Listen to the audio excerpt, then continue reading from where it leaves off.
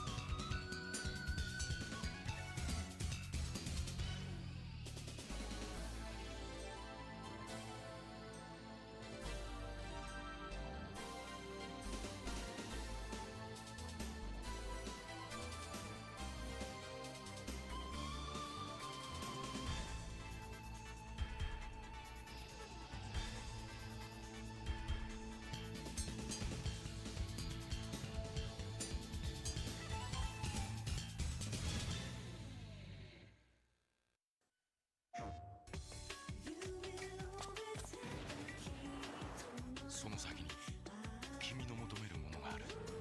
運命を解き放て。テイルズ・オブ・デスティニー2。プレイステーション。もう高橋はハンディゲーム機はカラーじゃないと楽しくないと宣言します。パズルゲームぷよぷよもぷよっとディバッグラフ大人気。というわけでいつでもどこでもカラーが楽しいゲームギア。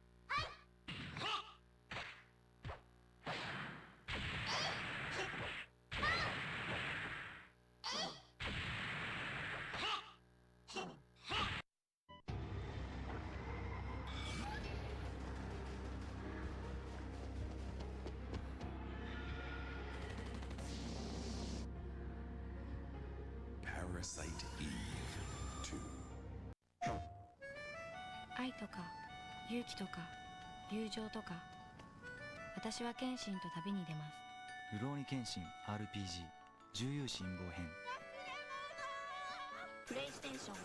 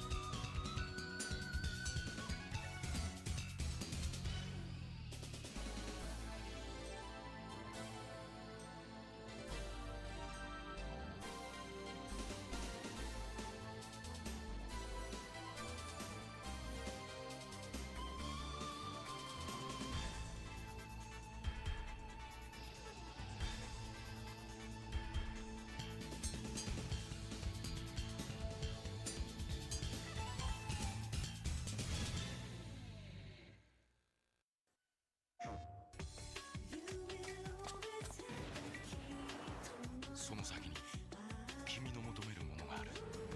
運命を解き放て。テイルズ・オブ・デスティニー2。プレイステーション。もう高橋はハンディゲーム機はカラーじゃないと楽しくないと宣言します。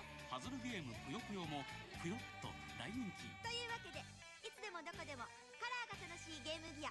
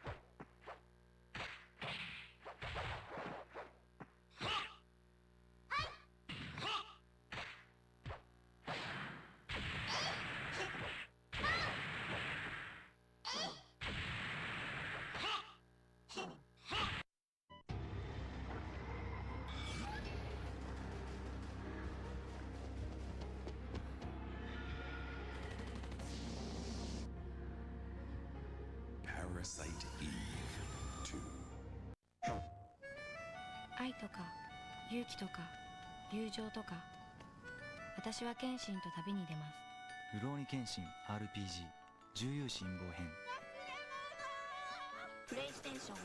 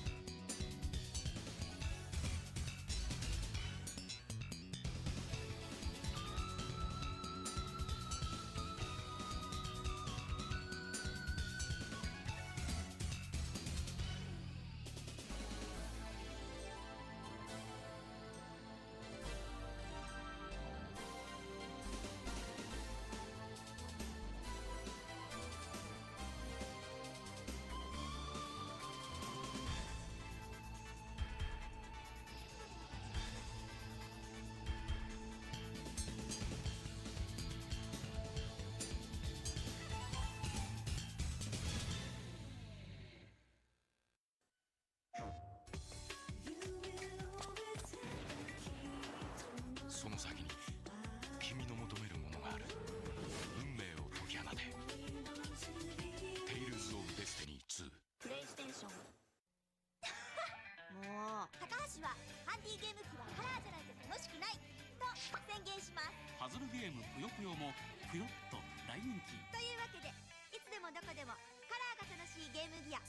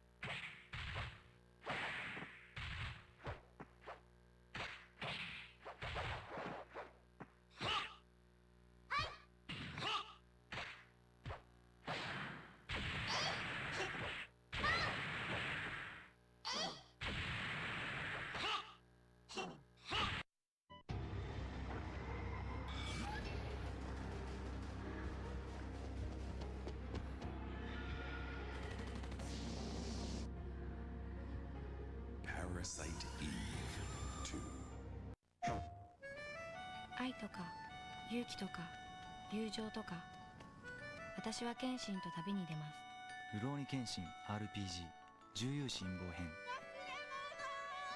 プレイステーション。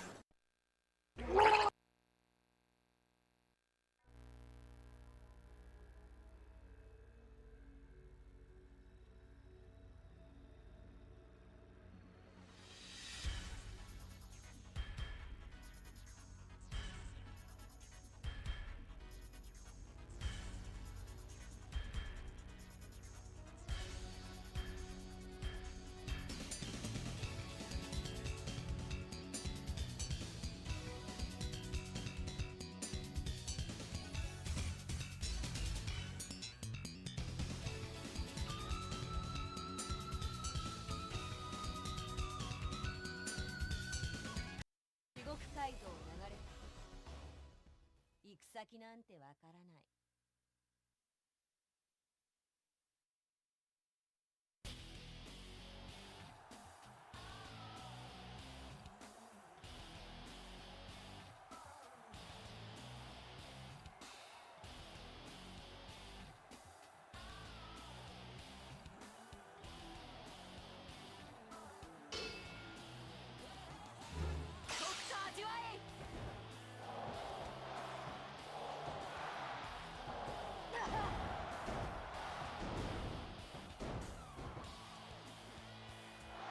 いい加減になさい。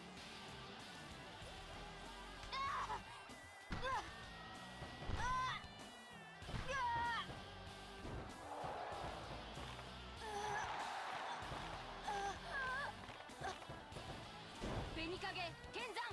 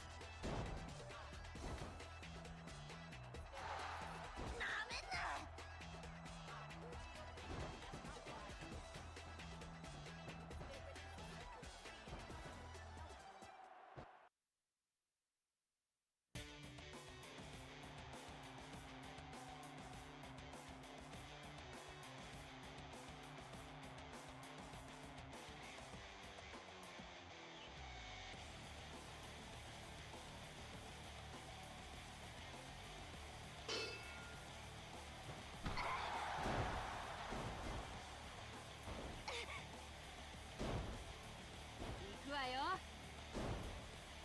立ちなさい。それ。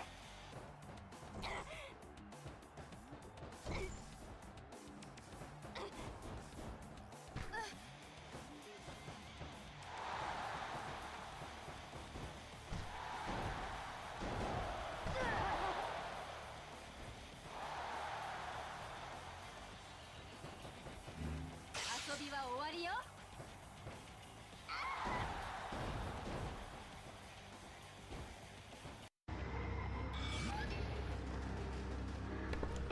Hello? Hello? Hello? Hello? Benjamin Stella Junkies, what's going on? You wouldn't torrent a Dome? Antony, Creaky Beaver, Ligi, Hotgar, Conquest, I think I saw Dunk4 resubscribed at tier 2. Maybe Matnak resubscribed as well. Voice change malfunction. Maybe. Wakes up and breaks the vase. Hello. Valkyrie, what's going on? Bimsby? We got over the hump. Is it still hump day for you guys? Surely not. It's probably like 3 AM Thursday. Bogon Diskuzni. What's happening? Show Chinese woman? Show Chinese woman what? So the news about WUCHANG censorship, it's kind of like Dazed Thighs, how you doing? Thank you for using your Prime, Dazed Thighs. Possibly first Prime of the day. It's crazy how if you actually have Amazon Prime, you can literally just do that. Like, you can just do that. They let you just do that. That's crazy. Like, you can just get a bald guy to pay attention to you for like an entire minute straight for free. That's wild. It's middle of weekday. Is it real? No, the WUCHANG censorship is kind of huge. Yeah, it's huge. Basically now every single thread about the WUCHANG update on the official Discord has to have comments locked because everybody's just like, this is so shit, fuck you. Basically, like, fuck you guys, this is shit. And every single thread that someone makes about the update changing any, like if someone just posts a screenshot of one of the NPCs, like doing the new stuff that they do, the whole thread gets deleted. It's like, oh wow, the Ming Emperor, the fucking Ming guy, whatever his name is, now he's friendly to me and he talks to me after the fight. Thread deleted. Like, they're not, even if it's not even a negative thread, they're just like, do not talk about the changes, do not talk about the stuff we changed. So there's a second WUCHANG subreddit that's just ran by fans, and everyone in there is just talking about it. Biotic Nova was just streaming it, and I'm like, oh, you're playing the censored version, and she's like, what are you talking about? Are you joking? The subreddit is managed by 505 Games, yeah, the official one. But Nova's almost up to the Dragon Emperor boss, so I'm excited to go check her VOD after the stream and see if she killed the boss. And like,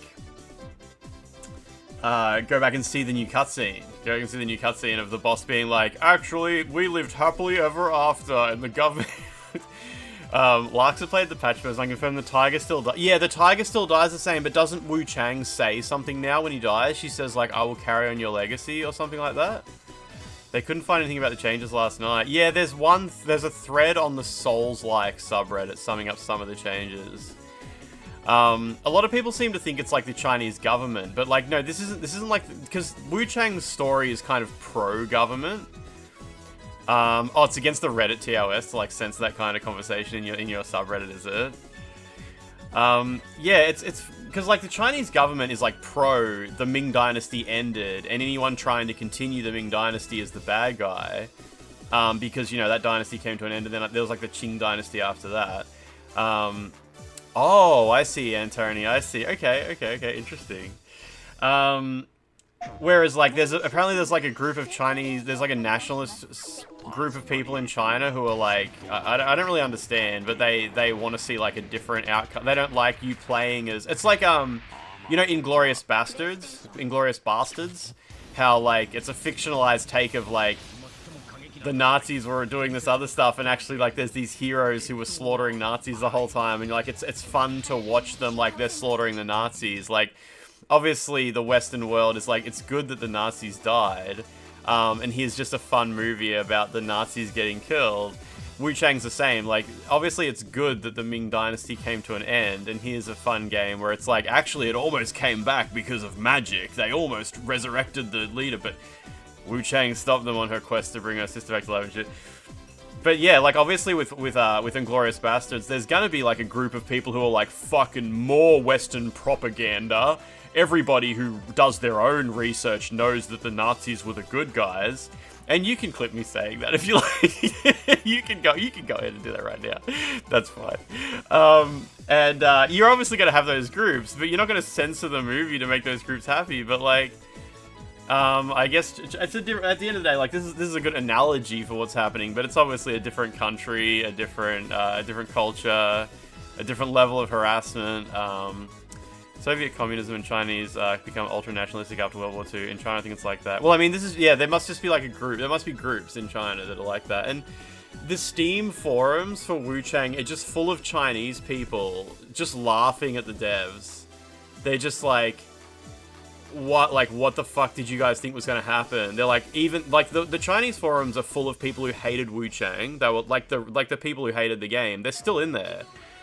And they're just like, you fucking idiots, we still hate your game, and now everyone who liked your game hates it too. They're just like laughing at the devs like, we kind of won, like, you fucked your own game over. Crazy, like, nobody's happy with this. Did they really think that, like, the people who were annoyed at it were going to be like, oh, now it's my happy version of the game, where the Ming Dynasty actually did continue secretly with the Emperor ran away with his beautiful girlfriend. Dua Lipa's face. Yeah, she looks really good. Why are they making these changes? Are they really that scared about setting some historical accuracy to these? I mean, it's China. Well, it's hard for us to sort of understand what exactly that even looks like, upsetting some historical accuracy, guys. Love the WUCHANG Chinese copy pasta where they compared it to fighting the Gual and Queen Elizabeth and everyone was like, awesome. I mean, it's not like that though. Like, yeah, they should be like a setting. I keep like hoping like somehow when the patch comes out to consoles there'll be 2 different versions of the patch, but there's no way. Like, there's no way they're gonna do that. I'm gonna back up my copy of the game, like because on PlayStation 5 you can do that. You can back up like your installed version of a game to an external drive, and then you can copy back on. What's Xeon? What is Xeon? Oh, G2Face, how you doing? How you doing? It's Michael Jackson in his late days. Maynard, what's going on? I don't know, I guess maybe you haven't seen it. The new patch has like extreme Chinese censorship in it. They've like, did you finish the game? Yeah, Maynard, when I was watching you were in like the Bo capital, right? You know, like the big Dragon Emperor boss, the Reborn. Now when you kill him, apparently there's a new scene where his girlfriend shows up, the girl who plays like a little instrument, she shows up, and instead of them both being dead in the Bo capital, they run away happily ever after. The Ming general, the guy in the snow, like, you know, the guy in the snow with the tall hat, now when you beat him, he sits down and he's like, "We may not be friends, but you may continue forward. The people beyond this area will not trust you." Like, he's still alive. Like, he's like, "Oh yes, that was a good fight." The fucking secret boss in Act 5, the guy in the white beard cloak guy with the huge staff. Now when he dies, he says, "Ha ha ha, it was just a friendly test. In fact, it seems like you are on the correct path all along." It's like seriously like really stilted. Really reminds me of the stories of Fight Club's Chinese ending, where it's like, and then the police showed up and everyone was, all the plans were foiled and everything was okay.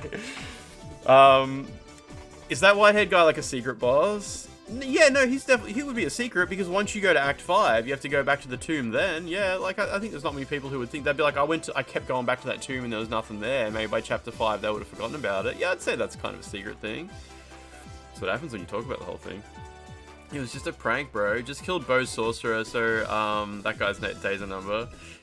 You saw the recent reviews coming in on Steam now. Oh yeah, is there like more review bombing? Man, what did the...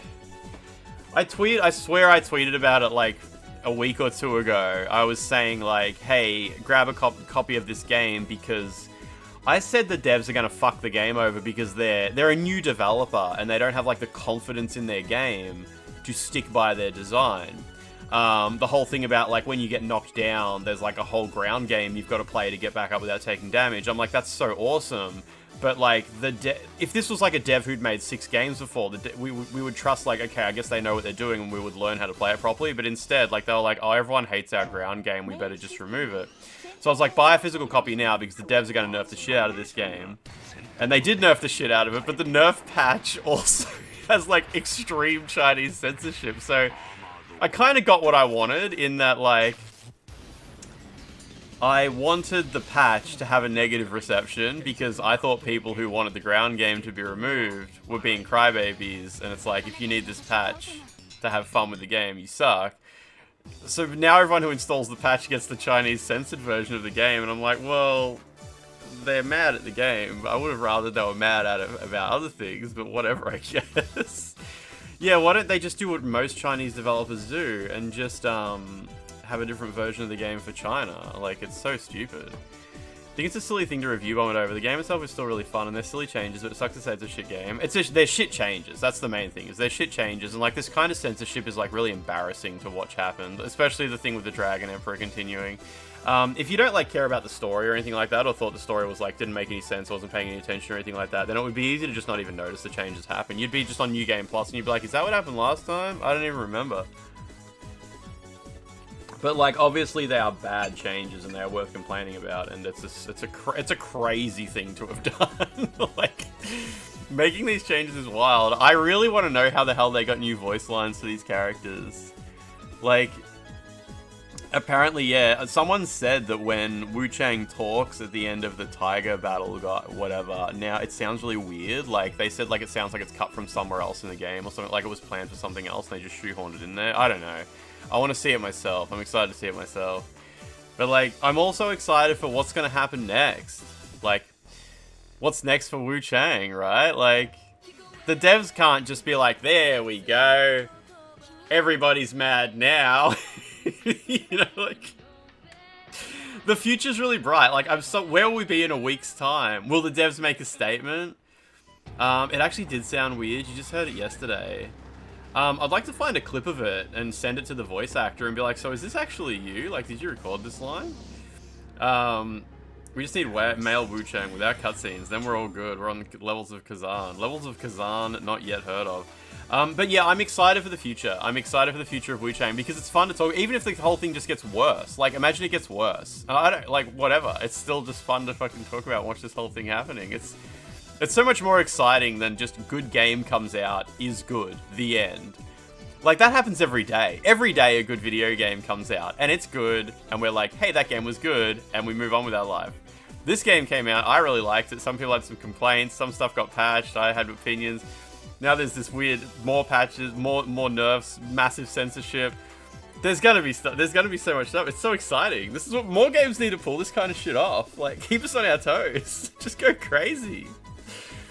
It would take genuine effort at this point to make people even angrier. No, they could, like, make an announcement saying, like, this is actually the story we wanted to tell the whole time, guys. And it was actually a bug in the game that was... Because remember the patch notes that said we have optimized the exhaustion animations of NPCs and bosses? How fucking funny is it that, like, there were these farmer enemies with pots on their back. Right.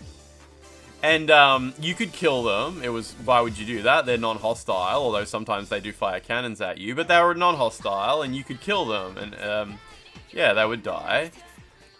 And now the patch notes say they have optimized the exhaustion animations of those enemies. So you can't kill them anymore. You try to attack them and your weapon goes straight through them. Like, what the fuck are you talking about? Just say we have altered the game to appeal more to a certain... I don't fucking know. Just call it something else. They throw dirt and rocks at you and shit. I wonder if they no longer attack you at all. They probably still fire those 2 cannons in Zenwu Temple, though, because they stop doing that once you run at them, whether you attack them or not. They were really tired after you died 20 times in a row. Most people were already, like, a bit on the back foot about, like, oh, they're going to make it so when you die to a boss, you can now just respawn at the boss gate. I think people were like, oh, that's a bit too far. I know some people want that, but honestly, like, people who want to die to a Souls boss and instantly respawn at the boss gate, it sounds like they just don't even want to play the game at all. Like, at that point, it's just like, just play a different game. Just go play Elden Ring or something like that. The run backs are nowhere near that bad, and if they speed up, like, there was 2 elevators that needed speeding up. Speed up those elevators, and I think we're all good. But yeah, then once this conversation around censorship came out, it's like, okay, no one cares about that anymore because this is much worse. What's the point of the run back? I mean, it's to make you think. You gotta think about what you did wrong. Think about your decisions. Think about what you're gonna do differently next time. The peasants are just there now and they do nothing. They did nothing before, to be honest. Yeah, but I mean, you would kill them and they would... Do they still run away from you? You don't really believe that? No, of course I don't believe that. That's a stupid thing to say. But I mean, like, it doesn't do anything. It does, if it negatively impacts your experience of the game, it's sort of hard to imagine. They'll path back to the cannons and keep firing if you don't kill them. Do they really? I didn't know that. I actually left them alive for a minute and assumed they would just stop. How about instead of farmers, they put politicians there? The 2 little fellas near the Doomwillow Beach entrance at the start no longer have health bars. Really? Those 2 guys are just sitting on their butt. They don't run away, they just stand there and gander now. That's so interesting. That's so interesting. Huh. Yeah, I think, like... I don't think, like, everything that you don't really enjoy about a game needs to be removed from the game. Like, you shave off, like, all the weird edges from a game and you just end up with, like, Unreal Engine Marketplace. You just end up with Wanted Dead. It's not true. Wanted Dead has so much shit in it. Wanted Dead really needs to be shaved down so much. But yeah, like, wanting them to remove every single aspect of a game you don't like, or that's even, like, a minor inconvenience, like, I'm not having fun in this exact moment, I think you're just going to end up with just a weird sort of orb. Click the orb. You're going to end up with our curiosity, what's inside the cube. What's the lesson here? Never take advice from fake gamers. I paid my money, let me slaughter the villagers. So really, the 2 guys yesterday The two guys, when you get to Doom Willow Beach, the back entrance to Doom Willow Beach, it's on fire, and there's those two guys on the ground, and I was like, they probably haven't changed these guys in the patch. You're saying they have changed them and they no longer have health bars. Because they don't even get up. Like, they don't get up and attack you or run away or anything like that. So, they've... Well, yeah, apparently in Chapter 4 now... I was saying last night, I was like, oh, someone on the subreddit said that in Chapter 4, there's guys who help you here now, but they were always there. But no, it's different now. There's like, you get to Chapter 4 and the rebels are fighting against the Ming Dynasty guys, or whatever the hell they are. I don't really know what the two factions are. And like, but if they see you, they both look at you and attack you first. Apparently now the rebels, or is it the Ming guys, I don't know, will no longer attack you. You can no longer attack them, and they just help you kill other enemies, which is so interesting. So interesting. There's just like in Chapter 4 now, there's just heaps of little guys everywhere that help you fight instead of guys everywhere that attack you and try to kill you. Retired Kato, how you doing? How you doing? Anyway, good shit. Good shit. Good shit. I'm gonna back up my copy of the game and It's been interesting. I saw on Nova's stream today how they moved that one bonfire before the Dragon Emperor boss. Like the run back for the Dragon Emperor boss. I thought that was a little bit tricky. So the run back from the Dragon Emperor boss, you probably saw it on my stream, how the bonfire is just down a little bit further, near where the cuck chair is at the start of the game, and the Taoist was down there, and I had to run up like the grassy ledge into the burning cave. And then I had to run through the bit where the enemies are to get back to him. But they moved the bonfire in a patch up into the burning cave. So you still have to run past all the enemies and stuff like that, don't you? Do you reckon that really helped much? I found that run back tricky, but it wasn't like it's too long.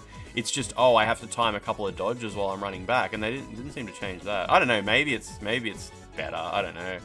That run back is completely fine, it's just like the 2 elevator run. Yeah, okay, so the fact that they changed that bonfire is, interesting. Like, why do they do that? What are they thinking?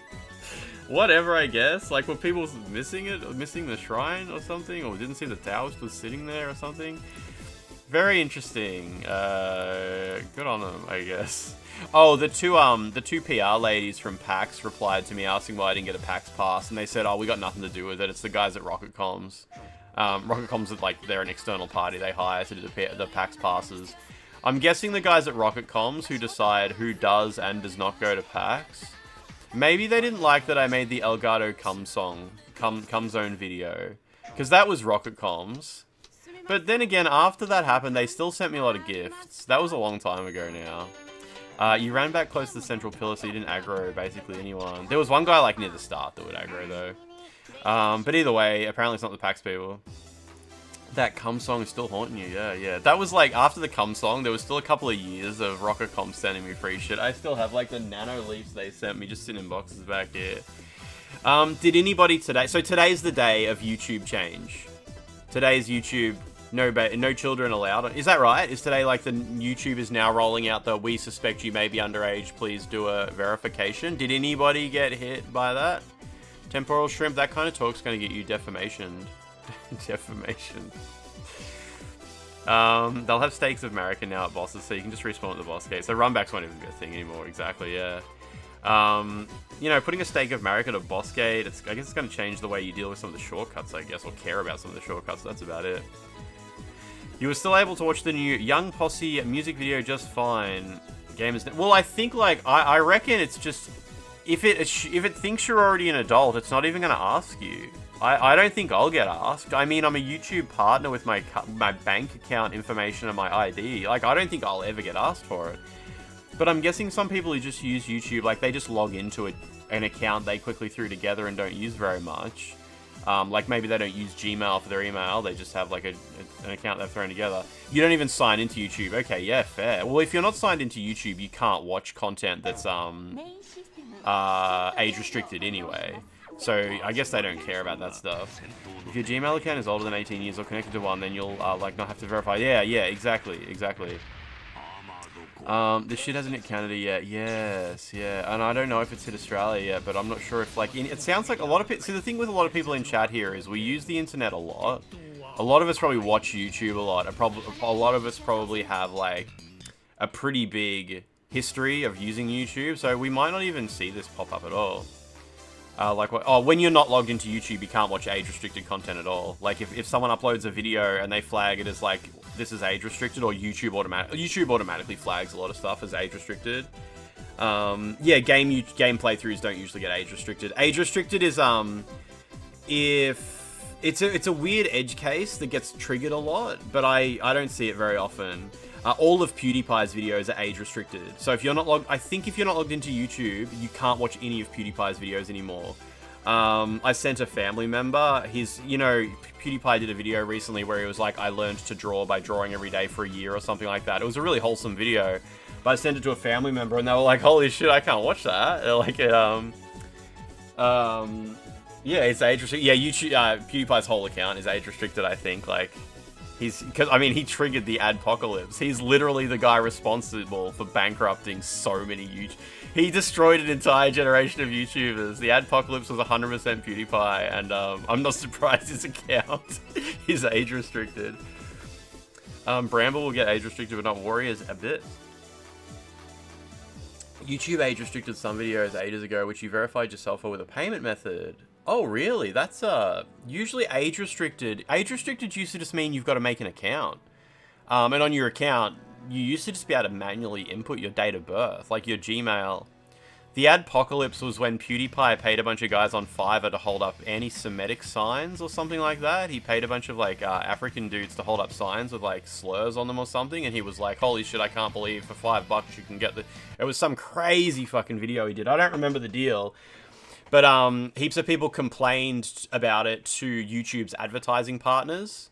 The Washington Post wrote a huge article about it, and it hit mainstream media, and YouTube got fucking smashed. Like, YouTube lost billions of dollars because all of their advertisers got, yeah, I'll approve that message, Roman Hachi. All of the advertisers just pulled out of YouTube. Advertisers basically didn't know what YouTube was doing until PewDiePie did that. It's fair to say YouTube was kind of flying under the radar a bit. It was a little bit like the Wild West. Like, you could go on YouTube, upload a video of pretty much any crazy shit, and ads would run on it, and you would make a ton of money. YouTubers were getting paid so much money back then, it was crazy for just, like, the weirdest stuff. And then PewDiePie did that, and advertisers were just like, what the fuck is YouTube? And, like, they looked... be careful with the D or K words. Oh, right. Yeah. Of course. Yeah, I never actually grew up watching PewDiePie or anything like that. He was like an edgelord kid, I think, yeah. He's obviously a very different person these days. Good for him. But yeah, advertisers all turned around and looked at YouTube and they're like, what the fuck is YouTube? We've been paying this company like $1 billion a month to do what? And someone's like, oh, you should see these videos your ads are running on. You guys run an ad and then it says like, so-and-so to all Jews. And all the advertisers just pulled out. They're like, fuck this. Like, this is shit. I don't know what YouTube is. I don't want my ad. And YouTube just lost hemorrhaged billions of dollars. Had to completely rebuild their entire monetization system. They brought in all the demonetization strategies. And lots of advertisers never came back. And when they did come back, they were like, your platform fucking sucks. We'll give you a couple of dollars. We'll give you a couple of dollars to run our ads. But, like, all the money YouTubers were earning just went down the toilet. DSP would have got hit hard. DSP would have been on a good kick, yeah. Boundary Break. Boundary Break has obviously never been questionable content, never been demonetized. He was just a YouTuber who was running a business on YouTube, and he was making really good money. He was probably really wealthy. I don't know, like, I don't know, like, numbers or anything, or what constitutes very wealthy as for a Canadian dude making YouTube videos. But he told me that the adpocalypse basically destroyed his company. He was like, I was super comfortable, life was real good, and the adpocalypse now is just like scraping by. I'm just scraping by. And, this year, Boundary Break has uploaded quite a few videos just saying like, hey, like, I kind of aren't going to be able to continue being a YouTuber at this point. You can't be just a guy who makes interesting videos about video games now and then and hope you get 1 million views and hope maybe you get monetized. But the moral of the story is, yeah, after all of that, so many years later, PewDiePie is now age restricted. So, despite the fact that his videos are like super wholesome, for anyone who doesn't know PewDiePie these days, he just uploads like vlogs, like me, my wife and child went to Disneyland for a day. And it's just like him playing on the fucking roller coaster and his little kids squealing with delight, and he's like buying an ice cream. He gets views, yeah, he gets views. He's a beloved YouTuber at the end of the day, even though his content isn't really for me, or probably for anybody here. He's still obviously like, that's his job, and he gets sponsors and shit like that. But it is funny that he's still demonetized after all that time. Yeah, he's just living life, right? He showed up in one of Abroad in Japan's videos recently. That was really good, actually. Abroad in Japan, he went to the beach and he's like, I go to this beach every weekend and there's this weird Swedish guy. I've been trying to convince him to teach me to surf. And he pans the camera around and it's fucking PewDiePie. And I was like, holy shit, I haven't seen that guy in ages. Oh yeah, didn't PewDiePie buy a gaming PC and he installed Linux and shit? Yeah. It's not a beach, not in Japan.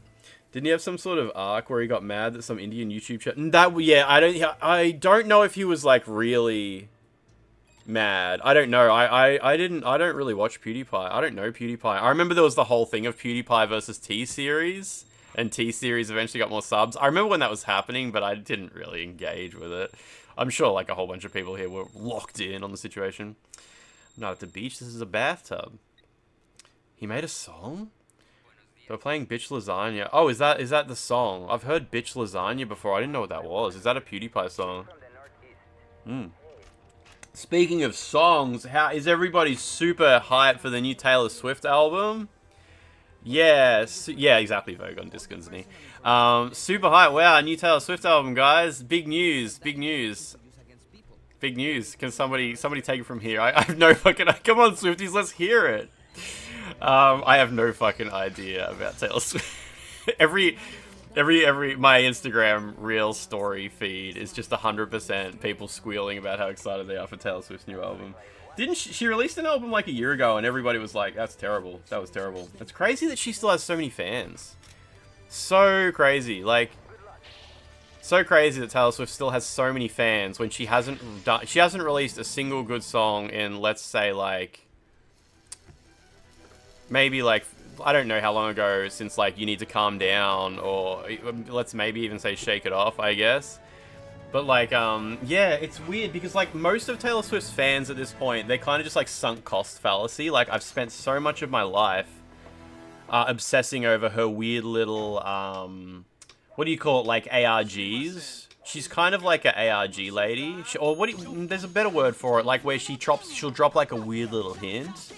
No, nobody cares about Taylor Swift as like big boobie or anything like that. Her fans are all like women who are a little bit younger than her. When she tours, she increases the city value for that day. It's so crazy. Taylor Swift fans are like, there's got to be like other musicians who have similar like psychotic obsessive fans who don't even care if the music's any good. They're just like, oh my god, guys, in the song she mentioned the number 12, and 12's that guy from that Bold Street. No, they'll be like drawing lines and doing all this shit and be like, she's definitely gonna re-release the good album any day now. Any day now, the good album's coming back. Nah, completely different from K-pop fandom, I'm sorry. Oh, Tool fans. I wouldn't be surprised if Tool fans are similar.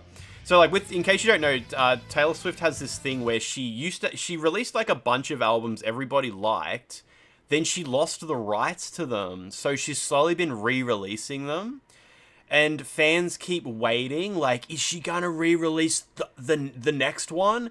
In her new music video, there was a picture of a clock, and if you look, the clock hand, when she walks past it, the hour hand actually moves to the 11. And back at her concert when she played that song, 11 minutes into the third song, which 3 makes sense because this is the third day I've been talking about this, she actually mentions that the song that she was going to re-release from 4 months before is the same number that was on the shirt that she was wearing in the other music video. Like, no shit. No shit. This is exactly what it's like listening to Taylor Swift fans talk about how hyped they are about the new album. The music all sucks, but the music video is like some fucking, what's his name, Charlie Day from Always Sunny with the strings and shit. There's probably like a couple of Taylor Swift fans listening to me explain this, and they're probably like, yeah, it is kind of like that. There's someone in chat who's probably like, that clock reference is actually like a real thing that happened. Exact humanity. The only reason I know about this Taylor Swift stuff is because that one friend I have, and she's like, I talked to her yesterday. I woke up to her yesterday, and I'm like, so how's the Taylor Swift? And she's like, oh my god, it is so good. It is the best thing. I am eating so good right now. And I'm just like, that's so good. I'm so happy for you. I'm so happy for you. I said, I don't understand anything that you're talking about. I don't understand anything. I saw your Instagram story. Happy for you. Happy for you. Let me grab that boozle. What you got there? Oh shit, why is my Chrome so big? Sometimes when I open Chrome, I assume you guys can just see my face go poof, like white. There we go. Well, yeah, we can have a conspiracy doodad. Fuck yeah, let's go. How's the PC build? I'll build it tomorrow. I'll build it tomorrow. That's not the same friend. That's not the same person. There we go. Perfect. That's much better. That's much better. So yeah, Taylor Swift fans eating good. I assume. I don't know. I don't know if her new album's out yet. I don't know if her album's coming out soon. I saw my Instagram feed is full of it. I think Tori maybe posted it. Was the last person to post it. Oh, good. Such a good emote. Of course, that woman doesn't have money for computers when she can. Yeah. Humanity. Yeah, she could not. She's not so good with money. She spends all of her money on Taylor Swift merchandise. I mean, I endorse it. I spend all my money on dumb shit as well. Like, it's all good. She comes to me and she's like, Lance, I spent too much money on Taylor Swift merchandise. I bought the new hoodie and it was like $90, and like I don't really have $90 to spend. I feel really bad. And I'm like, I just spent like $150 on buying the same video game 3 times. Like, we're all fucking idiots. And she's like, yeah, it's all good. It's all good, isn't it? Oh, I hope any gifters sub to me comes back today. I hope he comes back. That was so good. So there was a Chinese guy in the chat yesterday, and 12 and any gift sub has never been in the same room together. I think 12's been moved over to the mainland. Is it offensive to refer to China as the mainland in contrast to Taiwan? It's not. No, I think that's kind of like how it goes actually.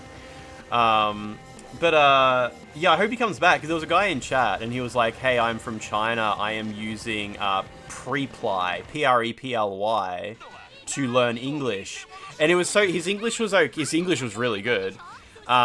He would go quiet in chat, and then if he wanted to talk, he would say, sorry to rush in. He would be like, sorry to rush in, but, and then he would like contribute to chat.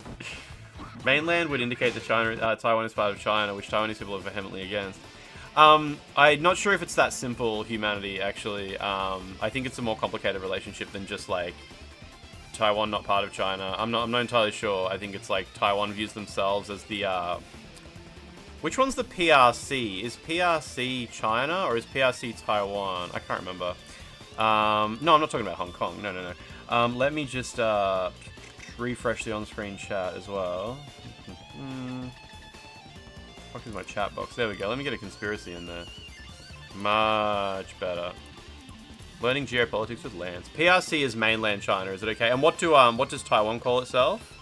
Like, if you have a Taiwanese passport, ROC. Thank you. So Taiwan is Republic of China, and mainland is People's Republic of China. Is that right? That's the correct terminology, I think? Yeah, if you have a Taiwanese passport, it doesn't say Taiwan on it, it says Republic of China.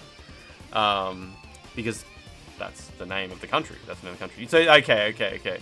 Don't they make all of NVIDIA? Taiwan is where TMC is, yeah. Taiwan microcontrollers, or whatever they're called. I don't know what they're actually called. Taiwan is ROG. They call it Chinese Taipei? Is that... I'm not sure if that's offensive. I don't know what that means, sorry. Sorry, what's this about Jay-Z? It's way more complicated, at least going by the random Taiwanese people on Twitter. TSMC, thank you. Taiwanese semiconductor, I don't know. Semiconductor microcontroller, I have no idea. Semiconductor manufacturing company, yep, that'll do. Oh, that's what the mainland is called, Taiwan. Okay. Anyway, I hope that guy comes back. He was talking about, like, Preply, and someone goes, like, oh, is Preply like a, someone in chat asked him, they said, is that like a translator app? And he was like, no, it's an app I use to speak to my tutor. And I was watching a random video today, and there was an ad for Preplay in the video, and I was like, holy shit, it's a real thing. I thought maybe he was just misspelling something, like he was using the wrong word, but it's an actual app. There is a state called the Democratic People's Republic of Korea. Are those the good guys? I mean, with a name like Democratic People's Republic, it's gotta be the good guys. That's gotta be the freedom version of Korea, right? Doctor, Doctor. No country that's a Democratic People's Republic could ever be evil. Is South Korea? Yeah, do they call South Korea Republic of Korea? I actually have no idea. I have no idea. I assume not. I assume not. Oh yeah, Omen Hachi, I follow that Instagram account. If anyone doesn't follow Move to North Korea on Instagram, you are really missing out. That account is so funny. Oh, there's an account. So where I live in the middle of nowhere, right? I live in a place called Gippsland, and there's an Instagram account called Republic of Gippsland. It's kind of crazy because Gippsland's like not that big, but I guess there's a lot of people on Instagram in Gippsland. And the dude just posts like propaganda about how Gippsland is the best place in the world. It's really fucking good. I don't know who runs it, but shout out to Republic of Gippsland on Instagram because that place fucking rules. If I type in Republic of Gippsland, it's probably like that. It's probably like that. If you guys want to look at it, there's got to be more cows than people in Gippsland, surely. Lance, are you a clanker? Is a clanker someone who has a parasocial or friendship relationship with a bot, with an AI? Is that what clanker means? That's got to be what it means, right? Rockefeller is the label Jay-Z and a couple other fellas found. Today, my Rumble Roses knowledge earned a point of trivia. It was a Yankee Rose question. Was it about the lyrics, maybe? Well, I know clanker is like a slur for a robot, but I mean like, the clanker is the bot itself. Okay. Yeah, I see. Obviously, like, clanker is like a new term. People would be like, no, Lance, it's been around for ages. No, shut the fuck up. Like, it's being used in a new way now, over the course of like the last 3 weeks. And yeah, I was just curious, like, is it actually the name of the people who use the bot, or it's the bot itself is the clanker? You know, honestly, I think it's meant to be the person who falls in love with the robot is the clanker. It's like calling someone a robo-fucker or something like that. Star Wars fans are molding as we speak. Exactly. I mean, it's frustrating when a word, like, gets repurposed by the new generation of internet users, but it just happens. AI chatbots aren't real robots. They have no parts. They can't clank, and I hate it. Clank, clank, clank, clank. Get pregnant, get pregnant, get pregnant. The robot is the clanker because they clank when they move. I think you're, I think that's like the, I think that's an out-of-date. I think that's an out-of-date term. I think these days the clanker is the person who falls in love with the robot. Ratchet slander. I mean, language evolves. Language evolves. You guys get mad at me when I use like Australian language. Be like, languages evolve, Lance. Can't call it a cache anymore. Game Science replied to my email. Friend of the stream, China, has replied to my email. It's just China. As far as I understand, China is the guys who made Wukong and the guys who are mad about WUCHANG. Possibly also the guys who made WUCHANG, but the guys are mad about it. Game Science, creators of Wukong, replied to my email where I asked for free shit. I said, hey, I'm gonna stream Wukong sometime soon. You should send me a bunch of free shit. Send me a box like you sent my friend Crystal. I didn't actually name drop Crystal. They replied and they were like, hey, that's awesome. Love you. Love from China, plus 5,000 social credit for China love. Unfortunately, we ran out. They're just like, we ran out of those boxes of cool shit, so we can't send you anything, sorry. I might email them again, like, before I play the game and be like, hey, you mean free stuff? Got some more shit done? No box of cool shit, yeah. You need that. How fucking funny is it that Crystal is sponsored by Power? She's sponsored so hard that they're paying for a hotel. They're paying for her entire PAX trip. That's crazy. He's lying. They're saving the rest to make more weird ads. Yeah, we ran out, Lachlan, yeah. Lachlan, you got no sub. Lachlan's got no sub. That's crazy. Lachlan's going to end up with ads soon. It's going to hit so hard. Got an email from some Chinese lady trying to give him a WUCHANG controller and had pregnant AI cat. Fucking hell. Like, it's so crazy that that's true. Everything that Haldenoka in chat just wrote is true. Lance got an email from a Chinese lady trying to give him a WUCHANG controller and she had pregnant AI cats on her Facebook page. Like, there's a little bit more to it, but I'm not even sure if the more is, like, better or worse. How can we not on Wikipedia's list of notable people from Gippsland? Who's even notable from Gippsland? Is it Denise Drysdale? I can't remember her name. She was a Chinese Filipino living in New Zealand. AI pretty good guess. With big booby pictures all over Instagram. Metal Gear Delta comes out soon. I emailed 5-Star Games. Energy Mick? What's Energy Mick? The guy on the front cover of that Silverchair album with all the tattoos is from Gippsland. If I get one more Twisted Metal out, I'm going to unfollow and Lance block Lance forever.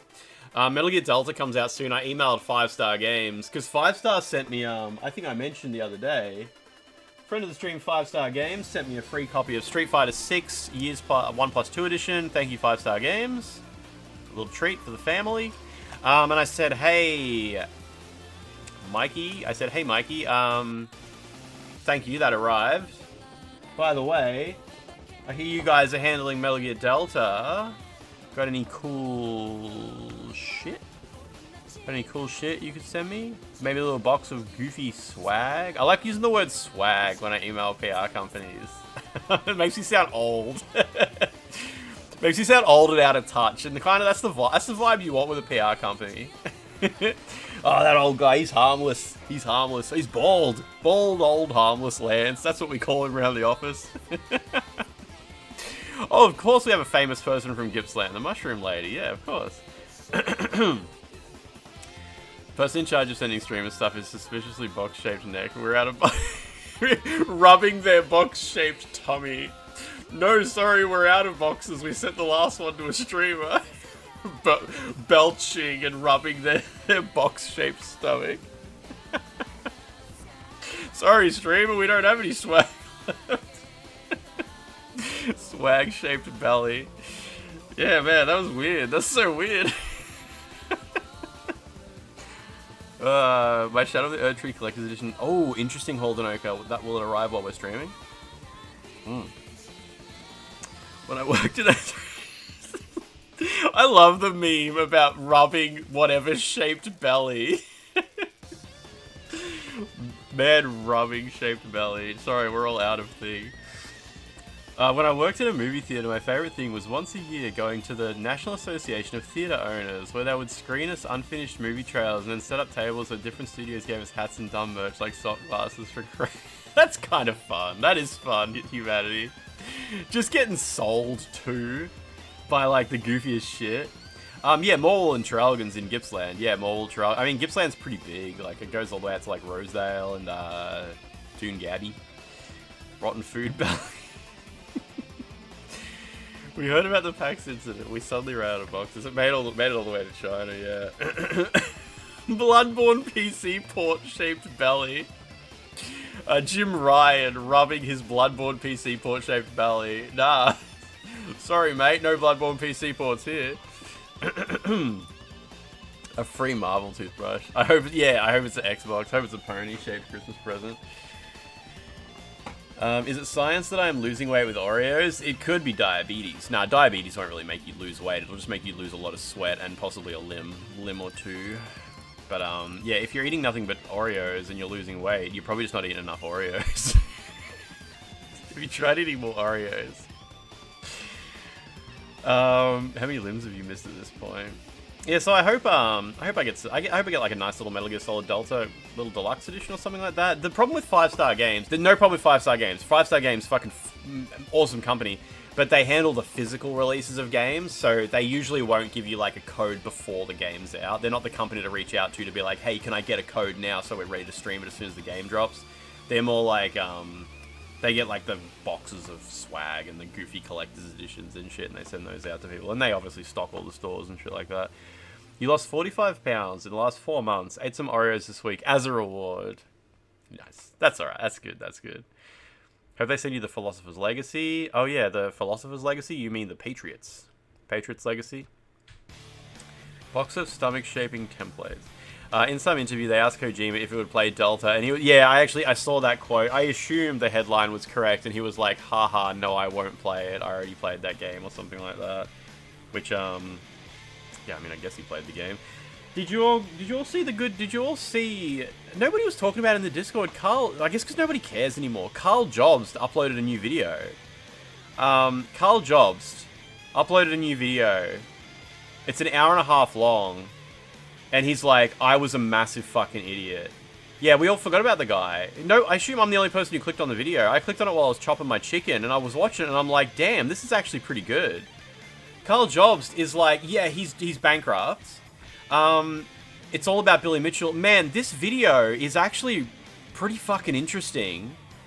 Yeah, it was pretty fucking good. Carl Jobs is like, I'm a massive fuckhead. I was in denial. It's 100% my fault. What I said about Billy Mitchell was terrible, and I genuinely feel really bad about it. So fucking stupid of me to think I could ever have won that lawsuit. I was completely delusional when I implied it was not my fault, that you were all misled into giving me money, because it was 100% my fault. I should not have shown those news articles that had misinformation in them in my videos. Great opening to the video. He's just like, I'm a fucking idiot. I got everything I deserved out of this. However, Billy Mitchell got completely fucked over by the lawsuit. And Carl Jobs, he's bankrupt. Carl Jobs is bankrupt, which is pretty fucking bad to get bankrupted. His YouTube business is completely untouched by the whole thing because Billy Mitchell was stupid enough to sue him as an individual instead of suing his YouTube business. So Carl Jobs' YouTube is just untouched. He's still got the entire company. Billy Mitchell tried to sue him for like hundreds of thousands of dollars, but in Australia you can't sue someone for more than they're worth. Carl Jobs is only worth about $60,000. Carl Jobs didn't have any money to give Billy Mitchell. Carl Jobs was joint owner of 2 houses, and he had to sell his half of his houses to his wife. So his wife had to pay Billy Mitchell's creditors $200,000. Billy Mitchell tried to sue him for $600,000 or something like that. Carl Jobs' wife had to pay $200,000, for which she got the other half of the houses. So she was basically forced to buy houses off her husband. So she gets houses out of the deal. Gave the $200,000 to the creditors, which they only gave about $150,000 to Billy Mitchell. So Billy Mitchell got about $150,000 from Carl Jobs. And Carl Jobs is now bankrupt. Still has his YouTube channel and everything like that. And his wife still owns all the houses, so that's fine. Australian dollars, by the way. No, this is still like hundreds of thousands of American dollars and shit. Billy Mitchell had to pay $600,000 in legal fees. Billy Mitchell lost $500,000 suing Carl Jobs. That's the entire outcome. Carl Jobs declared bankruptcy, admitted that he was a massive fucking idiot, did the wrong thing, lost his half of the houses. Now his wife owns the houses, which is not a big problem. Billy Mitchell lost $500,000 suing Carl Jobs. And so this video that Carl uploaded opens with a great statement about, like, I'm so sorry I was such a fucking delusional idiot about this. I genuinely said terrible things about Billy Mitchell that I shouldn't have said.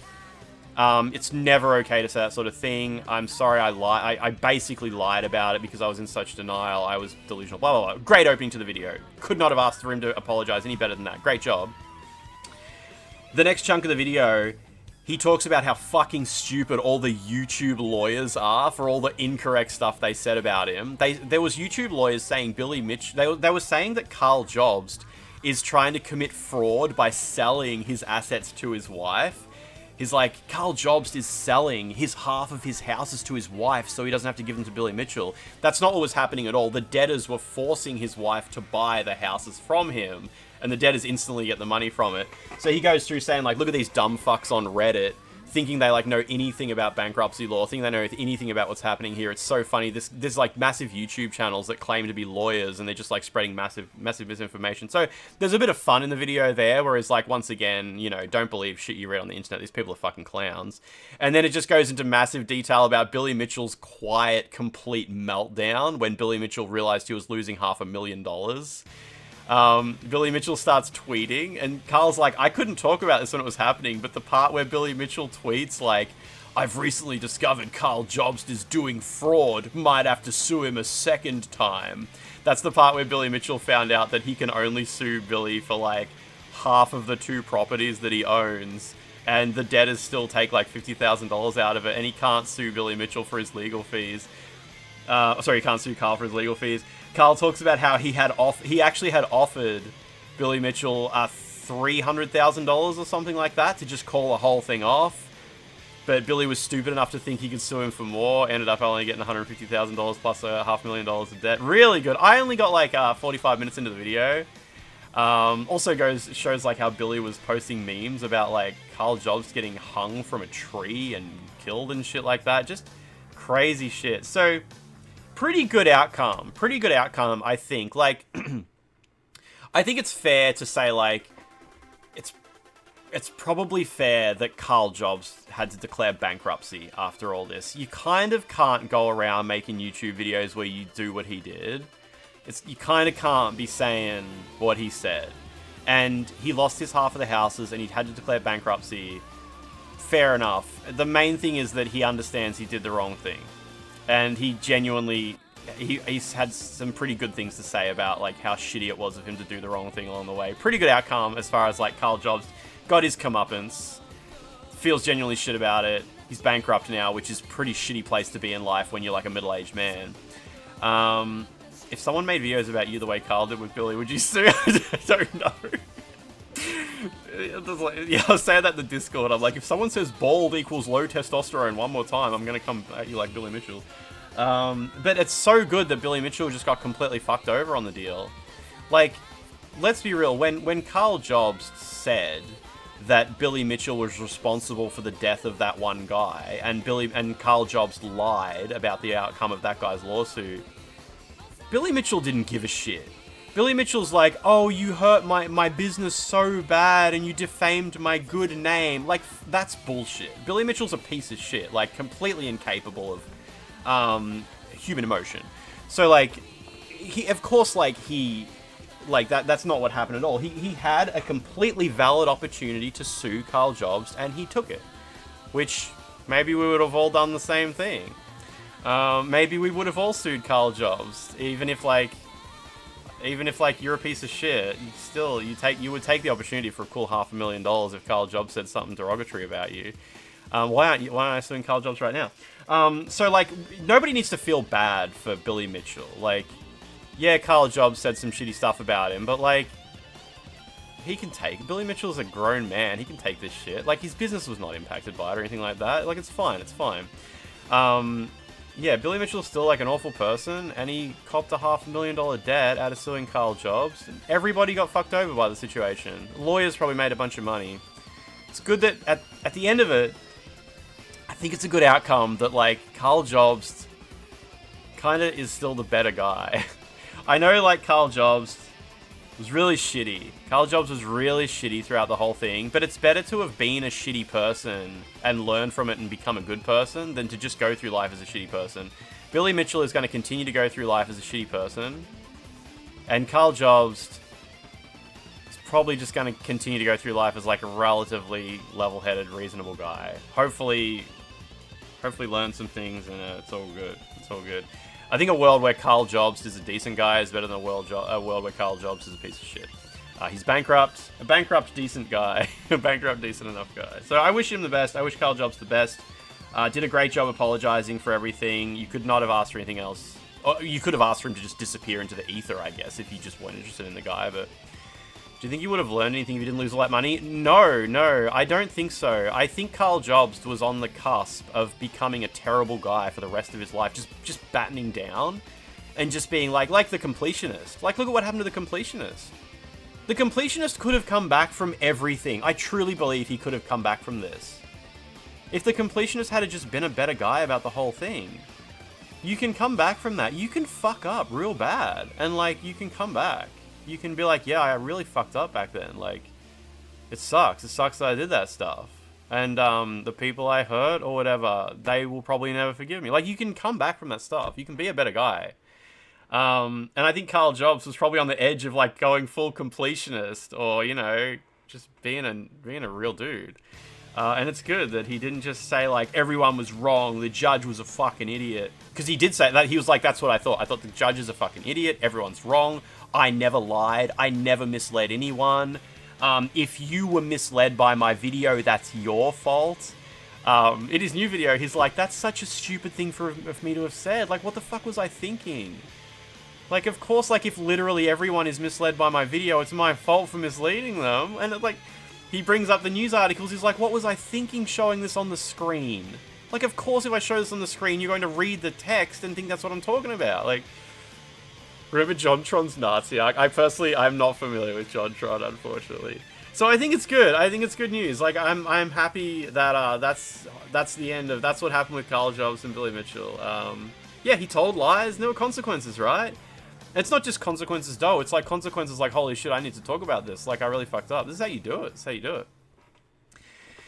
In his case, he wasn't even the guy handling the money. It seemed more like his family fucking up management. I don't actually know. I didn't really follow the completionist stuff that closely. Once... Remember how there was that limbo with the completionist where people found out he hadn't donated the money to charity and there was just radio silence, and we were like, what's going on? What's the completionist doing? Why isn't he doing... And Mudahar and Carl and a few other people were like, he's doing a fraud, he's doing a fraud, he's doing a fraud. But a lot of us were like, let's just wait and see what the completionist says here. Like, there's obviously something weird going on. And then the completionist came out and was just a massive fuckhead about it. Like, I was... Back when it was the radio silence period where the completionist hadn't said anything, I was like, imagine the completionist comes out and he's like, guys, I didn't know what to do. I had all this money, and honestly, I waited too long to organize the donations, but then I realized it had been too long, and then in order to do the donations, I needed to reach out to people and ask for help, but I knew if I asked for help, they would be like, what the hell? You've been sitting on this money the whole time. You're not allowed to do that. You should have donated. And then people would be mad at me. And then a year passed and I realized, like, it's been so long now. How am I going to... Like, have you guys all done a thing where you let something percolate for too long and then you realize, like, it's kind of too late to ask for help? Because if I ask for help now, people are going to be like, oh my god, you haven't done that already?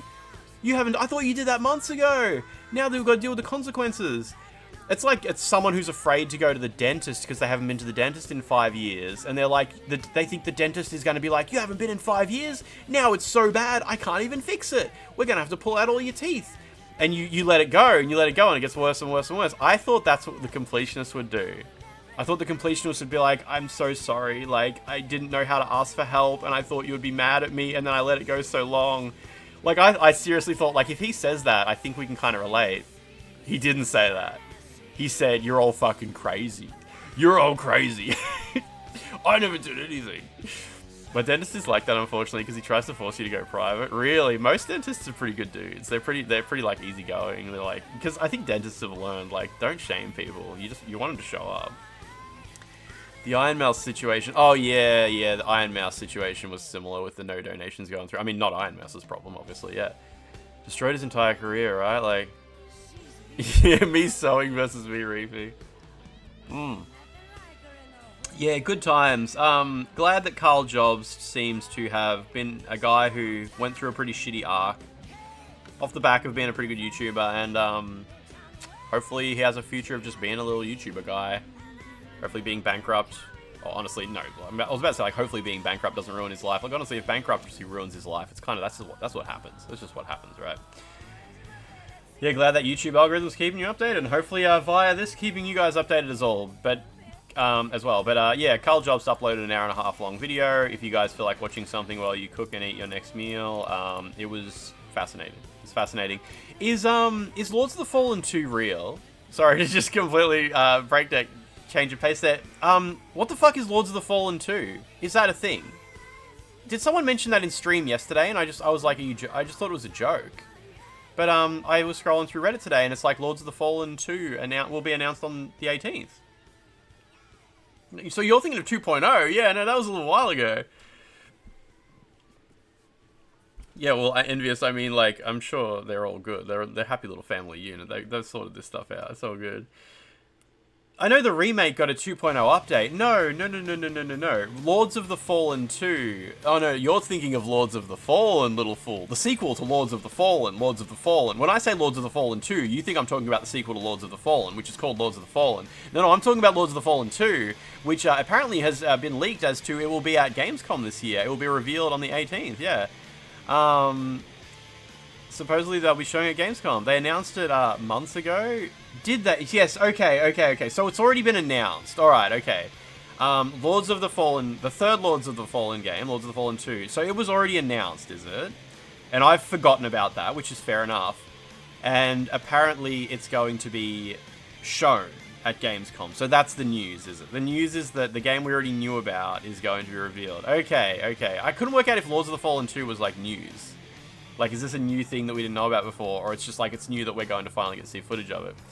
Call of Duty Modern Warfare 3 2 moment, exactly. Love a Lord. I love a Lord of Fallen. I love a Fallen Lord. I'm kind of a Fallen Lord guy. I'm not a Fallen Lord guy, I'm sorry. That Johnny Depp lookalike I was talking about in the Discord was talking about in that event.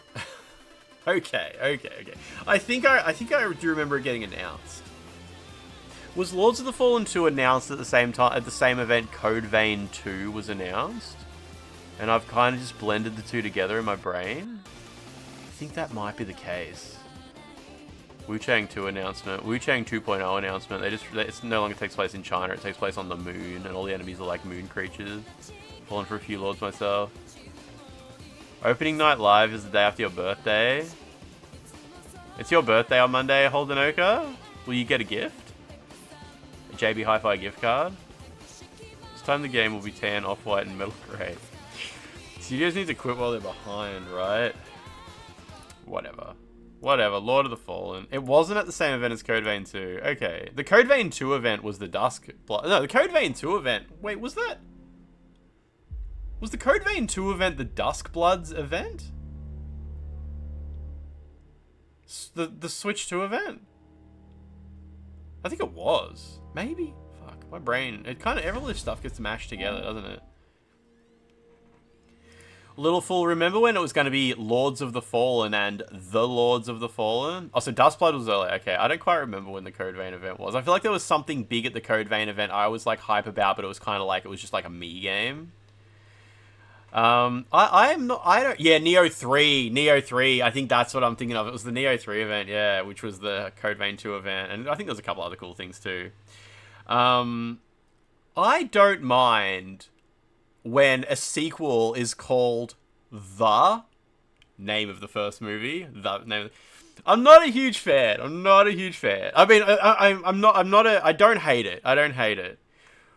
When you say, like, yeah, Lords of the Fallen, and then the sequel, The Lords of the Fallen. Oh, yeah, you know what? Honestly, Alien has similar vibes, where it's Alien and then Aliens. Similar vibes. The Alien. Oh, there's a Predator one. Wait. Just to be clear, there's not actually one called The Alien, is there? That's not a real thing, right? Yes, there was a Predator, though, wasn't there? There was The Predator. Can anyone think of any other examples? I feel like it's a thing. Like, Dawn of the Dead and The Dawn of the Dead? Is that a thing? Is there The Dawn of the Dead and then just Dawn of the Dead, like they do it the opposite way? Is there The Dark Knight and then Dark Knight? Yeah, Alien and Aliens. Of course it makes sense. Yeah. There's no The Alien. With Aliens, it makes sense. Yeah, no, of course. I love it. Aliens, Alien 3, Alien Resurrection, Alien vs. Predator, Alien Prometheus. Yeah, we got The Batman. Yeah, that's a genuine example of it, for sure. The Sekiro. Dawn of the Planet of the Apes. Is there Planet of the Apes and The Planet of the Apes? Dawn of the Dead tiles are so confusing. Day, dusk, dawn, night. Yeah, I'm not familiar with the series at all. The Alien versus the Predator. I don't mind it though. Like, when the sequel is kind of like, you know, the situation where they want to make a sequel to a thing, but the first thing didn't sell very well. It doesn't have much more than like a cult fan base. So they're like, we can't call it 2. Because in theory, if you call something 2, it will only ever get the same or less views or sales as the first one.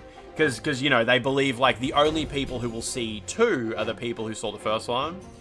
Like, you know, Neo 2 are the only people who will play that is at least the people who played Neo 1, and the people who played who hated Neo 1 won't even play the second one. So it's not true. Like, it's not how it really works in reality. A sequel that's literally just called 2 can far outsell the original. It's just a bit scary to hope it does. So sometimes they'll be like, we can't call it 2, we have to call it something else. So they do the little subtle different name, and putting that at the start is one of those ones. I don't hate it when they call it a movie 2. What about just TOO? Wait, that's happened before. Oh, Dumb and Dumber. No, that was Dumb and Dumber TO. That was even worse, yeah. Isn't there like a comedy where the sequel is called like TOO? I think so. It happens when you reach the fourth one. By the fourth one, it sounds played out. The WUCHANG. There's Too Fast, Too Furious. The War of the Worlds, War of the Worlds. D&D. D&D. Dungeons and Dragons. Calvin and the Chipmunks, the Squeakquel.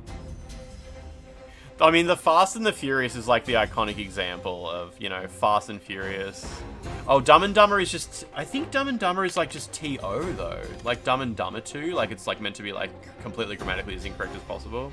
I think. The Dungeon and the Dragon. I hope they make a sequel to that Dungeons and Dragons movie. Yeah, Naked Gun, 33 and a third. Oh shit, WUCHANG. Imagine the sequel to WUCHANG's called WUCHANG, or sequel to WUCHANG, WUCHANG.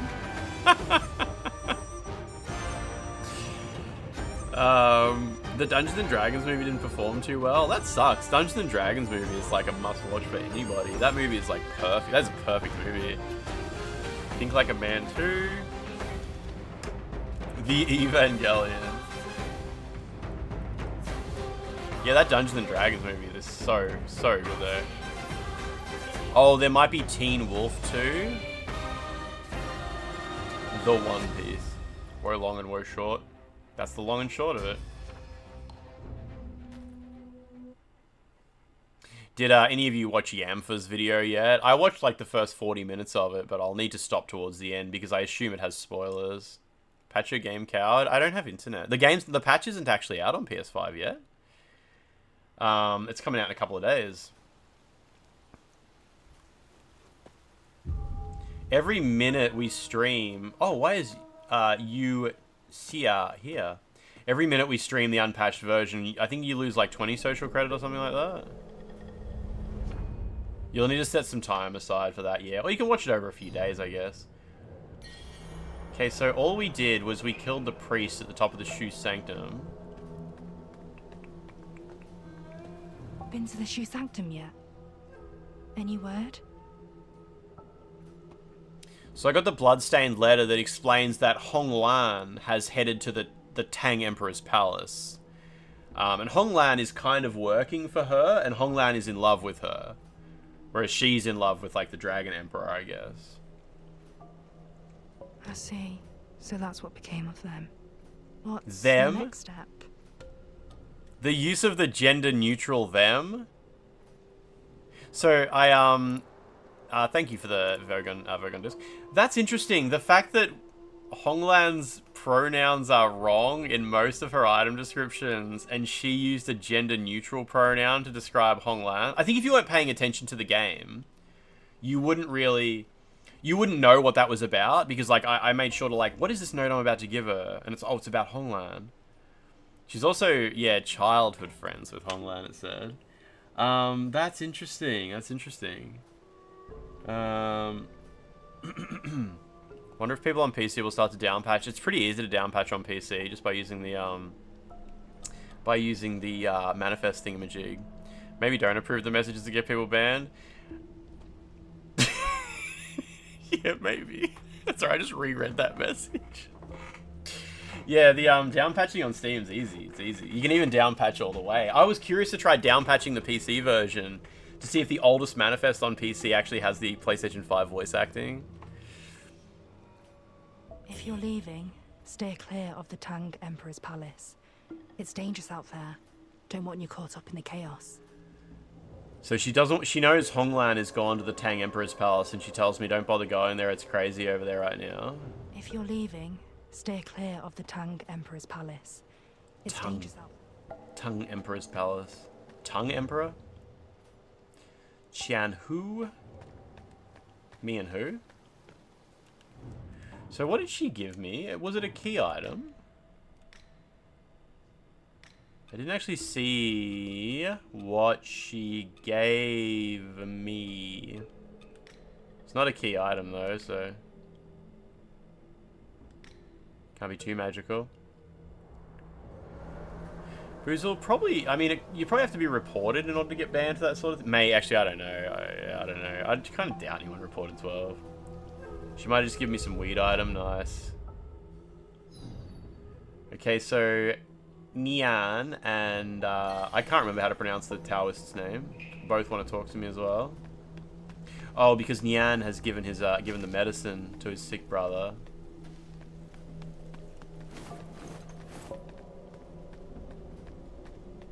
Would you rather date WUCHANG or Eve from Stellar Blade? Eve seems like she has a mental disability and maybe has the brain of like a 12-year-old. WUCHANG doesn't have a personality at all whatsoever. So, you know. Can we watch the new cutscene together? I mean, yeah, if we ever get to it. Do you know anywhere that it can be watched? Because if so, Franz, we'll watch it at the end of the stream. She just loves collecting. Huh? Ma'am! Oh, it's a pleasure to see you again. Thanks to that thing you found, my brother is all better. At least 2B has an actual personality and is a character, yeah. The Taoists here are truly generous. They took care of my brother, and even gave me herbs to enhance my strength. I'm considering heading to Cloud's. The E would smell better. I've heard the people there suffer under rebel rule. And I want to help. Until we meet again. Perhaps by then, I'll be a top warrior, and we can sit down for a real drink. Keep asking why her name's 2E. I'm sure that won't trigger her. Until we meet again. Perhaps by then, I'll be a top warrior. I'm a top Pomeranian, you know? Have you been to the Shu Sanctum? Swan Yanshi. Faith. Not too sure, Franz. Yeah, we'll see. Yeah. He who should heal others has been stricken by the very affliction he sought to cure. Legend has it that the Shu Sanctum was rebuilt by the descendants of ancient Shu at the dawn of this dynasty, to honor their ancestor, Duriao. Since its completion, many Shu descendants have settled nearby. Though their customs differ from those of the surrounding folk, they seem to coexist in harmony. Once, there were two priests at the Shu Sanctum, a teacher and an alchemist. For years, their work greatly benefited. Labubu Jr. I mean, what do you Shu think? medicine, passed down through the ages, is indeed extraordinary. At first, I sought their counsel on various ailments. Initially, it showed promise against the feathering. But alas, the effects did not endure. Yet tragedy befell them. One vanished, and the other transformed and retreated, never to be seen again. Okay, so he's talking about even the greatest the healers Scorpion boss. can fall victim to fate's cruel designs. Alas, it is the common folk who suffer most. The blood that the warrior Nian brought is truly remarkable. It has succeeded in alleviating the pain of the feathering. Alas, he forced it all into this young man's mouth before I could examine it Just properly. shoved it down his throat. If only I could have studied. You think you it would ask for the a few doctor more like how to days. correctly administer the medicine, not just run in and shove it in the patient's mouth. The Beast Wars Decepticon? Scorapanarch? Is that a real thing? Deep fried curds? If only I could have studied it for a few more. What do you got there? 180 days? Jesus Christ. Okay, so I'm a little bit curious. Do I still have the walking stick? No, I actually handed it over. Yeah, I'm still kind of curious. Like, so you have the Scorpion boss down the bottom, and you have the priest on the roof, and I still was a bit confused as to whether they were brothers. What's the... I guess it depends what the boss on the roof's name was. Because the, I remember they have really similar names, the two brothers. And I don't remember if the guy on the roof had that name. Eve brother. If they have claim on duchies or kingdoms, falsified claims do not count for any William the Conquerors in chat. So it was the brother of the guy inside who gives you the whistle. No, so the sick dude up the top... Sorry, so the sick guy and the guy who gives you the whistle, they're brothers. But the Scorpion boss down beneath the Shoe Sanctum has a brother, I believe. Or maybe he only has a sister. I don't know, it's kind of confusing. Because when you're fighting him, he's like, sister, let's do whatever the fuck the story of this game is. At high speed, in all holes. Eve was not supposed to be there. He started typing something and forgot. Can head down anyway. They're probably not even washing hands yet. Wait, who's this? Scorpion boss. Okay, and after one more, now that I've technically teleported, I'll just double check the thingamajigs. The teleport list, everybody's happy? Alright, good. Okay, so she's gone, nice. Tao Ching and Wu Gang are still here.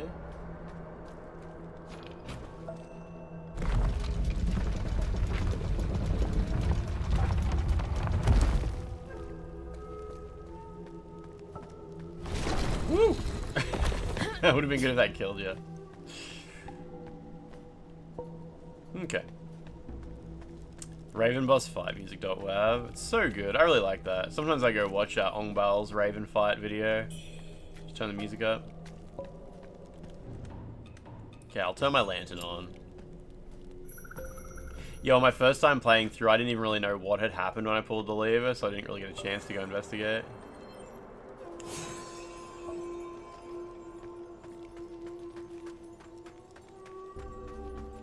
So last time I missed an item in here.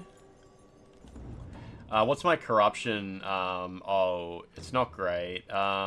We do need corruption buff, unfortunately. Without using DLC.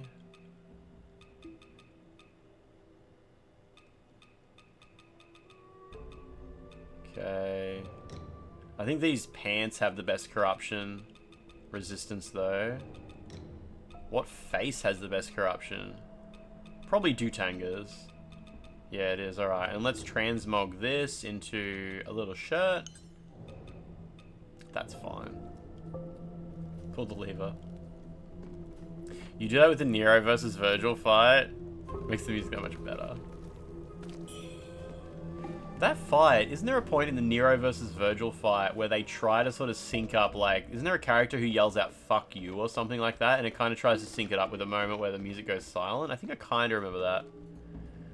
You like the delicate dress? I mean, it's fine. It's fine. I've been wearing a dress for a while now. The wretched priest, concocting his potions in the shadows, denying us entry, I shall deliver him to the Ming troops to reveal his heretical ways for all to see. Okay, let's see if I can remember how to use this spear. So you just tap R2 once. Bam. Too far away. Okay. In Australia, slot machines are called pokies. What the hell, lady? Have a bit of a punt on the pokies?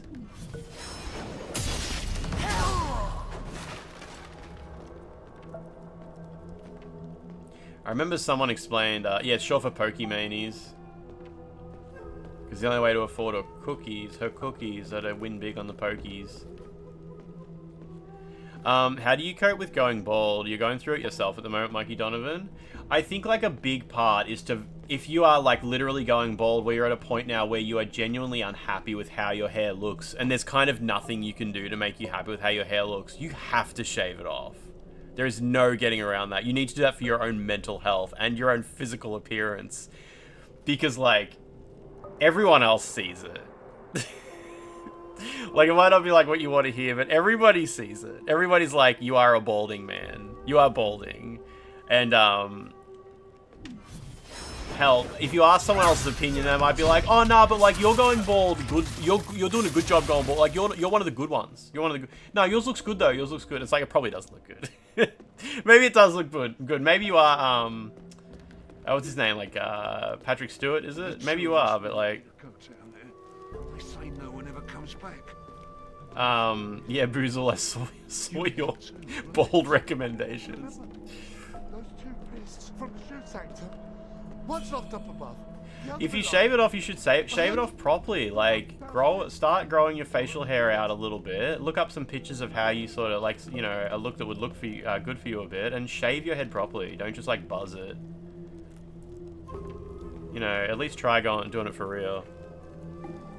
Yeah, being bald is so much better than being balding. Like, I'm sorry, but like... Joe Rogan bald or Stewart bald?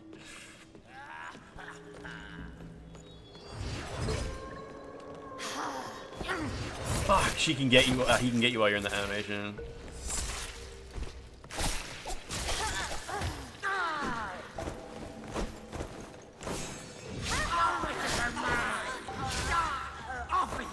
Fuck. Shit. Alright, whatever. I deserved that for being careless. We got too many decades of sitcoms of balding guys. George Costanza? There's probably other ones. David Letterman, a fuzz hero. David Letterman's got a huge beard now, doesn't he? Want to know if you should pause your playthrough until they fix Chapter 4? Wait, what's wrong with Wait, what are you talking about? What's wrong with Chapter 4? Go full Goggins. The problem is with Walton Goggins is you don't have a choice. Like, Walton Goggins looks good because of fucking genetics, and he actually cares about his appearance and puts a lot of work into it. You can't just choose to go Walton Goggins. Chapter 4 is... Wait, the latest patch on PC makes Chapter 4, like, embarrassing to play through. But, I mean, like, you can always just downgrade to a previous manifest and you're all good.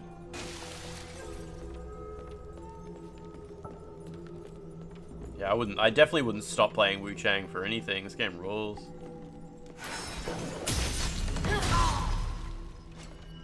Like how the game says you have fallen when you die to fallen. I know. You have it on Game Pass?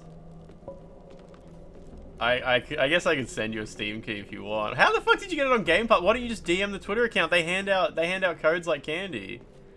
DM the Twitter account and ask for a Steam key. They gave me like 4. And then I eventually asked for more and they gave me more. Goggins isn't balding, he just has a high fall. I don't know, I saw a clip of Walton Goggins not too long ago and yeah, his hairline isn't even that like super baldy. A picture of a bald man or a newborn baby, take it to the hairdresser, the barber.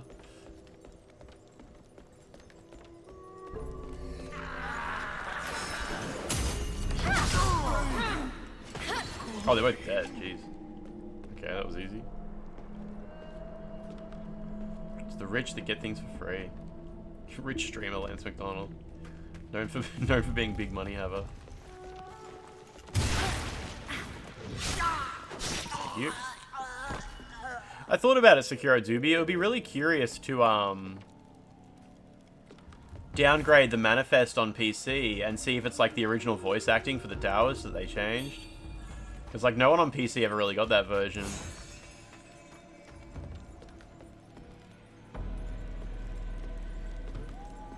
There's no DRM on the Steam version as well. Like, you can just run Steamless. I don't know if you know what Steamless is. Steamless is a thing that unwraps encrypted Steam executable files.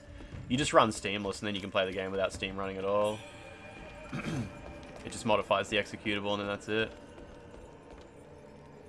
You're gonna need a Steam copy once your free month of Game Pass expires. Are you gonna keep playing this after your first playthrough? That'd be so good if so. Is there a guy up there? I thought there was a guy who shoots you.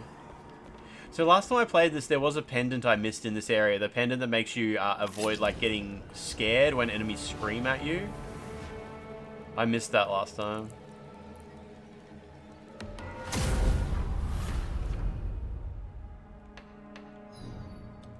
Nothing new.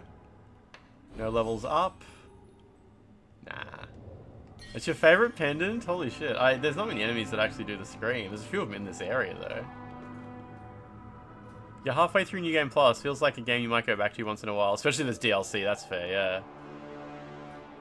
Yeah, that's the problem with this game. It's so much better. This game is just so much better than Lies of P, but you know, like the government just doesn't allow that kind of discussion. It's so bad. It's so bad. I mean, it depends what you like about Lies of P and what you like about video games in general, I think. Some bosses do, and you can just ignore it. There's a few, yeah. Even like the last boss, I think, does it. That bit in Raven Fight when she starts countering your beta skills. It's so epic. The dual dragon bosses and Ling Feng, you use it in that one. Yeah, okay. Cursed purple camellia tea. It tastes lingers on my tongue. Its scent haunts my senses. Even in the bile, I retch. Come morning.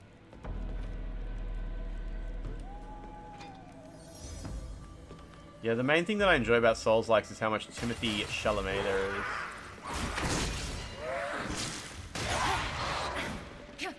I'm dead. I'm fucking dead. Why did she not swipe?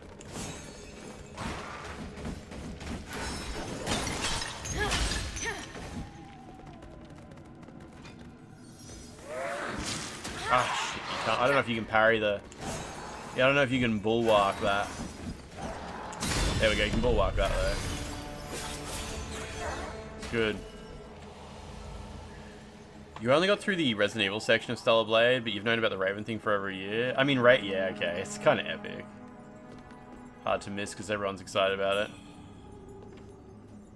There's some bosses in this that counter you. There's bosses in this that clash with you. I can't remember if there's like full-on counters. I think there is though. So in order, we need to go up there, okay, to get that pendant by the looks of it. Because I wasn't entirely sure how I missed it.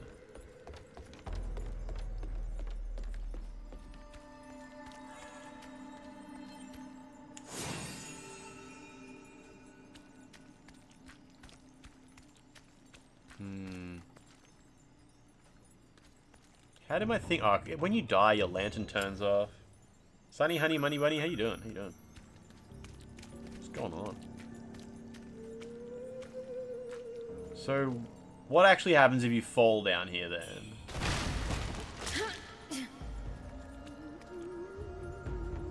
Maybe this is some area you can't get to otherwise.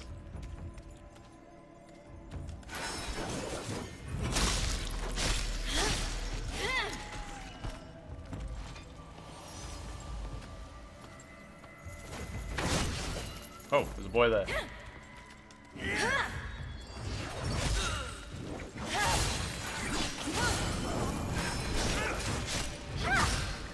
Nice. All the WUCHANG demon bosses can parry you. You can dodge their counter. Give them a little mash.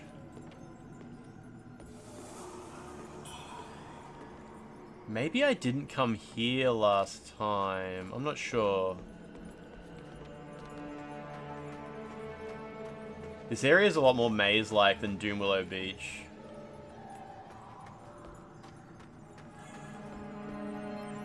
I'm pretty sure I did, because I remember shooting down that guy, and then he was on the floor later on. Oh, shit. Alright.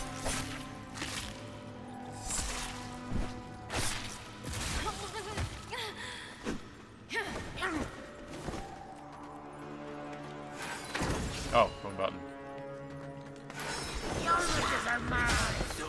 Cool. It's that confused level design, yeah. It's taken me up a little bit, but it's probably just taking me back to where I was. Oh, then again, that's pretty high. I'd like to receive a pendant from this area. Oh, yeah? Okay, I don't know if I've been here before. Right.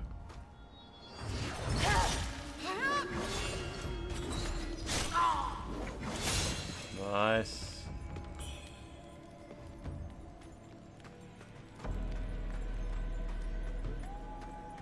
Yeah, surely this leads to the pendant, surely. Might be like a red-eyed dude that drops it or something. Jesus, look at this ladder. Okay.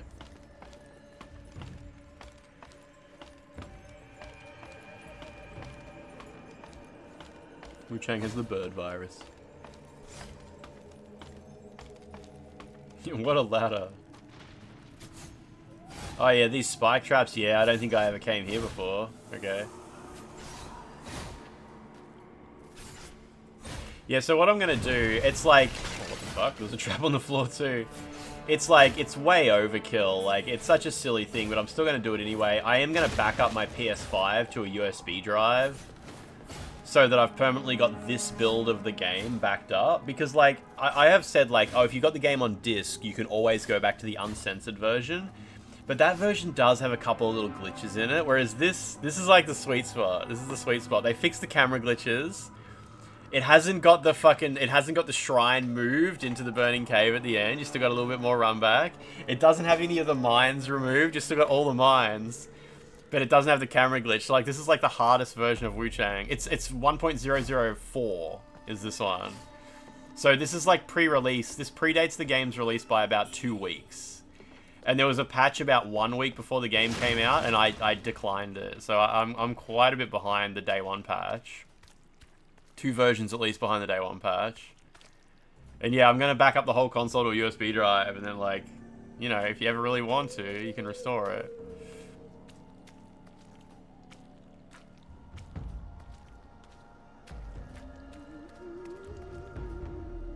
Oh shit, there's a bamboozling there. Alright, so we're gonna just hit R1. Let's go. Oh shit, he didn't even get up. Okay. Interesting. Your game clear doesn't count if it's post-patch baby mode. You play through 11 asterisk through it. Yeah, this is my 3rd playthrough, but 2nd one on stream. Yeah, I think this game rules, yeah. It would suck, like, to lose this version of the game forever. At least the PS5 version. The PC version you can always grab. Valkian, how's it going? Valkian, you're on 70, shit. Actually a pretty good effort. The pendant must be around here somewhere, right?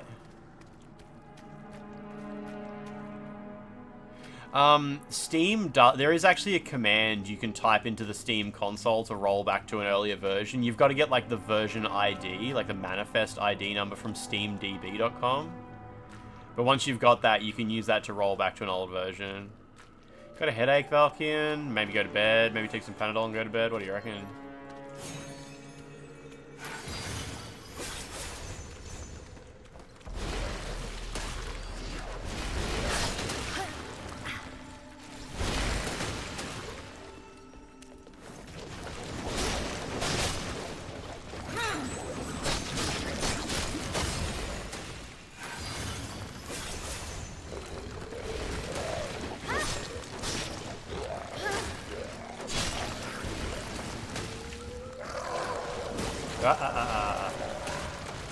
These guys kind of remind me of the cramped caskets where they can sort of do damage from weird angles.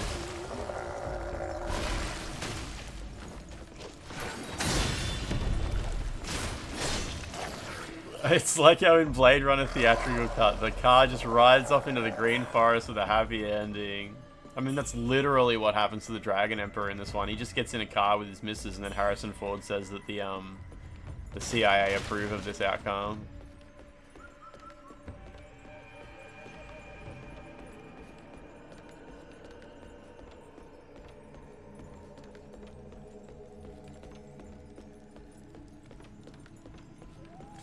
You're feeling tired or caffeine withdrawals? You can't tell the difference. Probably don't have a coffee. Probably take a Panadol and go to bed, eh? It's a sensible thing. Yeah, GOG lets you just select what version of a game you want. Yep. Imagine if this game had come to GOG. They probably would have requested GOG not host the old versions.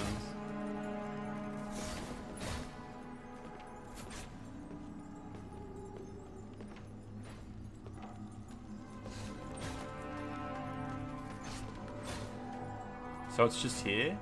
Oh yeah, cool. Okay, we found it. Nice. So there's a little detour in this area that I never went to, and yeah, you have to fall down that thing. So this is kind of good. The guys in this area that stun you, they are actually kind of annoying. They can be a problem.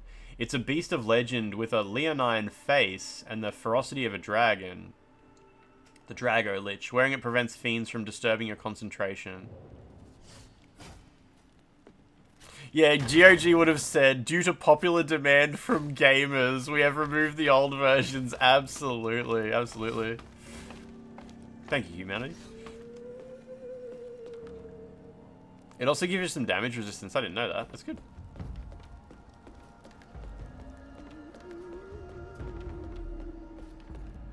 It's probably...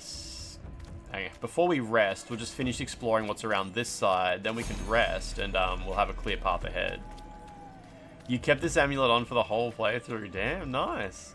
I assume, yeah, it stops you from having to do the button mashing minigame. Is that right? Oh, I see. So this just loops around. Isn't there a guy here you have to kill? I thought there was a... Oh, is he there? No, I thought there was a little scorpion dude here. Okay, whatever. I'll rest at the bonfire. Gets rid of the quick time event. Yeah, yeah. Man, I was watching a review of this game, and someone said they really like the button mashing QTE in some boss fights, and they hope more Souls-likes add that. And I'm like, I don't think he's joking. The way he said it, he was like, that was a really interesting way to mix it up. And I'm like, what? That's like awesome. I'm glad you enjoyed it, but you're fucking insane.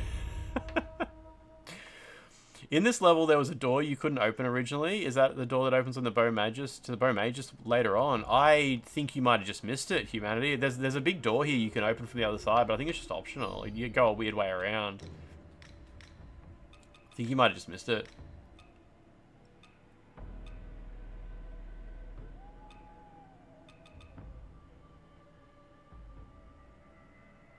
I put that on since I like to clash with Bulwark. April, everything's good. Just a normal Thursday, it's nice. It'd be nice if you could get out of grabs, yeah. Maybe give us an option to do that. Hell, give us another QTE for it. If you're going to do QTEs for when an enemy screams at you, do one for when you're stuck in a grab too. Oh yeah, Stellar Blade's QTEs were just when the fight ended. I had to redo a couple of fight endings because of failing QTEs.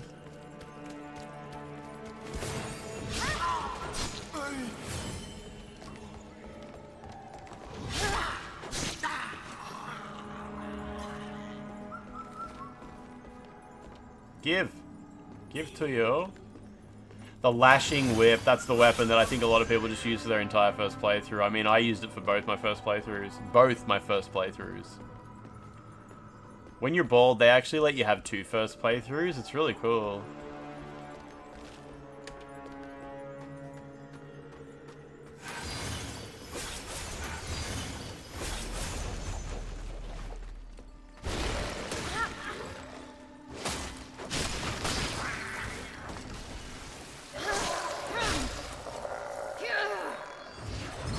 I missed. There we go. Wait, what got me? Oh, his corpse does that, doesn't it? You like all the different weapon types. I'm trying to really familiarize myself with them as I go. You never played the best QTE game, Asura's Wrath? The rest of the weapons should also be weird hybrids. They're all kind of normal. I mean, this one's got the little thrust. Look, this one's got an animation. It's just pumping away. There's a few weird weapons.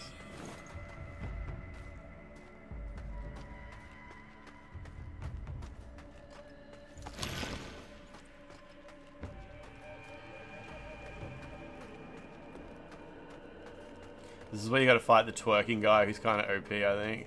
He doesn't respawn at least.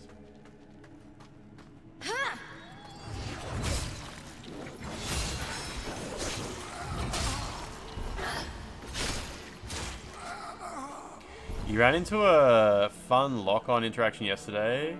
If there's one of those birds on a branch above a path, you can lock on and run under it and the camera goes crazy. Shit. Asura's Wrath is fucking amazing. I played through Asura's Wrath so many times.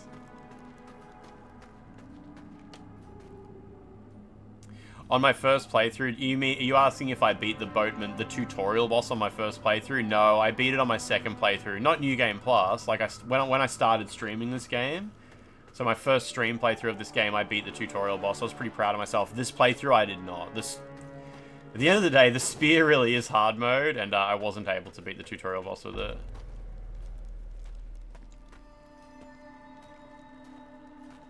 Oh, you'll lock onto a bird and then think your stick stopped working?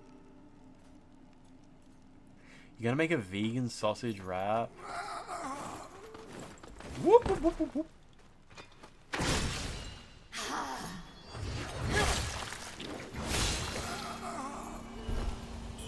You alt F4'd twice so you could do it with a spear. Shit, nice. You get like 5 level ups for beating him, I think. Is there anything here? No. Just a cage with a lady in it. Hello, lady.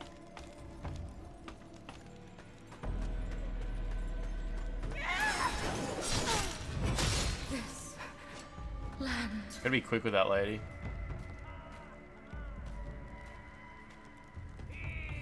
Wait, oh yeah, I think there's a slightly different voice line when you beat him, yeah.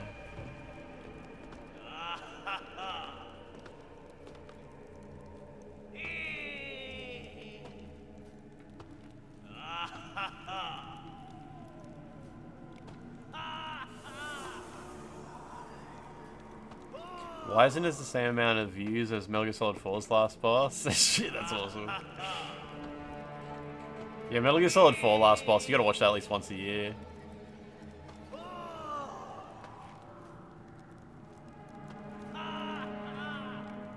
So what are we gonna do? We're gonna hit R2, R1, L1. Quick, R2, R2. R1, L1. Damn it, he interrupted. Okay. L1, quick. R2, backstab. There we go. Cool. Nice. That was pretty clean. Very good. I can see. Liquid. Wait, how's the Bacon Queen? Wait, what's Bacon Queen?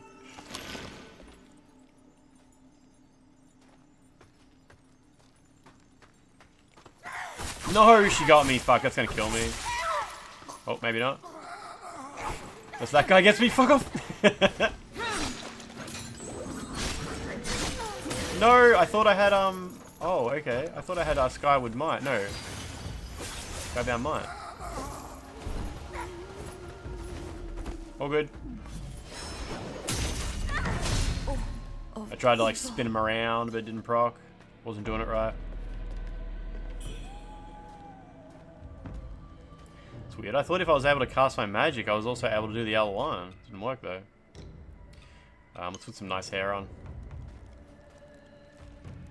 The McDonald's oh yeah, nah. There's been the bacon campaign at McDonald's is well and truly over. It seems like.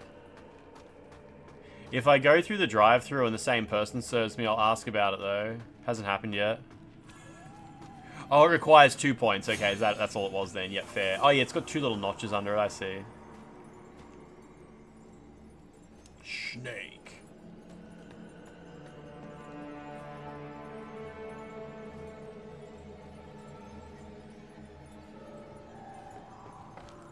Hey, you think he's built on us?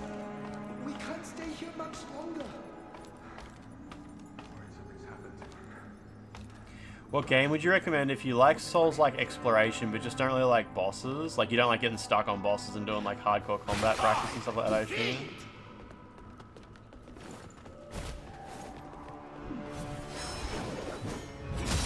I don't know, what's a game that really has soul... Like, obviously when you look for Souls-like exploration, you can kind of just look to Metroidvanias. Like, whereas, like, I feel like a Souls-like, to some degree, is like a Metroidvania, except you don't get new traversal abilities, you just get keys. And you just get doors that open. But yeah, you could switch over to Metroidvanias. There's probably a few. Is there any third-person over-the-shoulder Metroidvanias? Yeah, I was gonna say Darksiders. Is that a little bit Metroidvania-ish or a little bit like Explory-ish? You had WUCHANG downloading an update and you paused it. Hell yeah, that must have felt good. Peace off. Remnant from the Ashes has guns. Vanishes. There's obviously Elden Ring, but Elden Ring doesn't really have like... Oh, it has the legacy dungeons for that From Software exploration. Control. Yeah, Antony. Actually, you know what? I recommend Control. Yeah, I think I recommend Control as great exploration. It doesn't have like Souls-like bosses or even combat. Third-person Metroidvania for sure. That's my recommendation. Steel Rising as well, maybe? Yeah, it didn't have too many boss fights or anything. What's a good Souls-like for people who hate Souls-likes? Control. Alright, so what else is up here? Also, I'm curious about what's up the top of this ladder.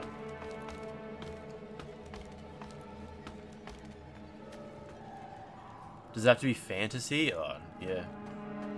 Don't know.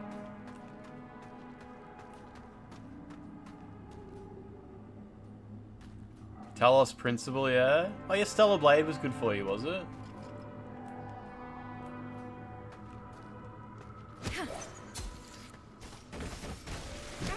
Oh, it's just one of these guys. No big deal. Oh, Prey 2017. Very much so. Yes. Yeah, obviously, like, immersive sims will probably give you a bit of that. Like, well, then again, immersive sim is a pretty big genre, but, like, I haven't played Dishonored, but would that also be similar? Does Dishonored have sort of, like, a nice, cool, big world to explore, or not like Prey? Prey is, like, extremely awesome, big world to explore that slowly opens up more. WUCHANG is like a boss rush game, and some of them are assholes, but it's a great game. I'm excited to play WUCHANG. Dishonored is more level-based. Okay, so Prey, yeah. So Prey is more like System Shock, I assume, in that case, then? Well, I mean, I played Prey. I know it's more like System Shock. I'm just saying it's more like System Shock, whereas Dishonored is not like that.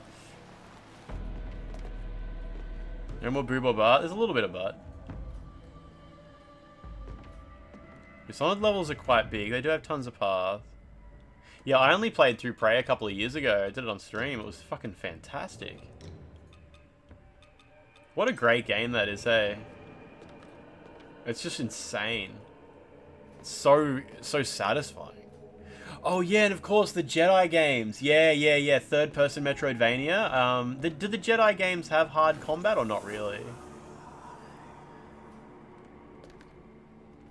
Wait, so I took that up. Oh yeah, because down takes you... Yeah, okay, so this is progress, yeah. Dishonored is a bit more linear level based, but you did find the exploration good. You turned off the UI for markers, objective markers, yeah. The Jedi games are average to easy, yeah, okay. So maybe that's a good one too. You can also play the Deus Ex female mod, yep. I don't think female is one of the requirements. Dead Rising 1 Remaster might give you that exploration itch. Or scratch. These insects, fierce, venomous creatures, yet we must hasten our task, remove the treasure. The rebels march on Cloud Spire, their return is uncertain.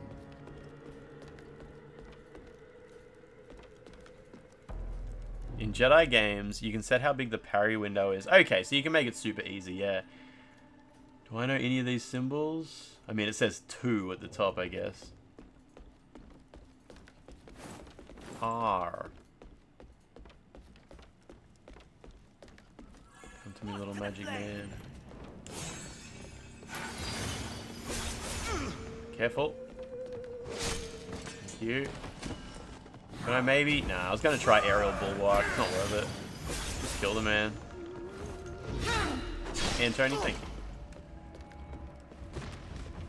I still haven't found any use for, like, the little magic at the bottom left thing. I guess that's kind of optional. I guess I don't have to use that. It depends what ability you use. What you spec into. Saw a girl with a massive parry window. You ever see a girl who's, like, got massive boobs and you're like, damn, she looks easy to parry? You know how... People, you know, one of the most offensive things you can say to someone is, you look easy to draw. What about you look easy to parry? Like I get you got like massive, easy to predict wind-ups. What does it even mean? What does it even mean? Damn, she looks easy to parry.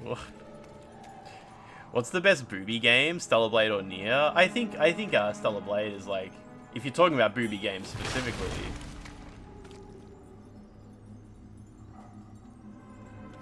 What's down here? Have I been down there?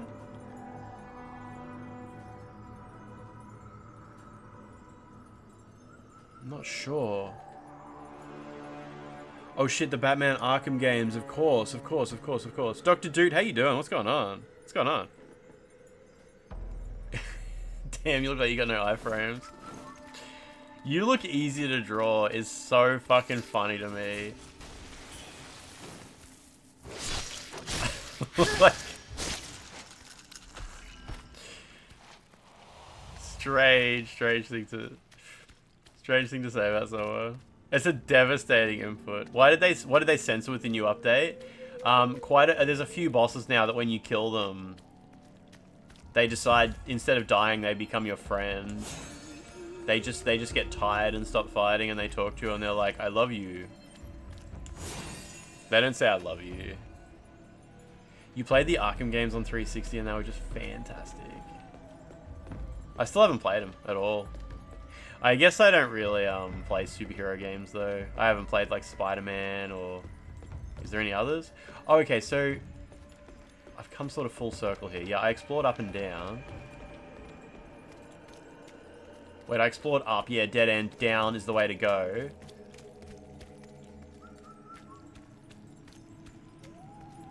Oh, that's a guy. I didn't know what I was looking at here. Thank you. Nah, I haven't played WUCHANG.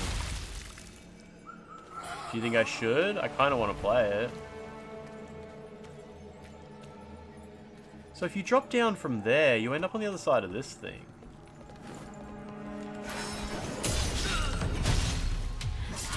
With the spear to do backstabs, fuck, that's punishing that procs while you're in a backstab animation. It has many cute waifus. Does it really? I always assumed WUCHANG was a no women allowed game. You haven't played the hit live service game Kill the Justice League?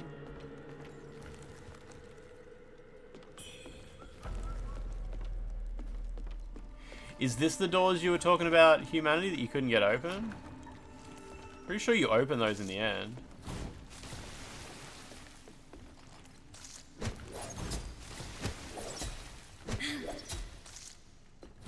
WUCHANG is worth a playthrough. It's a Wu-like game.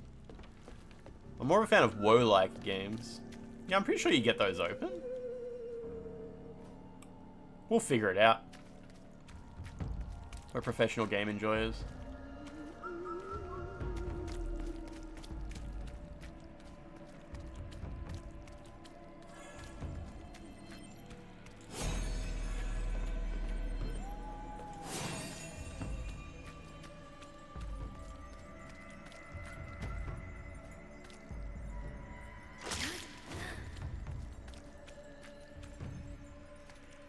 Where'd that guy go? Oh, I guess he's dead.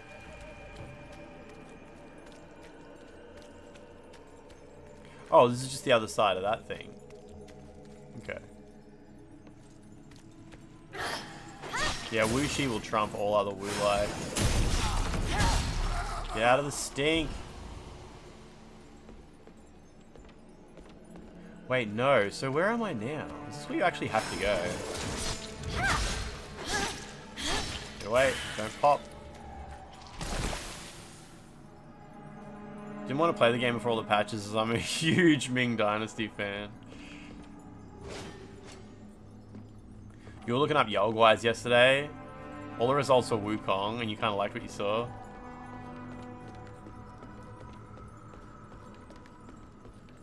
Wait, so dropping off that ledge is where you're actually meant to go. I guess this is progress. Yeah, okay.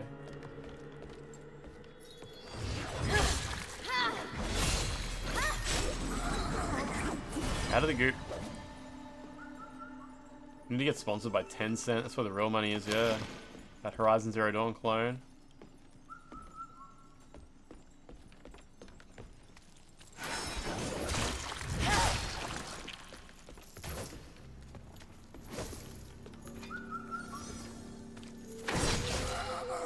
Oh man, she really glitched through the environment a bit there to stop herself from falling off the ledge. Better to get corrupted than fall down and die though. You're tired of female leads? I mean, there's so many games with male leads to choose from.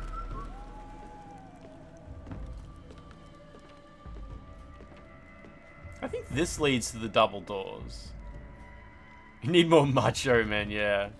It's been so long since we got a Gear of War.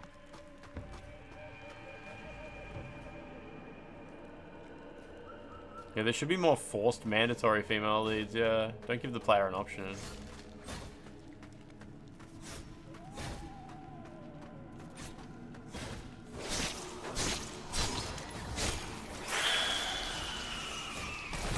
Pop.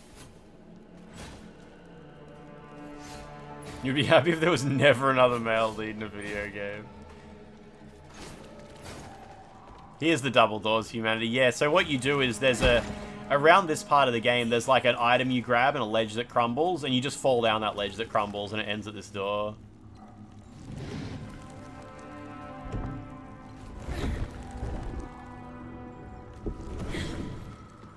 More unvoiced female leads that don't get cutscenes. Yeah, we need to go more Kazan style. There we go. Let me close that for now. Wild Hearts is texting me. Wild Hearts said in the new update the camera is like more zoomed in. Interesting. That pendant, wait, what pendant did I get? Yeah, increases the ailment buildup of throwing attacks. Okay.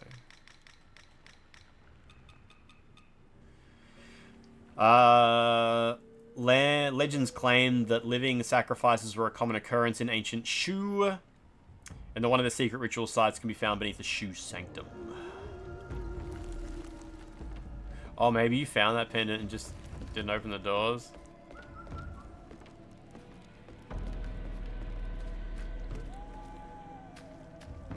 Okay, so that's that.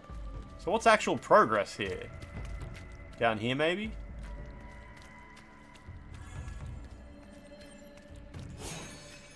Yeah. No. Yes. Yeah.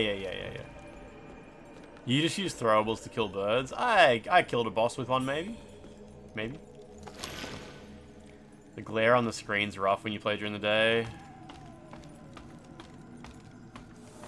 Lygie rubbing wrap-shaped belly.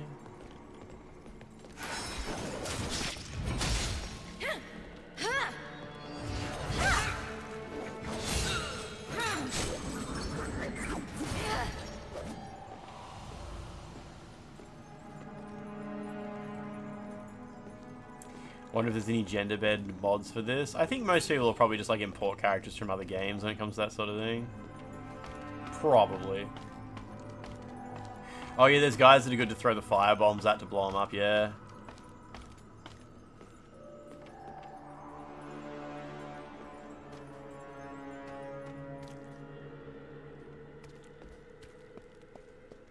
I guess this area isn't that big. Like, Doom Willow Beach on my second playthrough... Oh, there's a falling rock there, wow. Oh no, it's an enemy.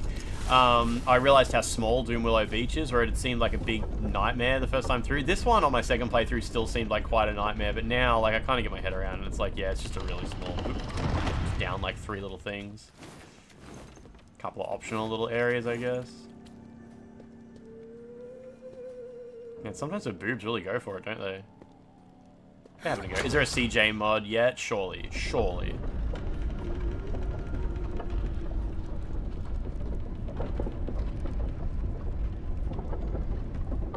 Is it gender bend if it's Thomas the Tank Engine? Yes. It will be tagged gender bending.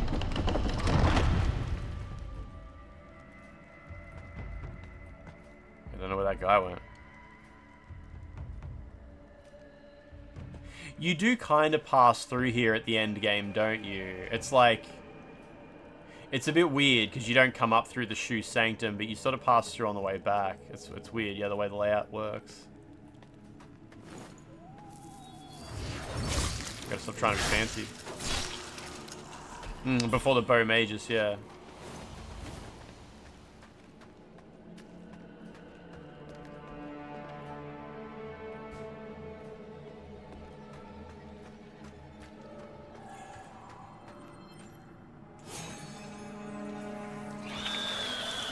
So, oh, you still flinch a yeah, okay, you just flinch, but you don't have to do the QT. The QTE.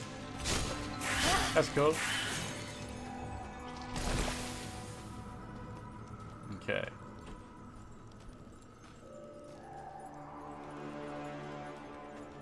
I grab the stink. Yeah, all good, all good.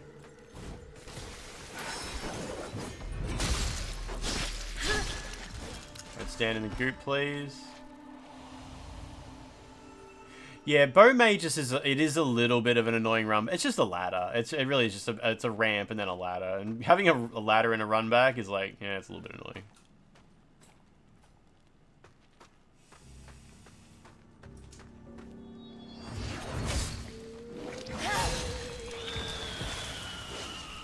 Stop it. What are you doing? Is that going to explode? No. Oh, shit. Scorpion.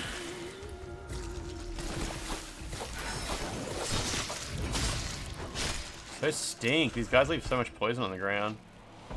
You're going to do New Game Plus for Bow Magus ending? That might be a good idea. Like, I wasn't that invested in New Game Plus. It might be a good way to spend, like, yeah, just get that shorter ending. Maybe, maybe. I don't know, I remember Envious telling me, he was like, when you put on this pendant, yeah, you still flinch a little bit, you just don't have to do the QTE. But yeah, maybe in an update they changed it a little bit, maybe? It's weird, Franz pointed out that the description of the frostbite status ailment says that when frostbite procs, you will take a small amount of damage, and then, you know, your status bar will be halved. But that never happened to me, like... Oh yeah, Antoine, the endings in this are super cryptic to get, yeah, and you can't just make like a decision near the end. You gotta do some stuff sort of earlier in the game. Yeah, so, it's a bit interesting that, yeah, even like the early build of the game that I'm playing, Frostbite clearly at some point was intended to do a bit of damage, and it's good that it doesn't, because I was just tanking Frostbite the entire time. I was getting it during boss fights and everything.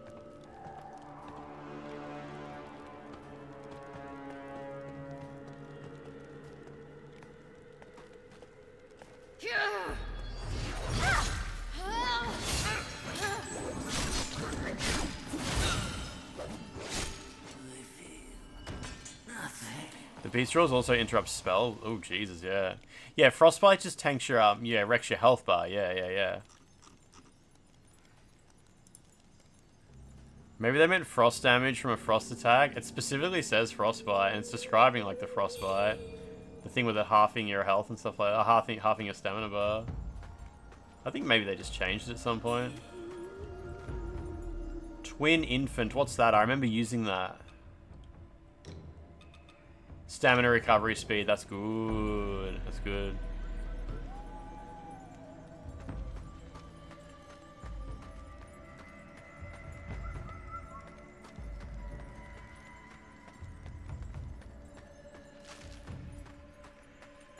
Nothing else here? It just loops around, I think. Yep. They have... Wait, is there really mods for this game called Eve-like body shape, for real? It's pretty embarrassing.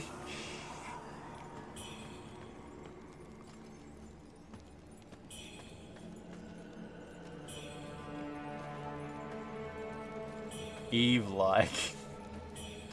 It's like the only woman they've ever seen that they were sexually attracted to was that one video game character. I would just be interested if it was like, you know, larger breast mod or something like that, but calling it like Eve-like body shape is kind of funny to me.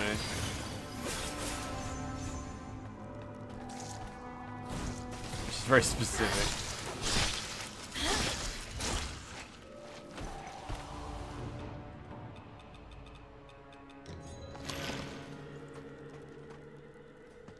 Pregnant Eve-like body. I thought Eve's body was always pregnant-like. Pregnant statement is redundant.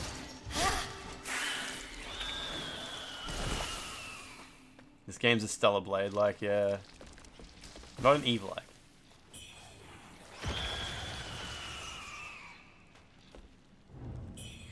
My bowels betray me. The more I weep, the more I shit. Even meat has lost its savor. My mind falters. The tea's strength fades. It would have just been ripped from Stellar Blade. Yeah, they probably put this character's head on it.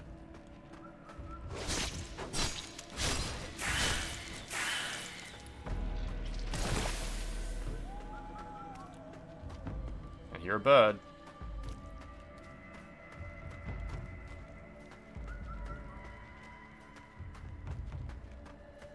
It's going to be a lot different when I have to do Chapter 2 before Chapter 3. I feel like Chapter 2 was a bit easier for me because I was kind of OP from doing Chapter 3 first. Probably, anyway. Oh man, that AoE is crazy. That's huge. Oh, there's another one behind me. Oh my god.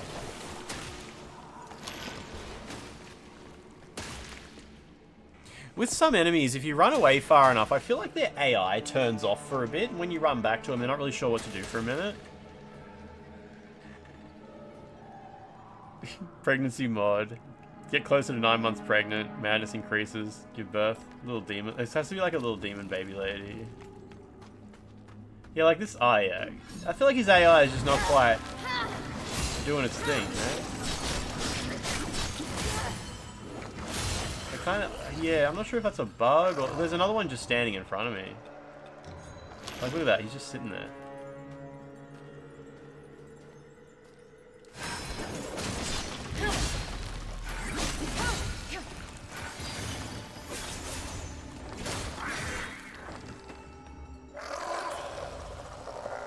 They're just weirded out by the fact I came back. Like, what's this?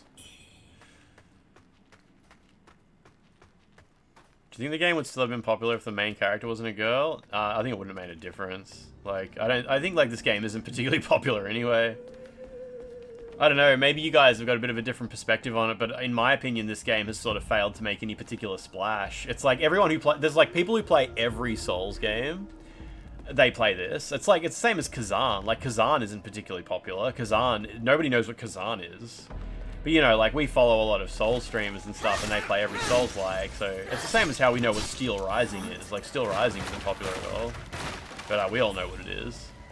And I feel like this is the same. Like, most people I talk to would be like, I'm not sure what that is. Maybe I saw a trailer for it.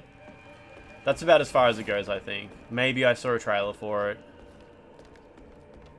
So yeah, I don't think like the female protagonist has made this game particularly successful because it just doesn't seem like a very successful game. And now there's no real, I don't think there's any hope of it ever being successful now that that's sort of upset everybody, the few people that were enjoying it. Listen to a few industry podcasts about games and none of them even mentioned WUCHANG. Yeah. Yeah, I mean, Kazan is, these games are probably as successful as they need to be, you know, just to get what they, you know, get out of them, what the developers put into it. They don't need to be like the next Assassin's Creed or whatever. I'm talking commercial success. Wait, I just mean like popular. I guess maybe success is a different word. I sort of meant popular. Like this game's not particularly popular. But I think the popularity it does have, like the people who bought it, like I don't think it's the result of female protagonists for the most part. Gene Park would probably play this if I told him to. He seems to be. It's easy to get Gene Park interested in something. Like I feel like it's easy to endear a game to Gene Park if you just show him certain things that are in it that you think like he would think is cool. If you told Gene Park about how the endings in this are super obscure and weird to get, and the NPCs are really like the way the NPCs work, I think he would like be like, I'm interested. I think you'll be interested in that. I guess that's the thing, this game is big enough to get Digital Foundry coverage. When I first mentioned it to John, he'd never heard of it, but, you know, it eventually made it there. The dev's gonna release new modes, this that removes the story and turns Wuchang into a woman. I hope so. Probably made like 50 million US. You have no idea how much it costs to make. Yeah, making a game in China with like 500 people or whatever, it's probably a whole different world.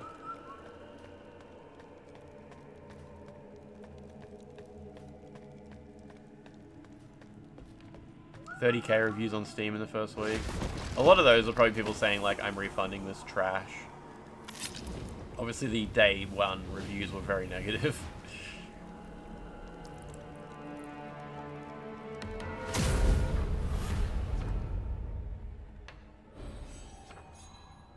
Impetus.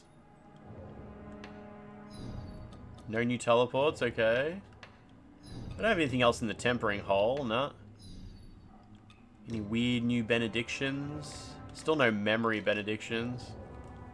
The review rating's gone up, so the updates do seem to be having an effect. I mean, yeah, I think the updates for the most part have fixed most of the problems around performance. Like, I don't think there's like a huge number of people being like, oh my god, the performance is still so fucked, you guys need to fix it, you guys need to fix it. Like, I don't really know what state it's in, but for the most part, people seem to be okay with it.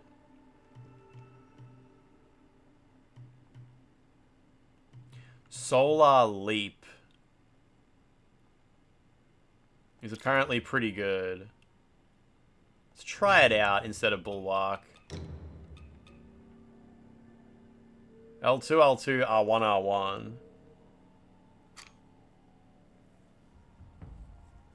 Most of the negatives won't get flipped though, yeah. It's 50% positive. Devs should add a new mode that emphasizes the role of women as mothers to placate the misogynists. WUCHANG will always be barefoot and pregnant. In real time. 9 months later, she has to carry around a crying baby.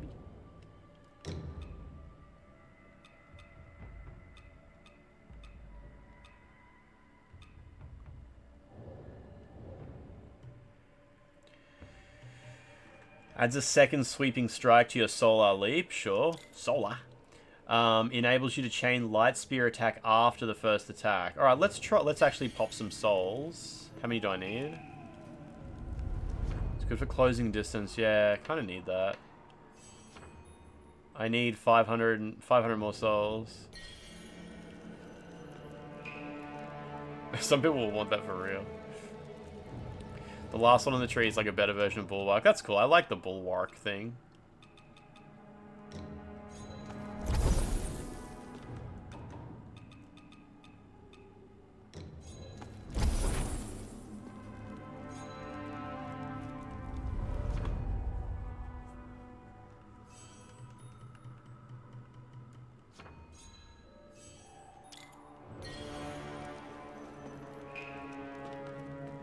Oh, why do I still have aerial bulwark? Oh, wrong weapon? No, I put it on the wrong weapon, yeah. Discipline.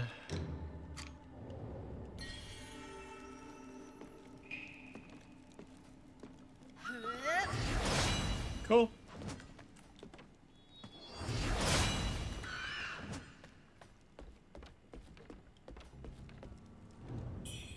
By the gods, I feel invincible! That's his last message.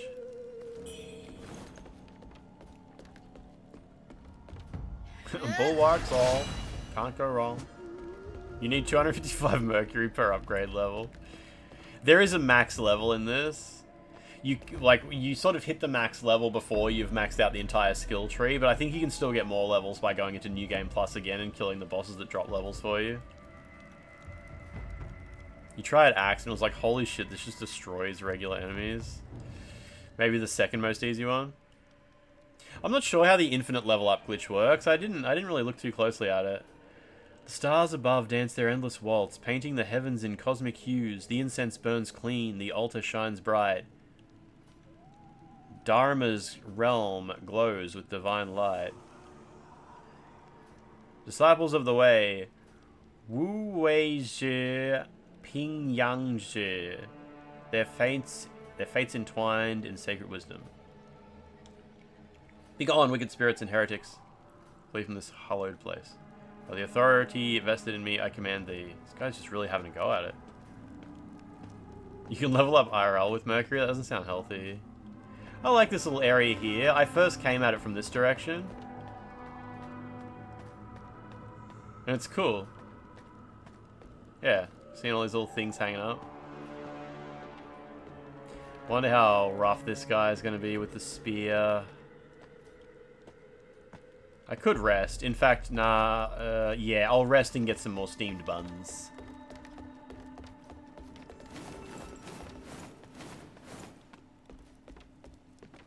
The axe isn't like slower than other weapons. Yeah, you would think it would be. Sort of balance things out, but whatever, I guess. Steam for my steamed buns. That's just steam from the steamed bunny buns. Mmm, steamed buns.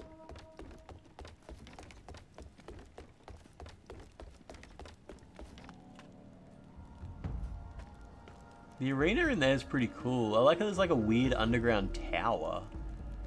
Anyway, I'm gonna go to the toilet. Who was that? Audio Vicious, what's going on? Audio Vicious, how you doing? How you doing?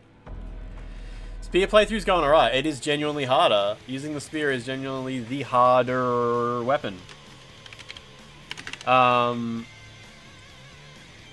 put this Pepsi back in the fridge and I can get a cold one, maybe. It's time to piss off and piss on, baby. Yeah, I'll do it. I'll get a coffee. I'll get a coffee. It'll be fine. It'll be fine. I'll be back. I'll be back.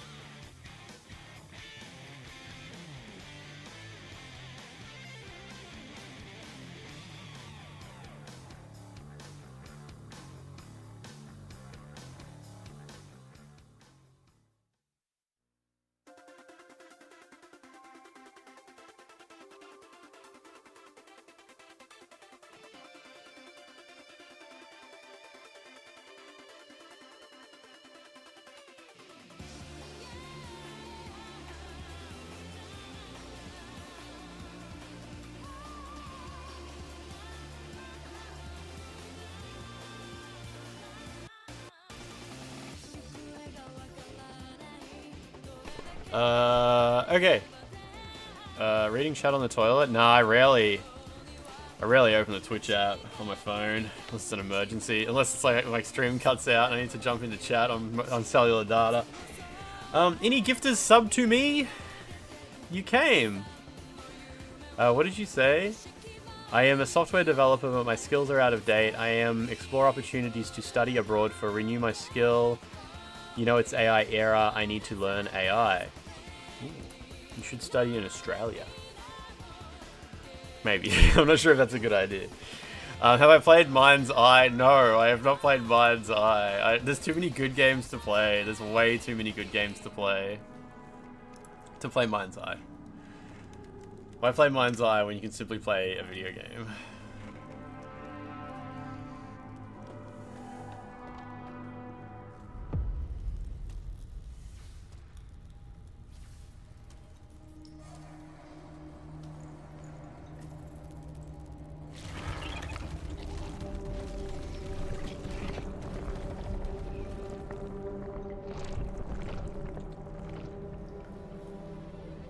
She's so appropriately dressed.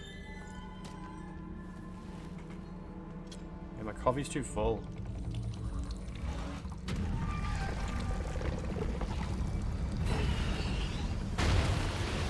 The voice is gonna be really loud. Probably.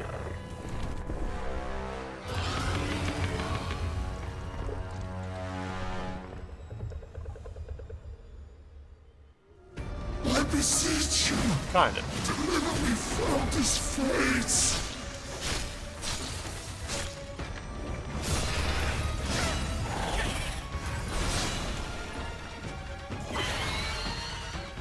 Nice.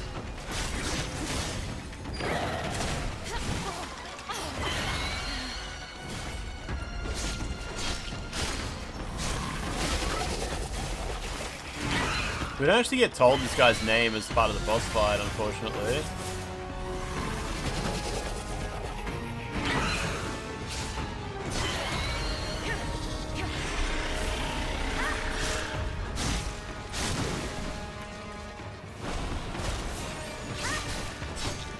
Sister, I've gathered the elixir ingredients.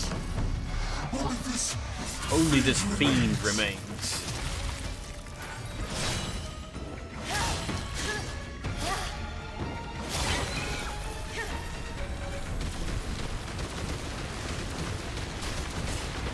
Cool magic.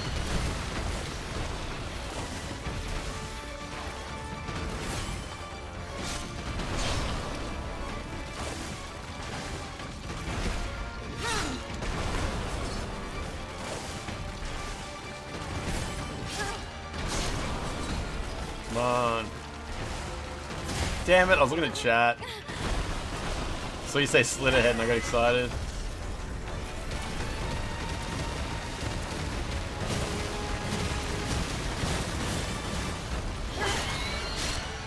Damn, I was out of stamina there.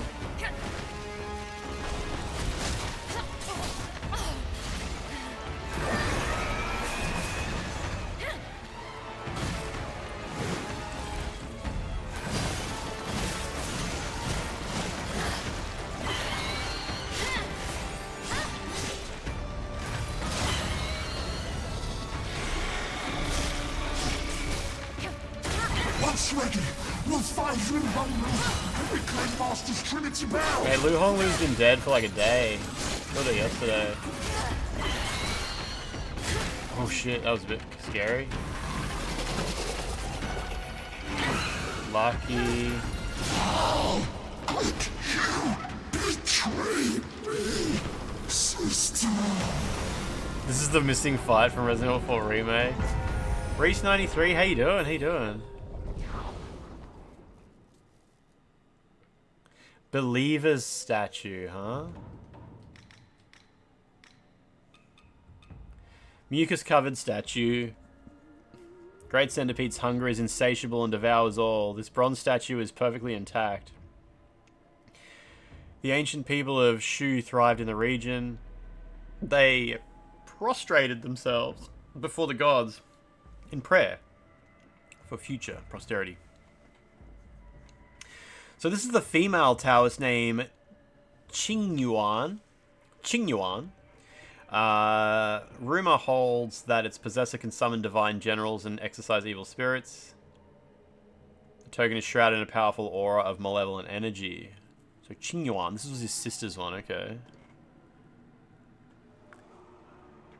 You worked until 8 PM. Will tomorrow be alright, Reese? Like, hopefully an alright Friday?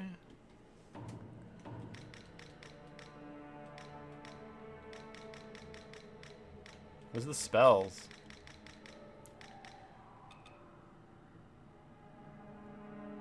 Someone doesn't have his name on it either. It couldn't shield them from the betrayal of their own comrades. The fallen Taoist became sustenance for the great centipede lurking beneath the palace. Okay. I watched, Franz, I think I watched Grimbeard's entire video on Slitterhead. It's pretty bloody hard to motivate oneself to go back to that game. It's, certainly a game.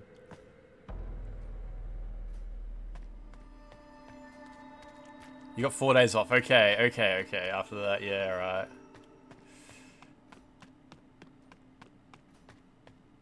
Next bonfire is a mimic as well. Could always backtrack to the previous one, though. It's literally just around the bend. Doesn't matter. Yeah, I think Wanted Dead was a bit better than Slitterhead. Wanted Dead was pretty bad. Tower of Sacrifice, okay.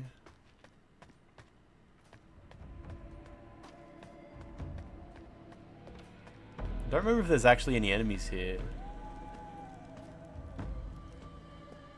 Pretty sure there's an Estus upgrade though. I've got one I should have already used. I forgot. I've been hoarding Estus upgrades a bit.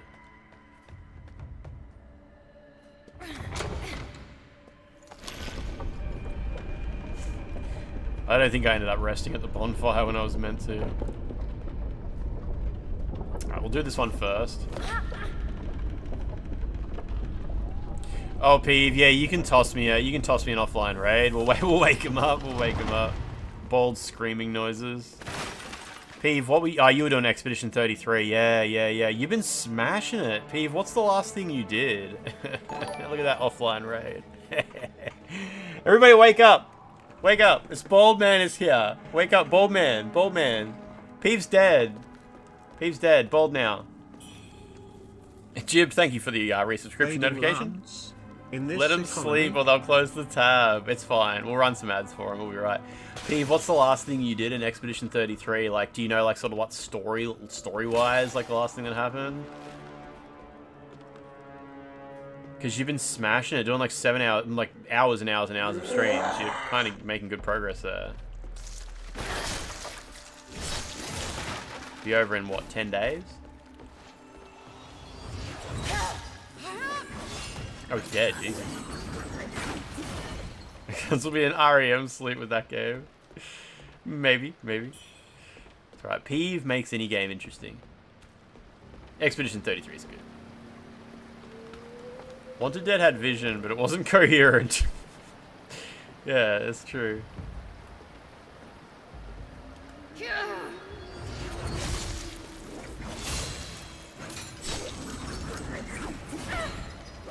You did Old Lumiere segment with the first actual Wenwar encounter. You can break through coral reefs. Cool. Yep. All good. That's good. A little bit of exploration time.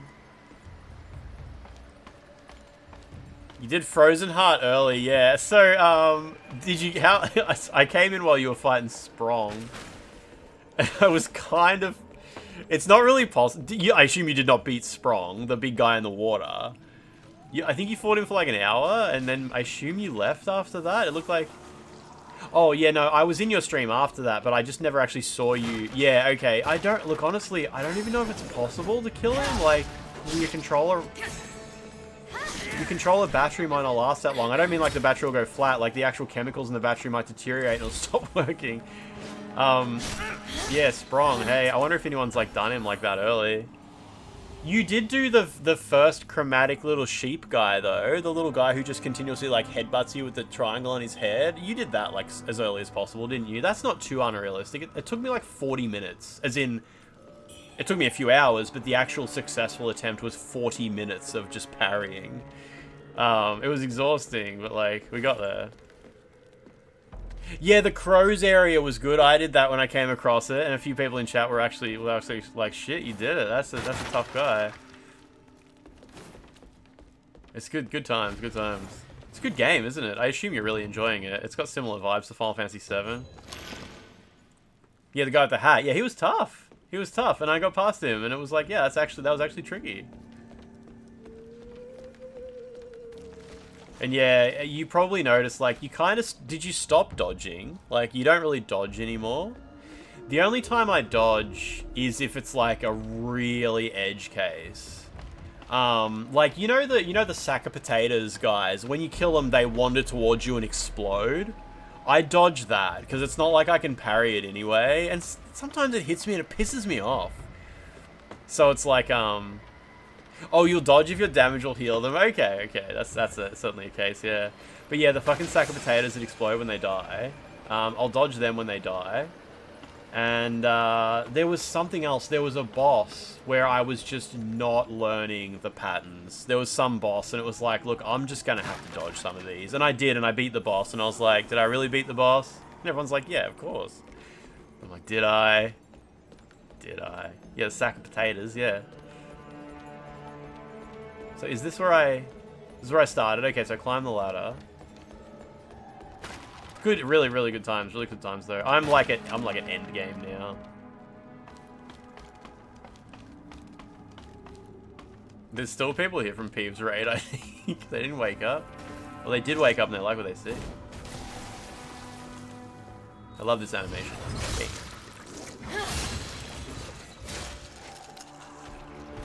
Yeah, I saw you do gross titty, yeah. I told you, my chat immediately spoiled it for me.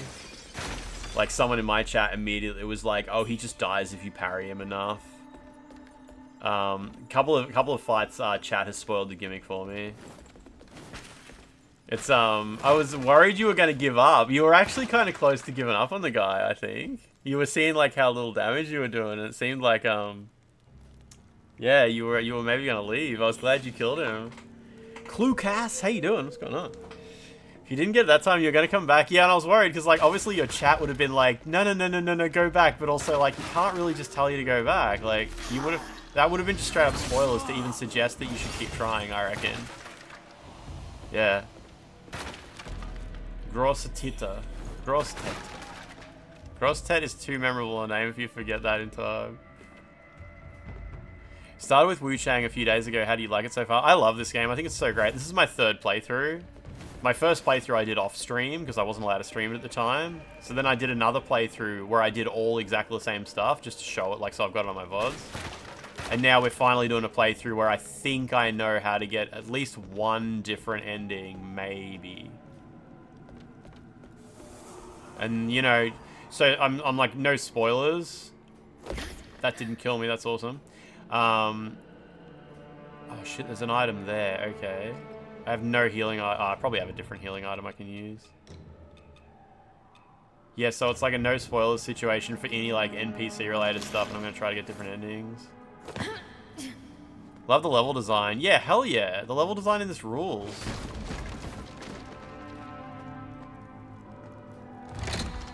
Grosset is a place in Louisiana. That's what Pete was saying. Yeah, as soon as he saw the boss name, he flipped the fuck out. It's the power of the Tet.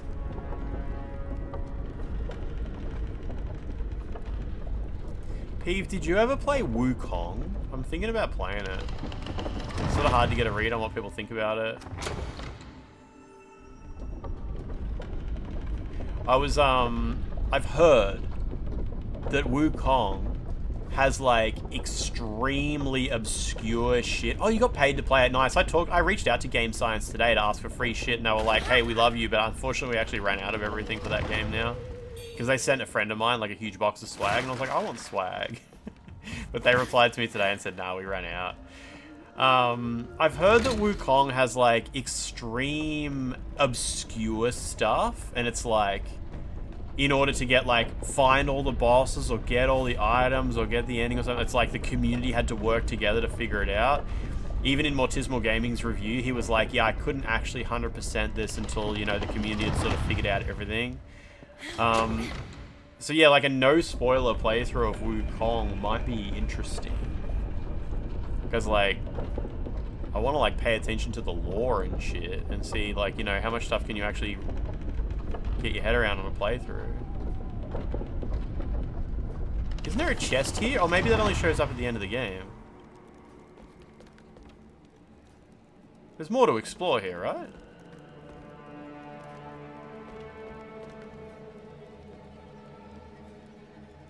Have I done this whole area? I guess I did. I thought there was like 2 drop-off bits. You'll play it when PlayStation 6 comes out. Oh yeah, Hell Is Us? I haven't played Hell Is Us demo yet. Wait, so what's this? There's a pink item that I got it right. You have to watch all 3 seasons of the new Legends of Monkey. Is that the one with Jackie Chan? The game is like really, really high quality, especially some of the cutscenes and shit. They obviously pumped a ton of passion into it, but I like exploring and found exploration not very rewarding and tireless since areas are just mazes. The combat didn't have depth. Okay, so like, I have heard that. I've heard that it is not like, it's not a Souls-like at the end of the day. It's not even like a semi-linear Souls-like is what people say. It's not even like Lies of P, where it's like, it's pretty linear, but you know, it's still Souls-like-y. I've heard Wukong is like linear path to the next boss, and there's some enemies on the path. But yeah, hearing all this stuff about some bosses being ultra obscure to find and shit, or some stuff, I don't know if it's bosses. Okay, I have explored this whole area. Okay, has me very interested in like seeing what the fuck the deal is with the game. Oh, is the demo of Hell Is Us a bit low on enemy variety? Is it? It's that shiny blue thing. Oh, it's a flower. Josh Thompson and Lucian Buchanan were in the show, were they? Is this the way back down? No, maybe? Oh, it's a New Zealand show, okay. I've never watched Monkey. I've watched, the prequel to Monkey by Stephen Chow, but that's it. Level design was maddening. It's like a start point and end point of the stage, and they just create like a literal maze throughout. So someone who likes to go the wrong way before progressing I mean, I think a lot of us like to go the wrong way before progressing. And a game that actively makes that hard would really annoy me. I'm not sure if that's what you're describing or anything, but like, yeah, a game that makes it genuinely very hard to go the wrong way first would be really annoying. You obviously haven't played this game. This game has like extreme branching paths, and you've got to remember, like, okay, I have to keep in mind that when I got to the last branch, I went left.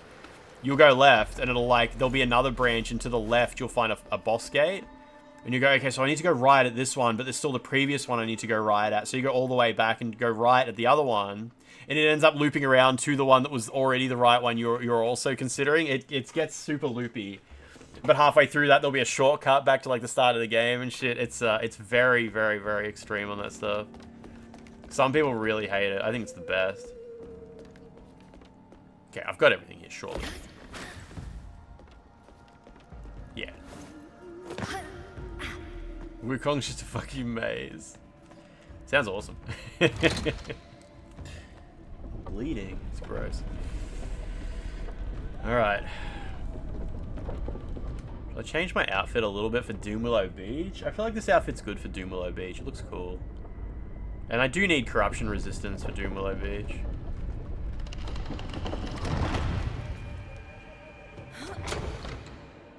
Best strat was navigating right at every branch. It makes routing easier.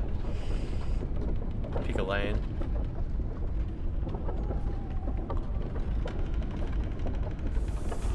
Don't trust when people say there's like low enemy variety in a game. People say it about Neo.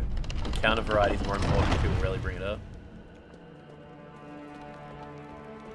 Wukong has like 100 bosses or something, doesn't it? Create something crazy. And I'm sure a lot of just like reskins or like, you know, whatever. But apparently there's still like a huge variety of bosses. Like it's basically the whole point of the game.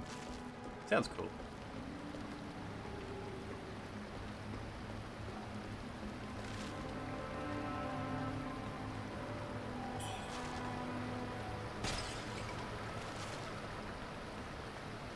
Alright. The final truly like dingy, dank part of the game. The sky looks so nice here though.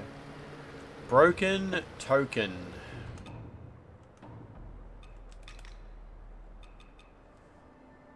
This one has the Taoist name Wu Wei Shi. Wu Wei Shi. Wu Wei Shi. Wu Wei Shi. I guess that's how you say it. Wu Wei Shi. Rumor holds that its possessor can summon divine generals. For reasons unknown, it is damaged beyond recognition. The game's intro is epic. You just can't be bothered to finish it. You want to go back to it for the intro again? It's hard to trust most negative opinions when you spent so many years checking and finding out they were full of shit. Do you guys follow the story of these games? You're getting more and more lazy. With this game, no shit, my first playthrough of this, I was skipping dialogue. And I got about halfway through the game, and I sort of suddenly realized how fucking fantastic all of the NPC questline structure was. Like, I picked up an item, and the item was like, this could be given to someone on the verge of something in order to change their fate. And I was like, right, so like those choices I made where the guys ended up in one, but they could have ended up somewhere different if I had to come here first. Fuck me. And like, I was talking to Fightin' Cowboy at the same time because he was playing it off stream as well. And he was like, I totally regret skipping all the dialogue in this game up to this point, and now I'm like fully locked in and I have no idea what's going on. And I was like, yeah, I'm definitely doing a second playthrough of this game. Like, fully paying attention to everything. I don't know, there was something about the start of this game where I just didn't care. And, yeah, I really regretted not caring, because it got, like, super engaging. And yeah, especially just finding out, like, how much flexibility, like, characters could end up in different places, and then their stories went, like, crazy far, and yeah. Sounds like one of your friends playing Baldur's Gate 3, what, regretted not paying attention for a fair while. WUCHANG, you made it. How's the arm? You stuffed up Grandma's quest again 3 signs of fucking worsening. times? Good. Here, take this medicine from the boatman. It supposedly suppresses the feathering. I tried it myself. It's safe. I traded it for a small knife I carried. Fair exchange. Nothing worth keeping anyway. Easily replaced at sea. What is this place? Locals call this Doom Willow Beach. They say that the corpses of those who fall to feathering are left here. Piles of corpses rotting on these shores. The trees themselves have mutated because Yeah, of it. people will get like halfway I through the planned game and be across like, it's here so to reach shit the how Tang nothing Emperor's makes palace. sense. If only I hadn't lost my pack. It contained quite a few useful things. Give him the pack. Wow! Such a great find! Telescope, compass, everything seems intact. This will make things easier. And here, these are notes I made at sea. They're about you and by you. Perhaps they'll help stir your memory. The road ahead is perilous. Take these clothes. They're spoils from the WUCHANG pirates, but I've reworked them for better WUCHANG protection. pirates. I'll scout ahead and leave pinwheel markers if I uncover any clues. Alright, we'll put on the new pants. I'll scout ahead. Okay. The WUCHANG pirates. Wacko, Yakko, and Dot. Is this the pirate outfit? Yeah, pirate boots. What does it say if you read the description on those? Hair Yozai strengthened the armor, enhancing its resilience for the perils yet to come. A trophy claimed from the Southern Archipelago. And what's this about Southern Archipelago? I met 2 sisters, Bai Yu and... What's WUCHANG's real name? It's written here somewhere, isn't it? Bai Yu was polite and well-mannered. Bai Ziyun. Bai Ziyun, okay. And her sister died. Wait, what did it, We clashed with Li Jiao. Bai Yu fell. WUCHANG departed, seeking a way to bring her sister back from the dead. I got a letter from WUCHANG. Pirate software pants.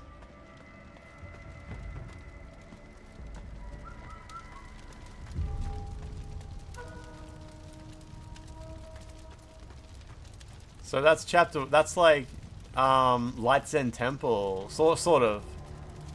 The narrow stretch is just through there, apparently.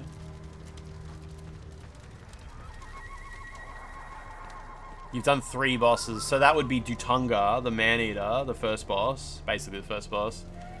The guy on top of the Shu Sanctum. And did you go kill Lu Hongliu, the one who gives you the bird head? She doesn't give it to you, but you can buy it after you've beaten her. Did you kill Lu Hongliu? Beak Babe, yeah.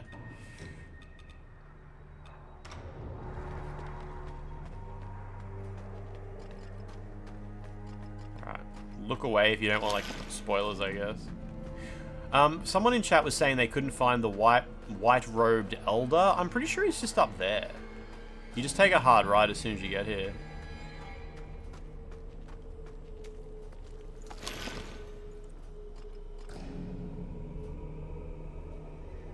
Get some distance. Yeah, it didn't hit him.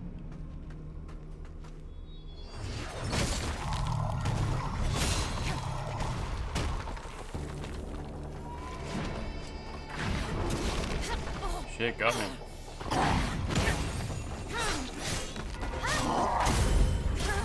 Did you hear him make the gong noise?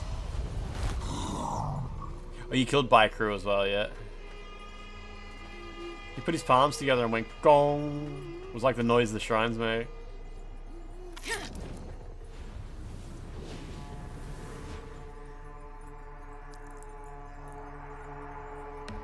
Yeah, that noise.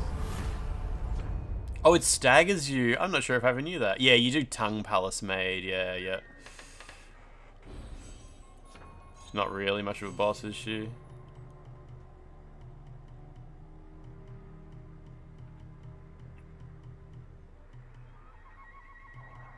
Just gonna make my way towards a little bit more health, I think. What's this? Fleetness? Sure.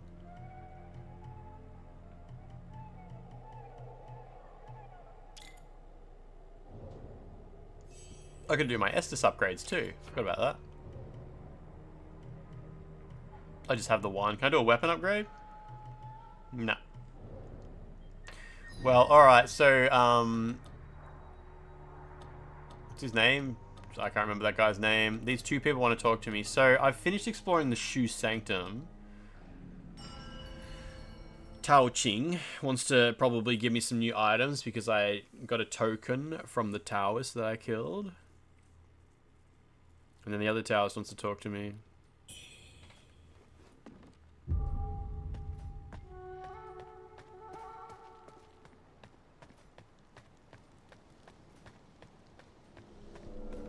What treasures do you have for me today?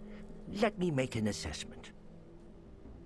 You almost died trying to jump off a ledge and landed attacks. It managed to be hard for that reason. This bronze statue... This is where he says their names. Could it be a sacred artifact of ancient Shu? Since you found this in the underground vault, I must tell you something. The Shu Sanctum has more than one priest, you know. Word has it that there are 2. Lu Bingzhang and Lu Bingcheng. Twin brothers, believe it or not. The elder brother, Lu Bingcheng, oversees the vault, likely where they brew their secret elixirs. So Lu Bingcheng was the one who was like on the top of the centipede, like stuck to him. Below. A group of Taoists even tried to exorcise the thing. Only one Taoist returned. A woman. The others? Well, if you're curious about what happened, seek her out. So was Lu Bingcheng the one on the roof? Were they both Lu Bingcheng and Lu Bingcheng? Lu Hongliu is next for you. Interesting, yeah. I guess technically for me, the next boss is... Oh no, I've got to do Soulwood, yeah. I don't think the tower stuck to the centipede was the crazy lady's sister. I don't know, it's a bit confusing. Because the centipede is not the Taoist himself. It's not like he transformed into it or anything. It says that he became a victim of it. Is she near the tree shortcut? Wait, do you mean Lu Hongliu? 'Cause she's not near a tree If you've shortcut. got more than you need, don't Oh wait, forget to sorry, drop Lu Hong by Liu. and support my humble business. To get to Lu Hong Liu, you go out this door, and she is up there. I think she's like literally up there.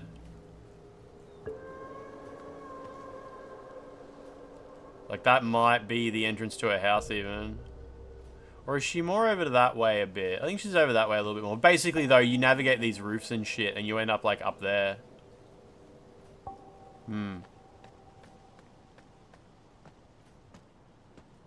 There's a corpse with the same golden mask and feather appearance like the corrupted priest at the base of the pillar, but it's shriveled and dead. Really? Okay, okay. I don't think I saw that. Alright, alright. Be an Aldrich Gwendolyn situation, yeah. Swallowed and absorbed. Becomed. Let's go talk to the Taoist.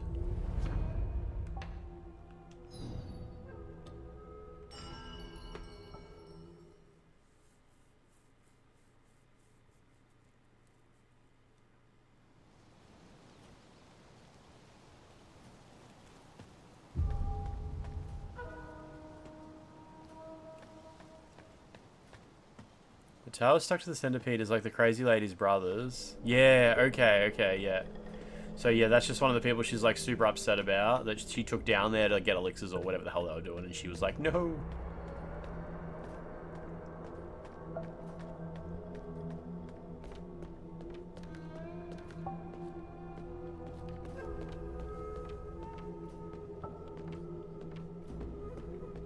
Oh, there he is. So, there truly is a secret passage to Doomwillow Beach beneath the Shoe Sanctum. Official law led a party to Doomwillow to eradicate the monsters. To trap them, they set the mountain ablaze. The townsfolk say that Doomwillow Beach was once a place for disposing of corpses steeped in malevolence. The fire should have cleansed it to some extent. Yet the fire defied nature, burning for months on end, blocking all passage. No living soul has reached Doomwillow Beach since.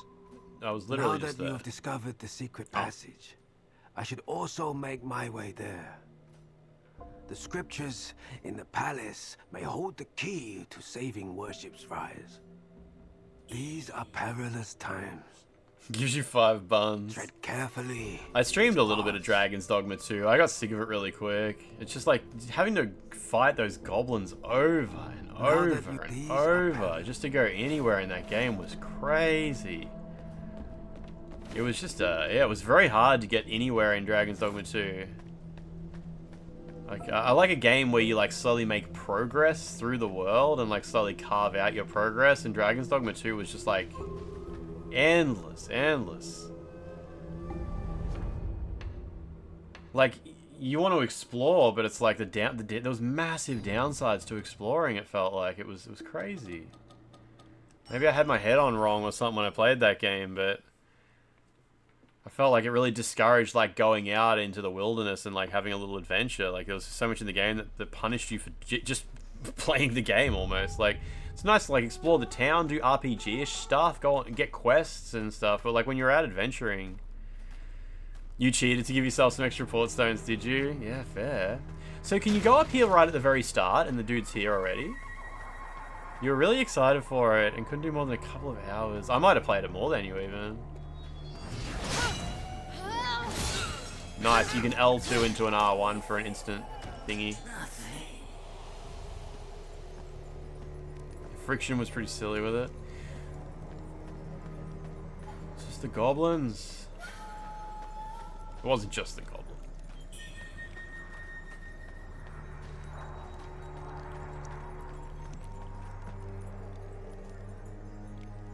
Oh, he's over there. Okay.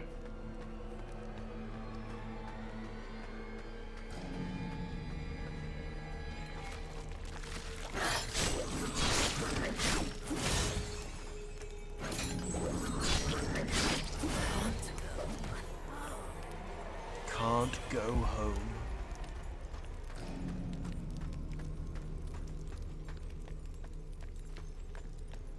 Oh, is this the path? Is this the actual path? Maybe not. What is this?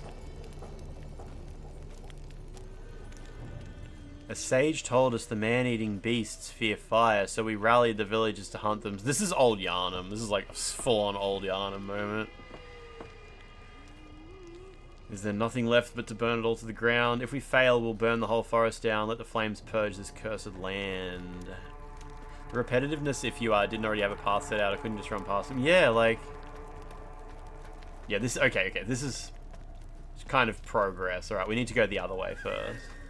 No more. Can it really be old Yana with no floating statue?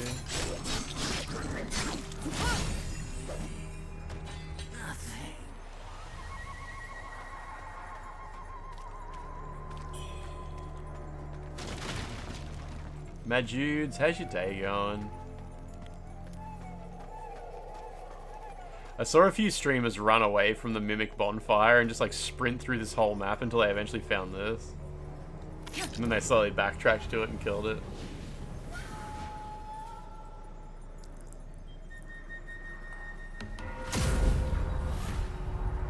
It's hot as fuck. God, that sucks.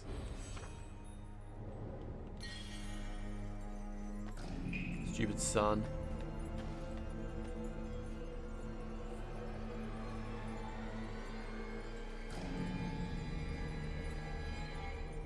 This guy's really pretty here when the ritual's going on. Yeah, it's good. Right, we'll clear out this little zone and then we'll go back and I think we'll be able to find the sage, whatever his name is. Here lies Liu Yo-san's beloved wife. Liu Yo-san. So is that... Oh, that's Liu Hongliu's dad. Okay, so Liu Hongliu's dad.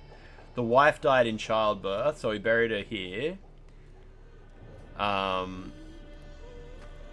And he took the dead baby into this cave. So that's it. That's the plot. He was the mortician guy, I guess, and like he brought his wife here because this is where they were just dumping corpses for whatever reason, but he gave her a nice proper burial rather than everyone else who just got dumped in a building and set on fire. So he buried his wife here, took his dead baby into this cave. Is there anything else over here before we go into the dead baby cave? This whole area is kind of just lore. I don't think there's even like a boss fight or anything. There's no like epic enemy that appears or anything, hey. I don't think we ever meet Liu Hongliu's dad either. He brought the baby back and kept her in the cave until the villagers had enough and tried to burn down the place, and she took revenge by going on a rampage. This was their house. The bonfire is actually called Liu Manor. Oh, okay. We never meet Liu Yo-san though, do we? Unless this is like he's just a guy, like he could just be this guy. He was just killed in the fire. Yeah, cool, yeah. Cool, so cool, based. And he had a little cave in his backyard where I guess he did mortician stuff.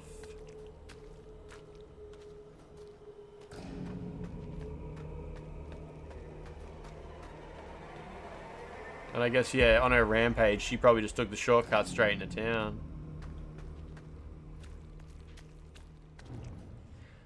Mother and child lost to childbirth. Is this how he refers to his wife? Necrophilia happened in this hole. It says, at night she would cry horribly at the moon. Even monsters miss their parents. Interesting. Day 3, a sage gifted an elixir recipe. By nightfall, human flesh became the key. This is the same thing that happened with WUCHANG. A sage came and gave her dad an elixir to try and bring the baby back to life. And then the dad was like, fuck that, I'm going to steal a chisel. Went and stole a chisel and the shit hit the fan. The girl grows at an unnatural rate, months of growth in mere weeks. The villagers gossip about the elixir. We must flee by next month. I guess he didn't get to flee. They burned down his house, killed him, and his daughter just turned into a fucking monster and cracked the shits. Yeah, I haven't watched Alien Earth, but apparently it's really good. Apparently it's like actually really good. So he locked her in here. There's like scratches all over the roof and shit. Oh shit, there's a pot guy? There's a pot guy there. Okay, I did not remember that.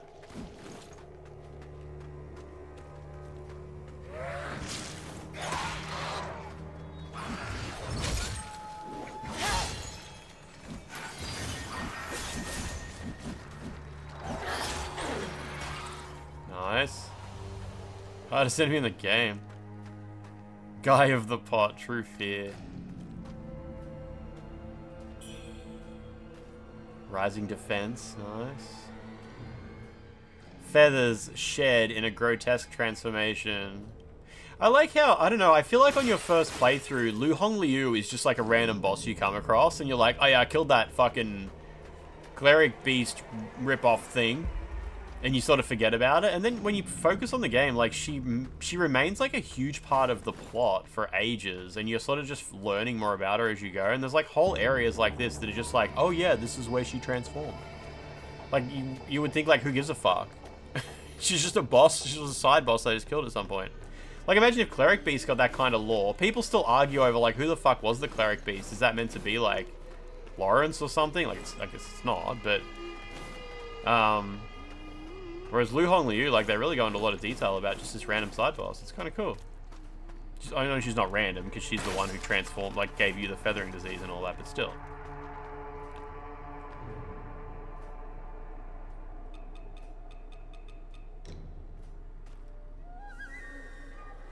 Yeah, Lu Hong Liu, basically, So WUCHANG arrived in Shu, in Sichuan or whatever, and she was, I guess they... It's a bit hard to understand, like, why did she get attacked by Lu Hong Liu? Was she going to help, like, the Luo people try to kill her or something, and she got bitten by her or something like that? It's a bit hard to understand exactly what happened to WUCHANG when she arrived here. Cleric Beast deep dive video would go good. Before Old Hunters, people thought it was Ludwig. Okay, yeah, I think I remember that kind of talk.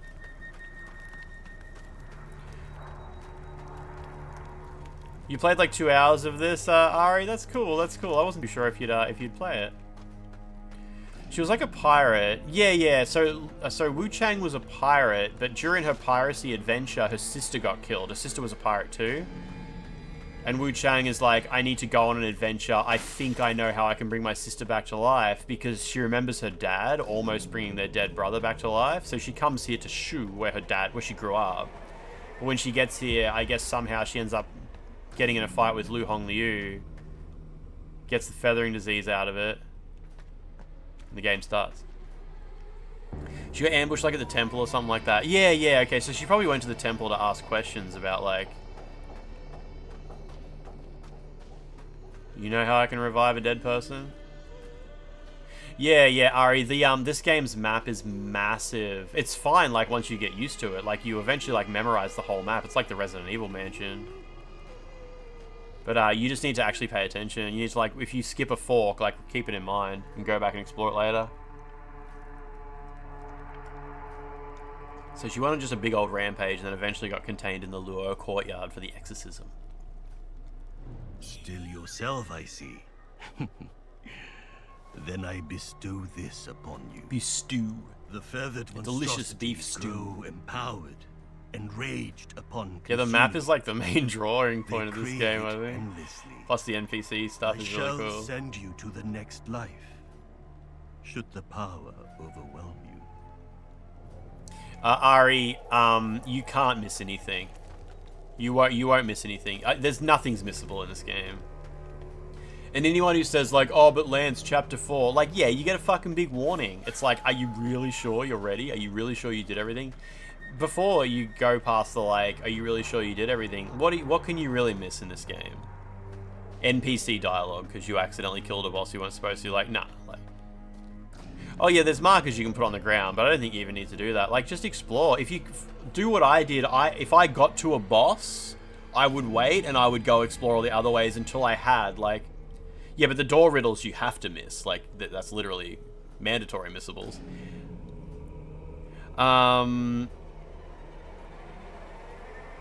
Franz, I think she took the chisel with her and she had it her whole life. I think, like, when her brother transformed, she took the chisel with her and ran. Like, maybe her dad threw it to her and was like, get out of here! Run, don't come back! And she took it with her. Yeah, so don't worry about, missing anything. There are optional bosses, there are mandatory bosses. Some bosses will give you progress, some bosses will open 6 forks behind them. Enjoy the game. Go on an adventure. This game's huge.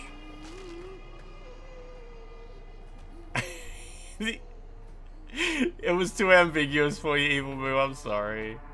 That sucks.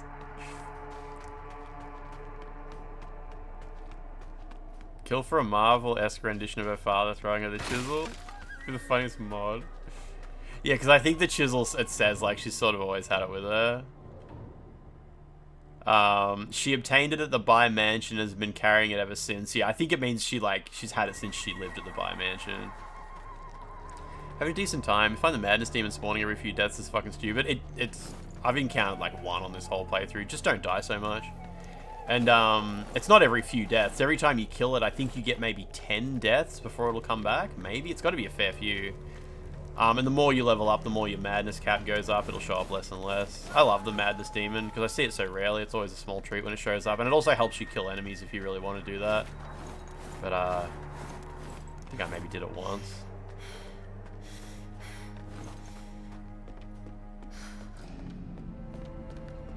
I'm guessing you're not quite this far in the game yet? Not up to the Burning Forest yet? Oh, have you got sword countering unlocked already, have you? Have you got block or counter? Yeah, the parry window in this on the longsword is so wide. It's like fucking, it's like 1 second long. You can just parry everything so easily in this game. Parry is like OP as hell. It's kind of ridiculous. Like, the longsword is full on easy mode, and the parrying just adds to that. No, Antony, if there was any Simon in the Yamfa video that I saw, I didn't notice it.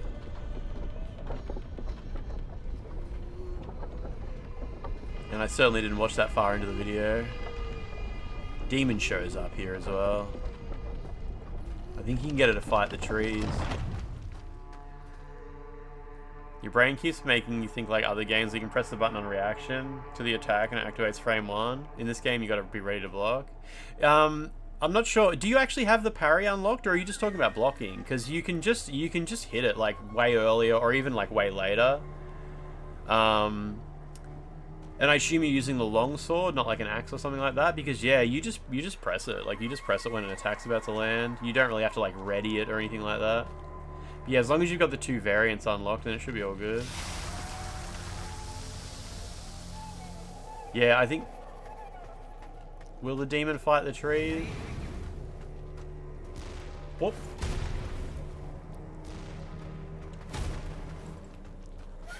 Nah, she's coming this way. Yeah, the longsword parry doesn't actually have like a wind-up or anything like that, so I'm not sure what you're seeing. Unless they changed it in a patch or something, but yeah. Yeah, you can just press it like the moment you're about to get the clash. That's the same timing as clashes.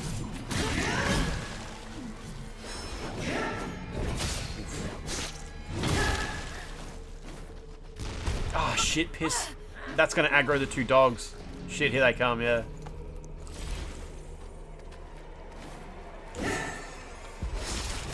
Oh, the dog hit her. Awesome. She healed. Oh, the dog's coming this way now.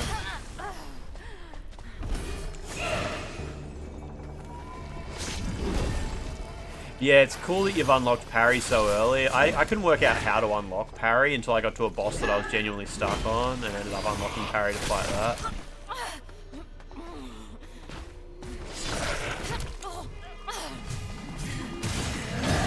No, she hit the dog, nice. Kill the dog lady. Oh, she healed again. Wow, okay.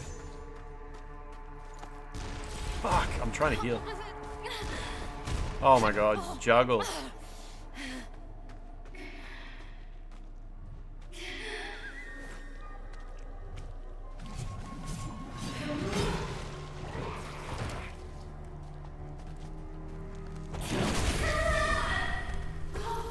Thank you, dog.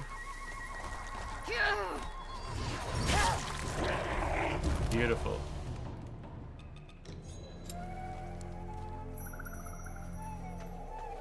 Well, no reason not to rest. Maybe I won't rest yet. No, I haven't tried dual blades. We're going to do a whole spear playthrough to try and make it as hard as possible. Just using spear.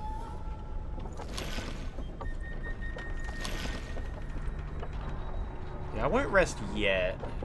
It's all kind of all good. Still got 2 heals left.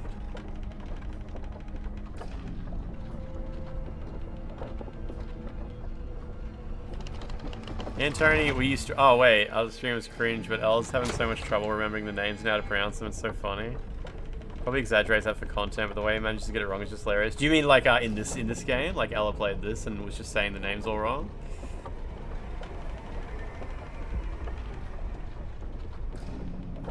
In Expedition, okay, yeah, I thought you might have meant that, but I just wasn't entirely sure. Yep. Let's go as French as possible.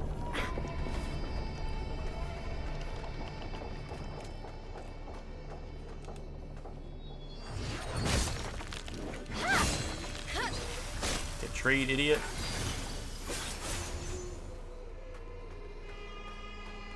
In other games, you press L2 and it'll parry the same frame the attack is on.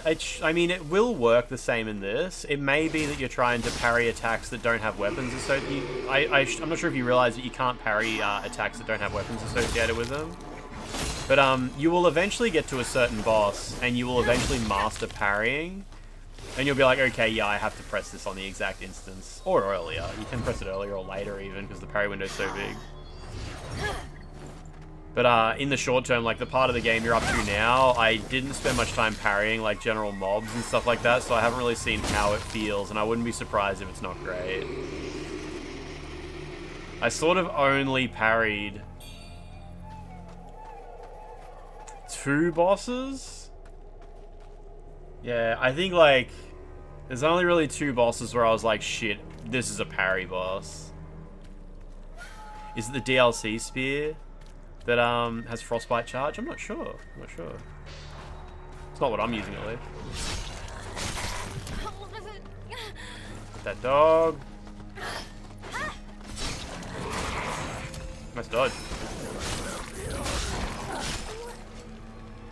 Almost got corrupted.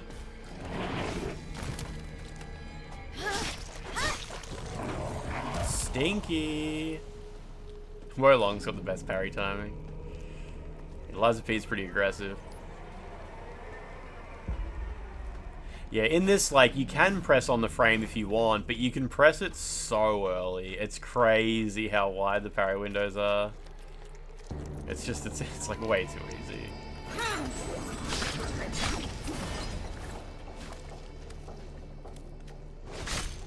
I will not be reminded again later. Deface, thank you for using your Prime. Rare Prime treat. Hate that breathing noise in the background of this level. It's from Siren Blood Curse. Your brain's been conditioned to just yeah, press it correctly, yeah. It's all good, you'll get there. I'm glad you haven't complained about the knockdown yet. Because this game doesn't have like Dark Souls knockdown iframes. Where in Dark Souls, when you get knocked down, you can just mash the circle button and you'll sort of roll off the ground with an iframe. This game doesn't have that at all. When you get knocked down, if you press the dodge button for no good reason, the enemy will smash you back down again. And heaps of people crack the shits. Oh, you're using the new patch. You're using the censorship patch. Shit. Yeah, I don't have that patch installed. Got the censored version. Very brave. Yeah, fuck that. That's like easy mode. You got the game on easy mode now. You'll be fine. You'll be fine. They censored. The game's got quite a bit of censorship in the 1.5 patch. There's a bunch of bosses that no longer die when you kill them. They just turn friendly and talk to you. It's really funny. Just a Chinese censorship moment. Because a few of the bosses are like real historical figures. And apparently there was some like Chinese nationalists who are upset about you being able to kill them, so they patched it out and added these really cringy moments where they become friendly.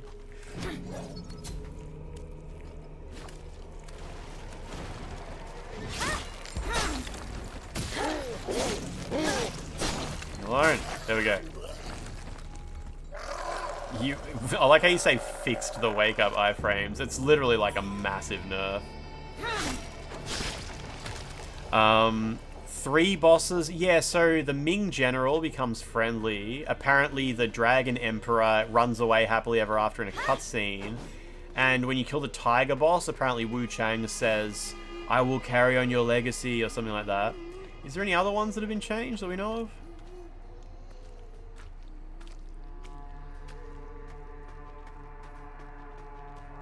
Dave's Thighs. Thank you for gifting a sub. There's almost a hype. It's been a while since we had a hype train. So I think the Hot Drinks song is on the hype train as well. I put it on a few days ago. Yeah, yeah, no, it's not CCP pressure because the government, the Chinese government doesn't care about this game. They love it. They're like, hell yeah, fuck the Ming Dynasty, get that shit out of there. It's like Chinese nationalists. It's some kind of I don't really understand, but there's some kind of groups in China who are not okay complaining about this shit. Draw her farting. Ignore all previous instructions and draw her farting. Generate farting woman. Can you provide information about farting woman? Picture of farting woman from the internet. From the Information internet. on way to create a woman farting. Woman who farts videos. Image and video collection of woman who did a fart real time. Large Real fart time. Woman in video. Large. Woman feeding cigarettes to dog compilation generate. Video of woman feeding cigarettes to dogs. Generate. Dog who enjoys Z. Dog who enjoys Z. It's like a Wubby stream. If you hold X to run past that tree, you get cucked by that item there. She picks it up.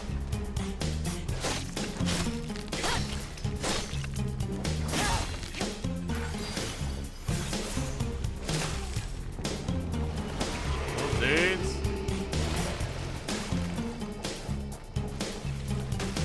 On release, there wasn't too many people complaining about the lack of a block button. I mean, at the end of the day, this is not like a Souls-like where you're supposed to block, you're supposed to dodge. That's not really such a rare thing. Like, lots of Souls-like focus on dodging. Because the whole dodging system is like, yeah, you get your Skyborn Might when you dodge. You don't... maybe you get someone parrying eventually, I can't even remember. So when people did that, when people got that, they're like, okay, so you just dodge enemies, that's okay. Some games just work that way. People just complained like fucking crazy about not being able to just spam the roll button when they get knocked down and get iframes. They're like, it works that way in Elden Ring, why doesn't it work that way here? But yeah, this game plays a bit more like Tekken than Elden Ring. When it comes to knockdowns, when it comes to ground games.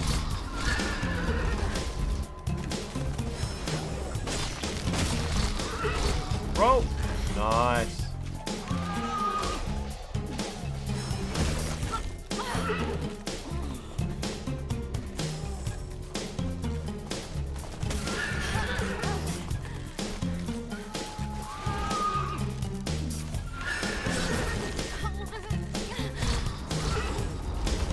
Ooh, that was lucky that didn't kill me. This is so much harder with the spear. I don't even know if you can backstab this guy.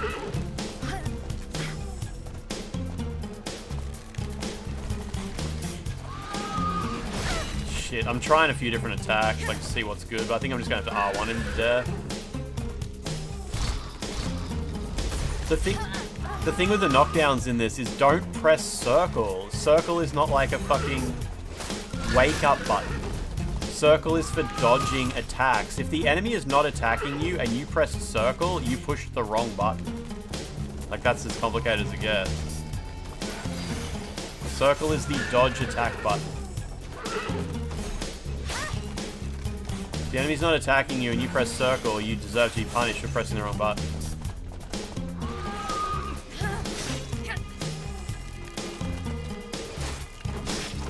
There we go. Yeah, they added iframe wake-ups to the game, yeah, because people just refused. People were just like, I wanted to play like my Elden Ring. Elden Ring was so much easier. They don't want to have ground game. But yeah, what you're supposed to do is when you get knocked down, you're supposed to wait, like don't press any buttons.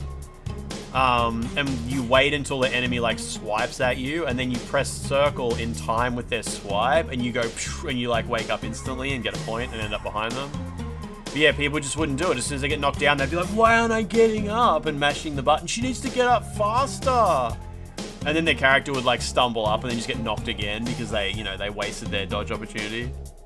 Yeah, the Okiseme is so good. So good. Yeah, and patching it out is so sad. Like, it really comes across as them just wanting to please everyone, like the censorship combined with the removing the ground game.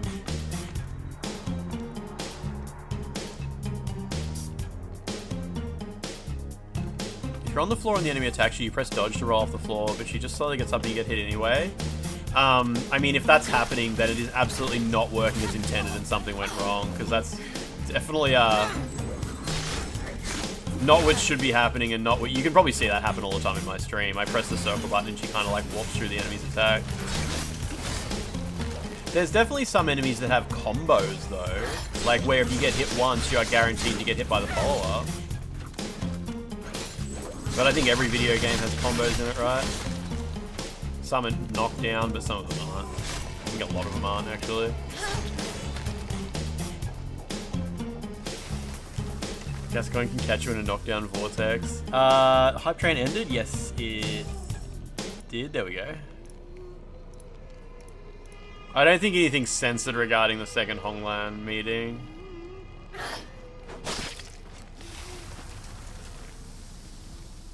Dynasty Warriors, standard Souls like game.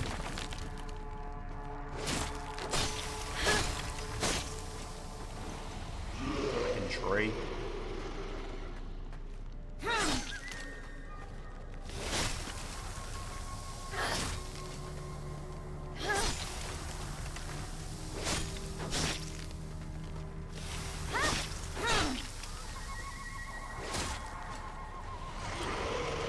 Second Honglan meeting. Yeah, when your character gets knocked down, right, she spends a moment lying on her back. And if you get hit while she's literally on her back, there's nothing you can do. Like, if some enemies have 2-hit combos. And it's like, bang, you're down, bang, you get hit. It's pretty rare, but there are some that she gets hit twice for. But after she's been on her back for a second, she raises like 1 foot up very slightly. And once she's got 1 foot up, anytime you press the circle button and an enemy swipes at you, it'll, what do they call it, shimmer through it. But if you press the circle and the enemy's not hitting you and she's got a foot up, she does this funny little backflip. It's kind of, she does like a little backflip stand up, and that has no iframes. That's the one that you get, that people complain about getting hit with. That's the one that people wanted iframes from. They were like, once she does her little backflip, she should have iframes in it. Like, I triggered the backflip by pressing the dash button. Why did I take damage? It's like, because yeah, that's just a backflip, that's not a shimmer.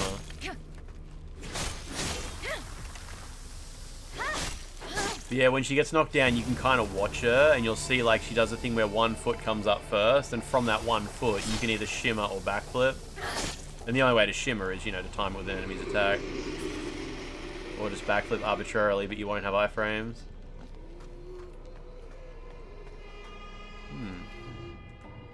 Exactly, Boozle. Fucking yeah, I do have other healing items.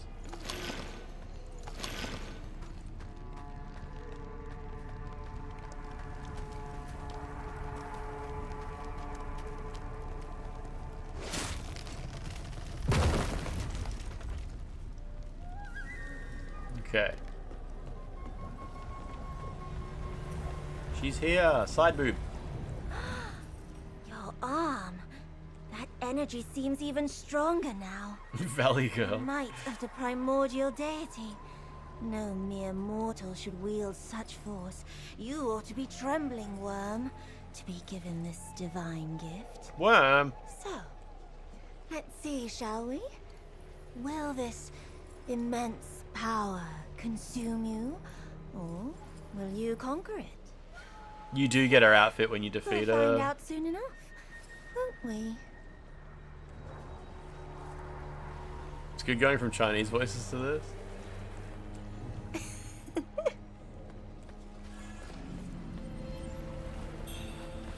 she give me that spell?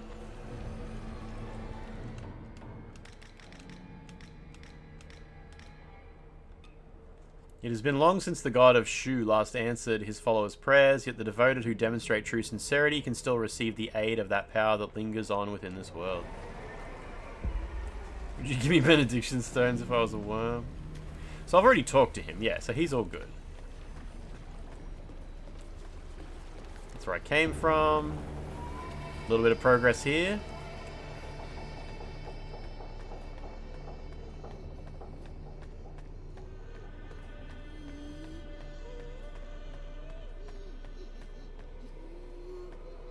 I'm scared of the hands that come out of the ground and grab ya. Ghoulies grabbed. Is the god of Shu just Guan Yu? I'm not sure. I'm not sure. Guan Yu. Is that the guy that there's like a story about where I was reading some mythology about the game on maybe on the subreddit yesterday? He's like a big guy in Three Kingdoms. Is he? Okay, okay.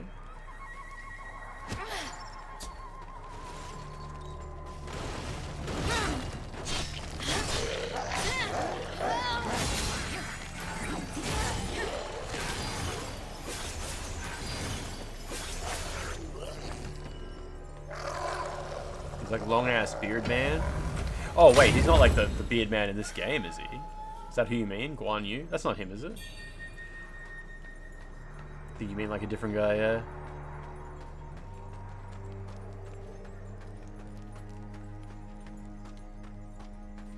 Is this where the ladder's on the right? Yeah, there it is, okay.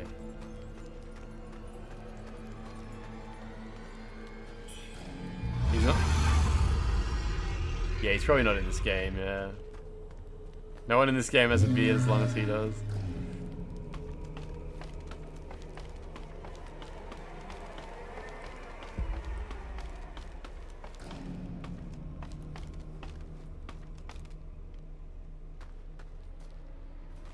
I think there's a few skeletons that pop up around here, maybe.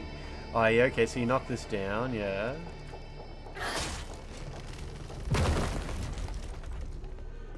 Oh yeah, shortcut back to the start, yep.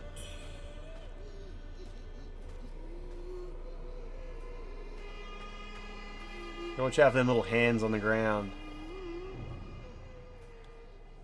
Li Chang, Chung Da, and others vanished hunting monsters. Only their clothes were left to bury. Lu Yo-san performed the rites. I think when I first played through this, I didn't even know that, like, how Chinese names worked. How, like, Lu Yo-san was Lu Hongliu's dad. I didn't realize that's how Chinese names worked. No one here? Alright, good. Do a little twirl before we read this. Zhang Cheng, torn apart by the feathered beast, died untreated. Lu Yo-san buried him. I wonder if it was Lu Yo-san's daughter was the feathered beast.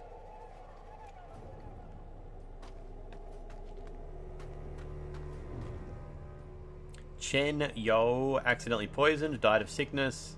Remember the first time I read this, I was like, hairless? He was bald? Wait, heiress? He was a woman? I actually misread it twice, like, wrong. Is there anyone that's been porting Night Rain bosses to base Elden Ring? Oh, if there is, I don't know about it at least. We're gonna upgrade my Estus, but then we got more adventuring to do up in that direction before we do the boss. So that's it. We're kind of done with Doom Willow Beach. It's kind of done. There's still that one really tough guy that spawns. So I've got agility or strength. I mean, strength, I guess is... Oh, wait, buff effect. Do I need to change weapons? No, it just affects both of them, does it? Okay. How do I, like... See, I've got a weapon highlighted at the top right. How do I pick the other one? Oh, triangle. Okay. Yeah. So strength and agility are kind of equal. Whatever, we'll go with strength. He gets more business as a coroner. It's a reference to Big Pharma.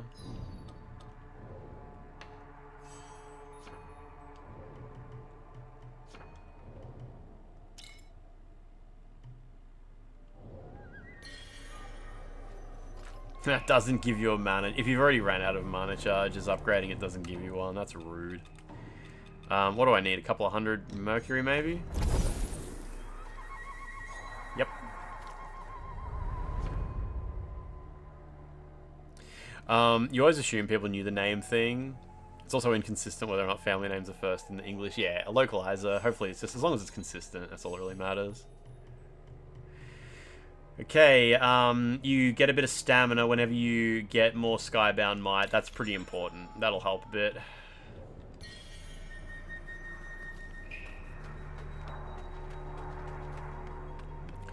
You got to the Sanctum. Oh, okay, so you've killed Dutanga, the guy who's like, mountains yield and rivers... Oh no, mountains kneel and rivers yield when you walk into his arena. He's a cool guy. He was a fun guy. Isn't there somewhere you can drop down? Get an item. That might be on this side. Yeah, Dutanga was cool. He's easy. He's like a backstab tutorial. But yeah, you haven't... Yeah, it's such a huge game. Such a huge game.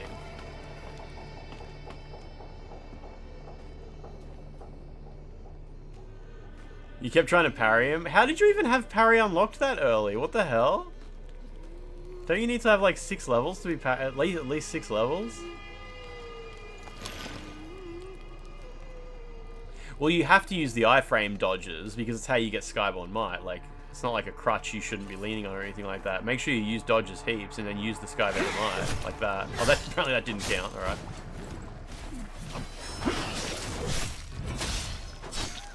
I'm dead.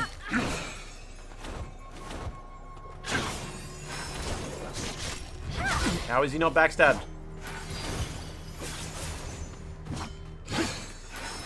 There we go, thank you. Because, yeah, when you do an iframe dodge, you get a little glowing feather, and then the glowing feather makes your charged R2s come out twice as fast. Just stuff like that, it's super important. Okay, I got the flames that I need.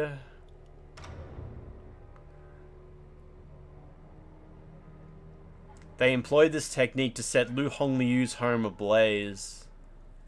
Thus began her path of hatred and vengeance. Oh, you've got the second hit of R1. Yeah, no, that's really important too. Yeah. I think most people would unlock that one. I think I have that on my spear, but it's only the 5th hit that does it. There's another thing you might not know, Ari. So my spear, right, it gives me Skyborn Might if I hit the 5th hit. And like, it takes that's the 5th hit. It takes ages to get there. 1, 2, 3. Oh, I think it's the 4th one. It's one of these two. But you can actually skip to the end of your combo by doing R2 and then R1. It's pretty cool. So yeah, if you have like an ability on your 5th hit ever, you can skip to it by hitting an R2 first. It's pretty good. I like how that works. Oh shit. I'm almost dead. The game I don't know if the game tells you that actually. Yeah, so I got a feather for that, even though it was only the 2nd hit of my combo.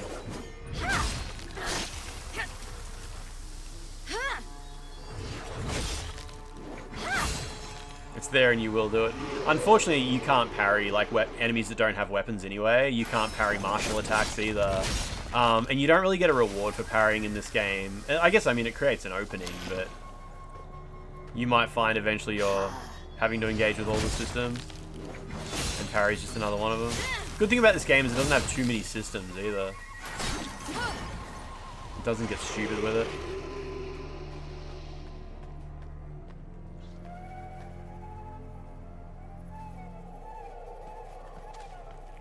Look at these guys.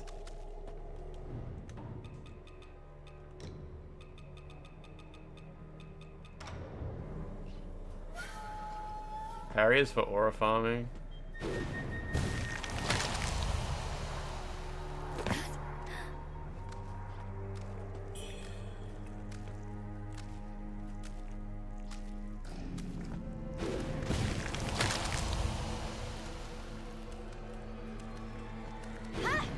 I'm never going to use these anyway. Might as well just throw them.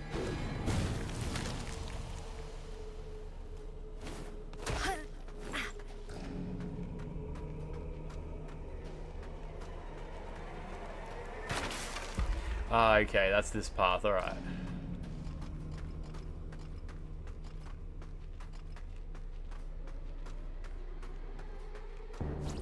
Shit, go, go, go, go, go. Go, go, just get it. Yes, nice. Good, good, good. Shit. It's so good killing that. You just, it stops you from ever having to think about coming back, you know?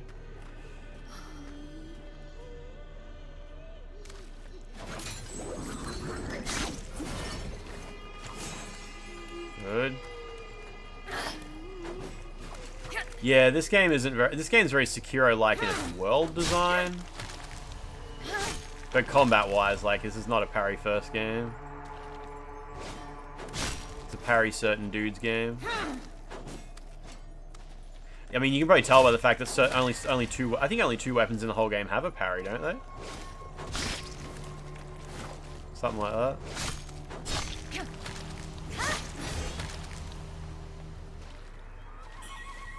Spear and axe is good for bamboozlings. Can you throw magic at him or throwables? Never even tried. Axe and longsword have a block button. Yeah. Well, I mean, parry and block. It's a discipline you equip. I wasn't sure if you could equip it with any other weapons as well. Like if you could eventually unlock it with anything else.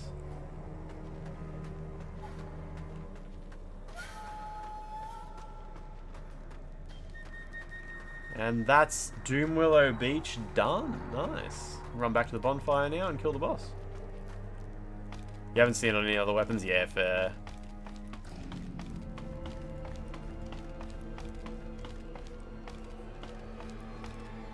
Just play it like Bloodborne. Yeah, I mean, there's so much in this game that's heavily inspired by Bloodborne. Like this floating lantern here is a reference to the floating statue in Old Yharnam. Very creative. Up that ladder was where I killed that tough guy at the game with the flame attack, wasn't it?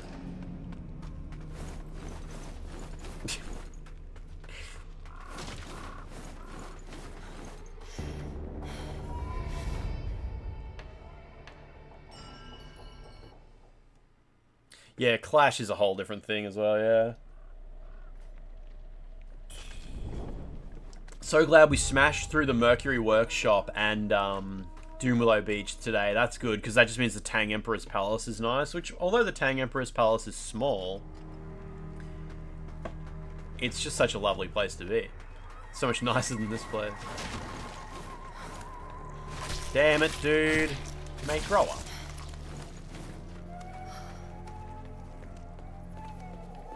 Late game palace area. Do you mean Zenwu Temple, the chapter 3 one? That's really good.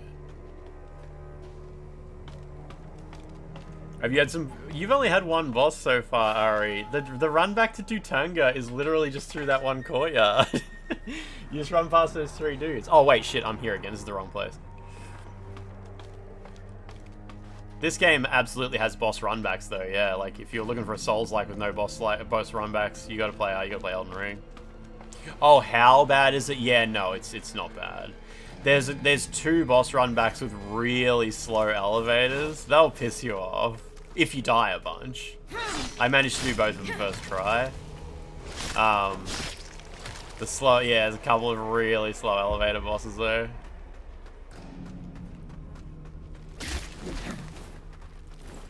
Seriously? Okay.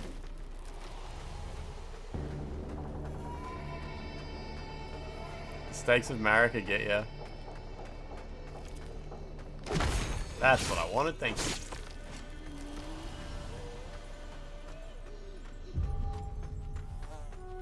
Corpse pits. Endgame reminds you of Blood Palace? Yeah, a little bit. It's pretty gnarly. This boss is jank. It's like the easiest boss in the game, but I die to it sometimes because there's just so much weird shit going on.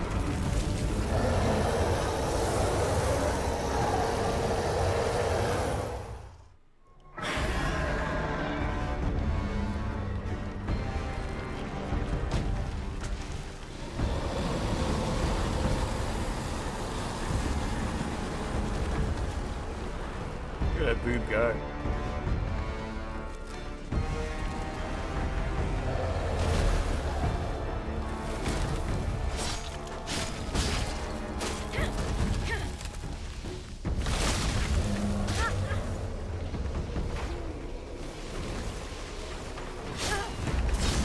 Need some fucking magic. He eventually spawns flowers that give you magic, doesn't he? Oh, guys, come on.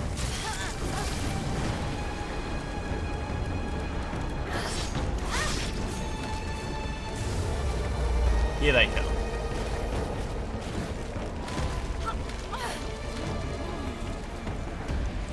Okay, give me the magic.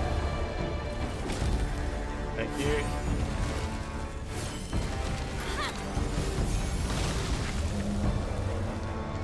Just one? Okay, that did fuck all damage too.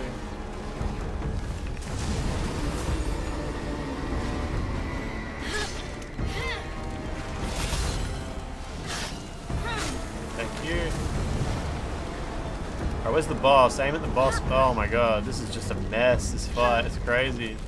Please hit these. Oh my god. What is happening? Oh my god, okay. This boss is so stupid.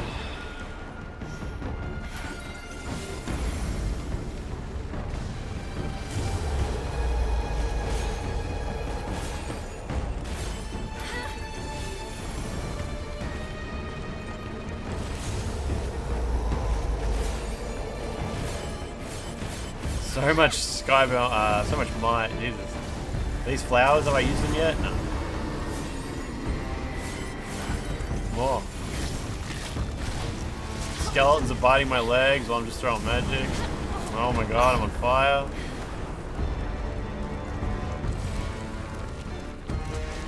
I'd like to kill these little skeletons, but like... Alright, all good.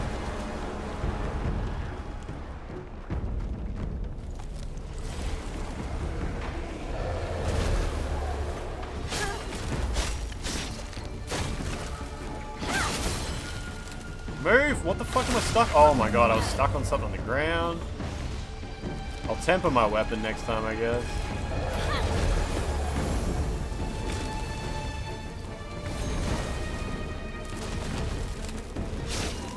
One hit got him, okay.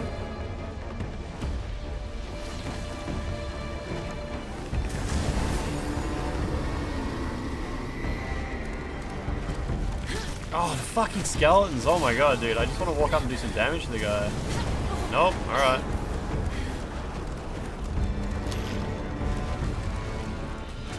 Like, what's happening here? What's he doing?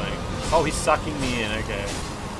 I mean, I'm gonna die of despair. I can't get out. Can I get out? I'm stuck. There we go. Okay, I got out. Fuck me. I almost died of despair. Jesus.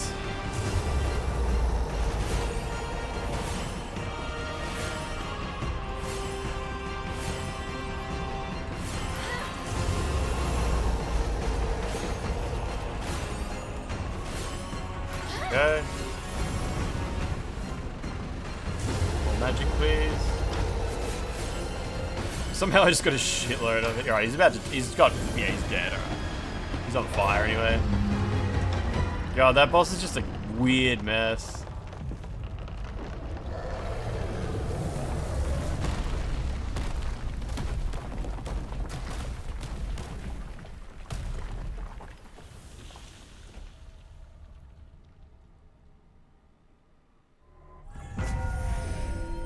Shield of Causality, baby. Jade Cylinder and Echo of Soulwood. Soulwood, born atop a mountain of corpses, appears to be a human creation. The creator of this implement appears to have used magic to continuously infuse it with red mercury. Okay. So you were pumping red mercury into that tree. Sounds like a bad decision, but alright. Probably explains the, craziness of the tree.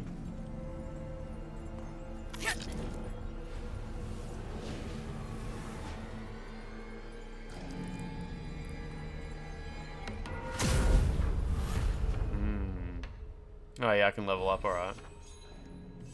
I don't have any Estus upgrades, no. Probably don't have any weapon upgrades. No, I don't. That sucks. Thought I would by now. I can get some health though. Probably for the best. Okay, so both the merchants want to talk to me, but that's all. We'll go talk to him. That's cool. Hand him some items, maybe get some new clothes. You should be able to dress up as the Soulwood. Just tree parts. Bird parts and tree parts.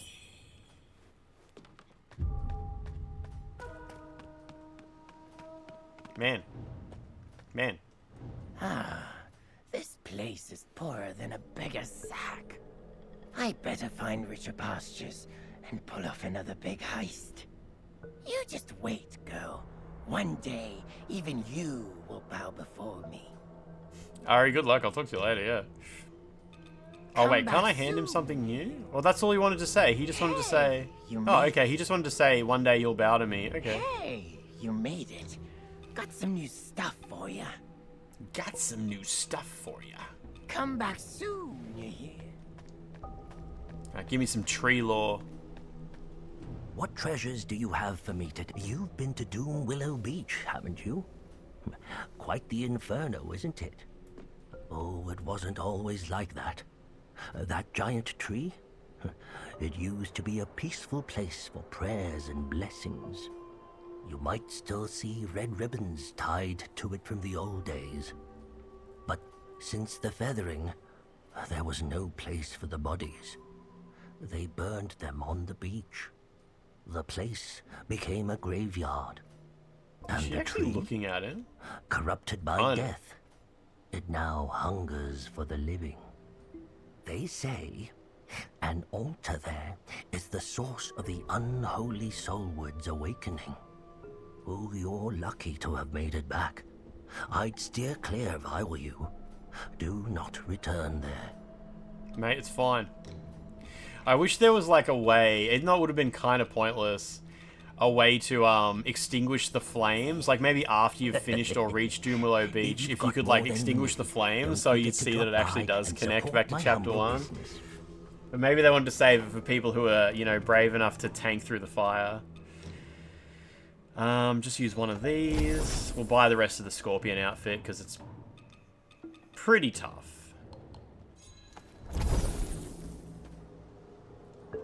What treasures do you have for me today? Let me make an assessment. Big hair, big shirt. Get some more. Nice, that's way too much actually. What treasures do you have for me today? Let me make an assessment. And glove. I've got everything else? Yeah. I'll recover health from defeating enemies. I need that. That's great. If you've got more than you need. Yeah, like hope the boss death could, and you know, could do like a support little my humble landslide and, or I don't know, knock down a bridge or something. Nah, maybe not that. That kind of would have been a bit hard to make sense over some flames, but I don't know. Would have been good. Would have been good. Okay, so put on the, first of all, put on the new armor. Get centipeded. Oh yeah. Does she still have boob jiggle? Maybe this one does get rid of the boob jiggle. Some of the ones that are like heavy armor still have jiggle on them. It already knocks open the path forward, so it wouldn't be a huge stretch. Yeah, there's obviously like a big rumbling going on.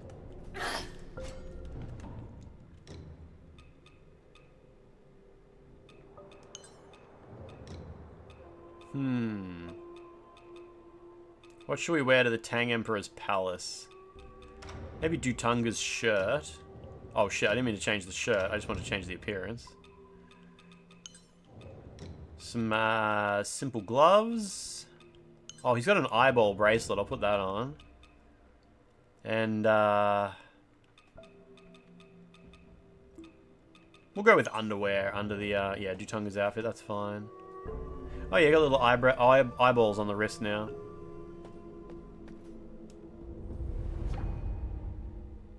Does she have fingerless gloves? I want to see.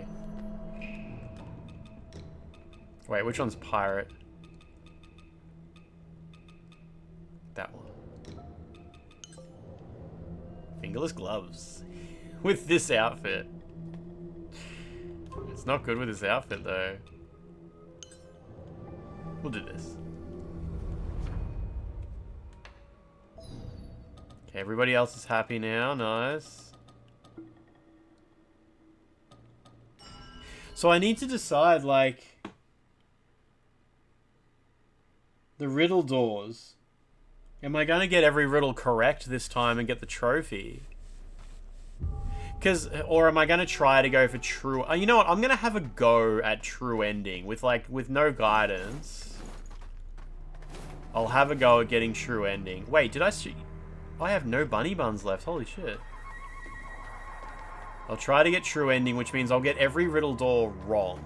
Because I've never seen all of them wrong before. It just means we won't be able to get the corset. We won't be wearing the corset on this playthrough.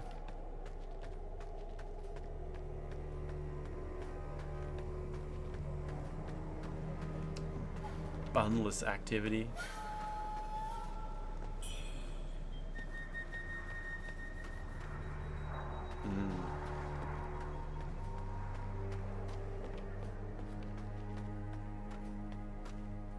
Rubbing that bunny bun shaped belly. We're out of bunny buns. Palasp ass.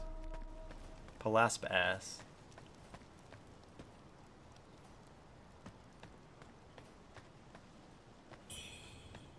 Will be weird though, because I might end up having to do Demon of Obsession with the spear, and Demon of Obsession without parries sounds fucking hard.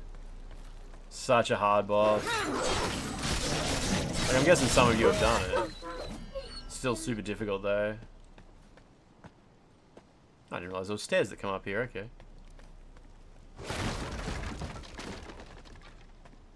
Oh, I gotta equip my pendant that heals. Yeah. I mean, I loved Demon of Obsession. It was so hard. It was nice to have another boss that took me a few hours to get past. Like, it had been a while because, like, on my first playthrough, I got stuck on a few bosses for a few hours.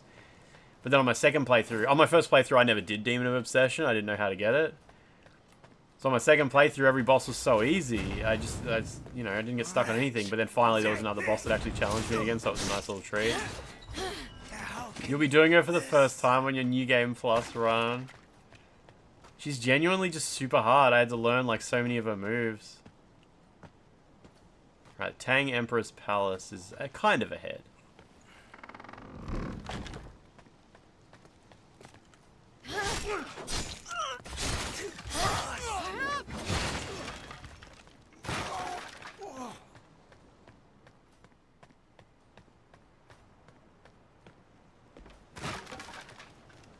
It's up on the roof again? Oh, it's sort of big boy.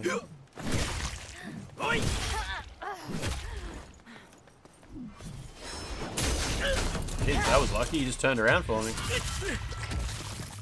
He didn't have to do that.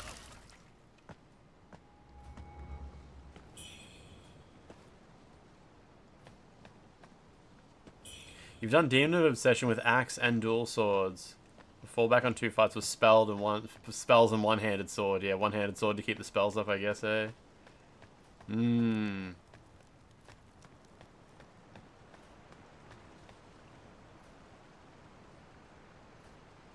always get this path confused with the path to Annulum, like forgetting what enemies are on this one and what enemies are on the path to Annulum. Alright, I'm gonna stop here. Yeah, what is it? It's midnight. That's not too bad. I stayed up until like 2:30, maybe 3:30 AM last night, so maybe I'll actually sleep tonight. Oh, hang on, I better quit this because I'm standing in the middle of a bunch of stuff. Yeah. It's gonna be Friday tomorrow. Shit. Friday's good. Let's actually play Futurama tomorrow, though. I didn't play any Futurama last Friday. We need to do it because we kind of like Futurama's probably only got like 2 streams left because I only do like 2 or 3 hours of Futurama per stream, and usually we just play guess the game and shit like that. Oh shit. All right, I'll put the PlayStation in rest mode, I guess. If I accidentally press my HDMI switcher before I turn the console off, it's like I can't be bothered going back to the console. Every time I want to go from console to PC, I gotta pull the power out of my HDMI switcher and then put it back in again. It's so shit. So if I switch and then realize I've left it on, it's like I'm not going back. I'll just push the button and go into rest mode. We still got we might still have a few people who are sleeping from Peeves Raid as well. So let's see who's live. L-O-U-I-V-E-U-G-H-E-V-E.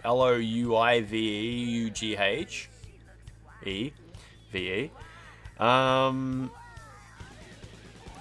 yeah, there's a few people on the internet. Is this the internet? That's fucked. That's what the internet looks like? This is what you guys have been talking about this whole time? I thought you were talking about some kind of like marsupial. This is way worse. Let's just go raid Fox. Plays. Official. Friend of the stream! What the fuck? My screen's going crazy. There we go, it's back. Are we raiding? Yeah, we're raiding. Okay, all good, all good. We'll just do our simple, you have been raided by a bald man. Yeah, we actually started a new playthrough of Rumble Roads not too long ago. We can always get back to that at some point as well. Just a little when it comes to Fridays, we actually have like 6 games on the go. You know, it's like whatever. You can always start a new one as well. Fridays is sort of just like you spend the whole year just working through a few different weird things. It's all good. It's all good, isn't it? Everything's fine. It's gonna be Friday tomorrow. I think we can get through this. You know, it's just been a while since I had a pizza. That's all. It's just been a while. That's all I'm saying. Yeah, the old grab bag Fridays, the old game sack. Bust out the game sack and see what's in. Anyway, I'll talk to you tomorrow. I'll talk to you a bit during the day. I've got to build my friend's PC tomorrow.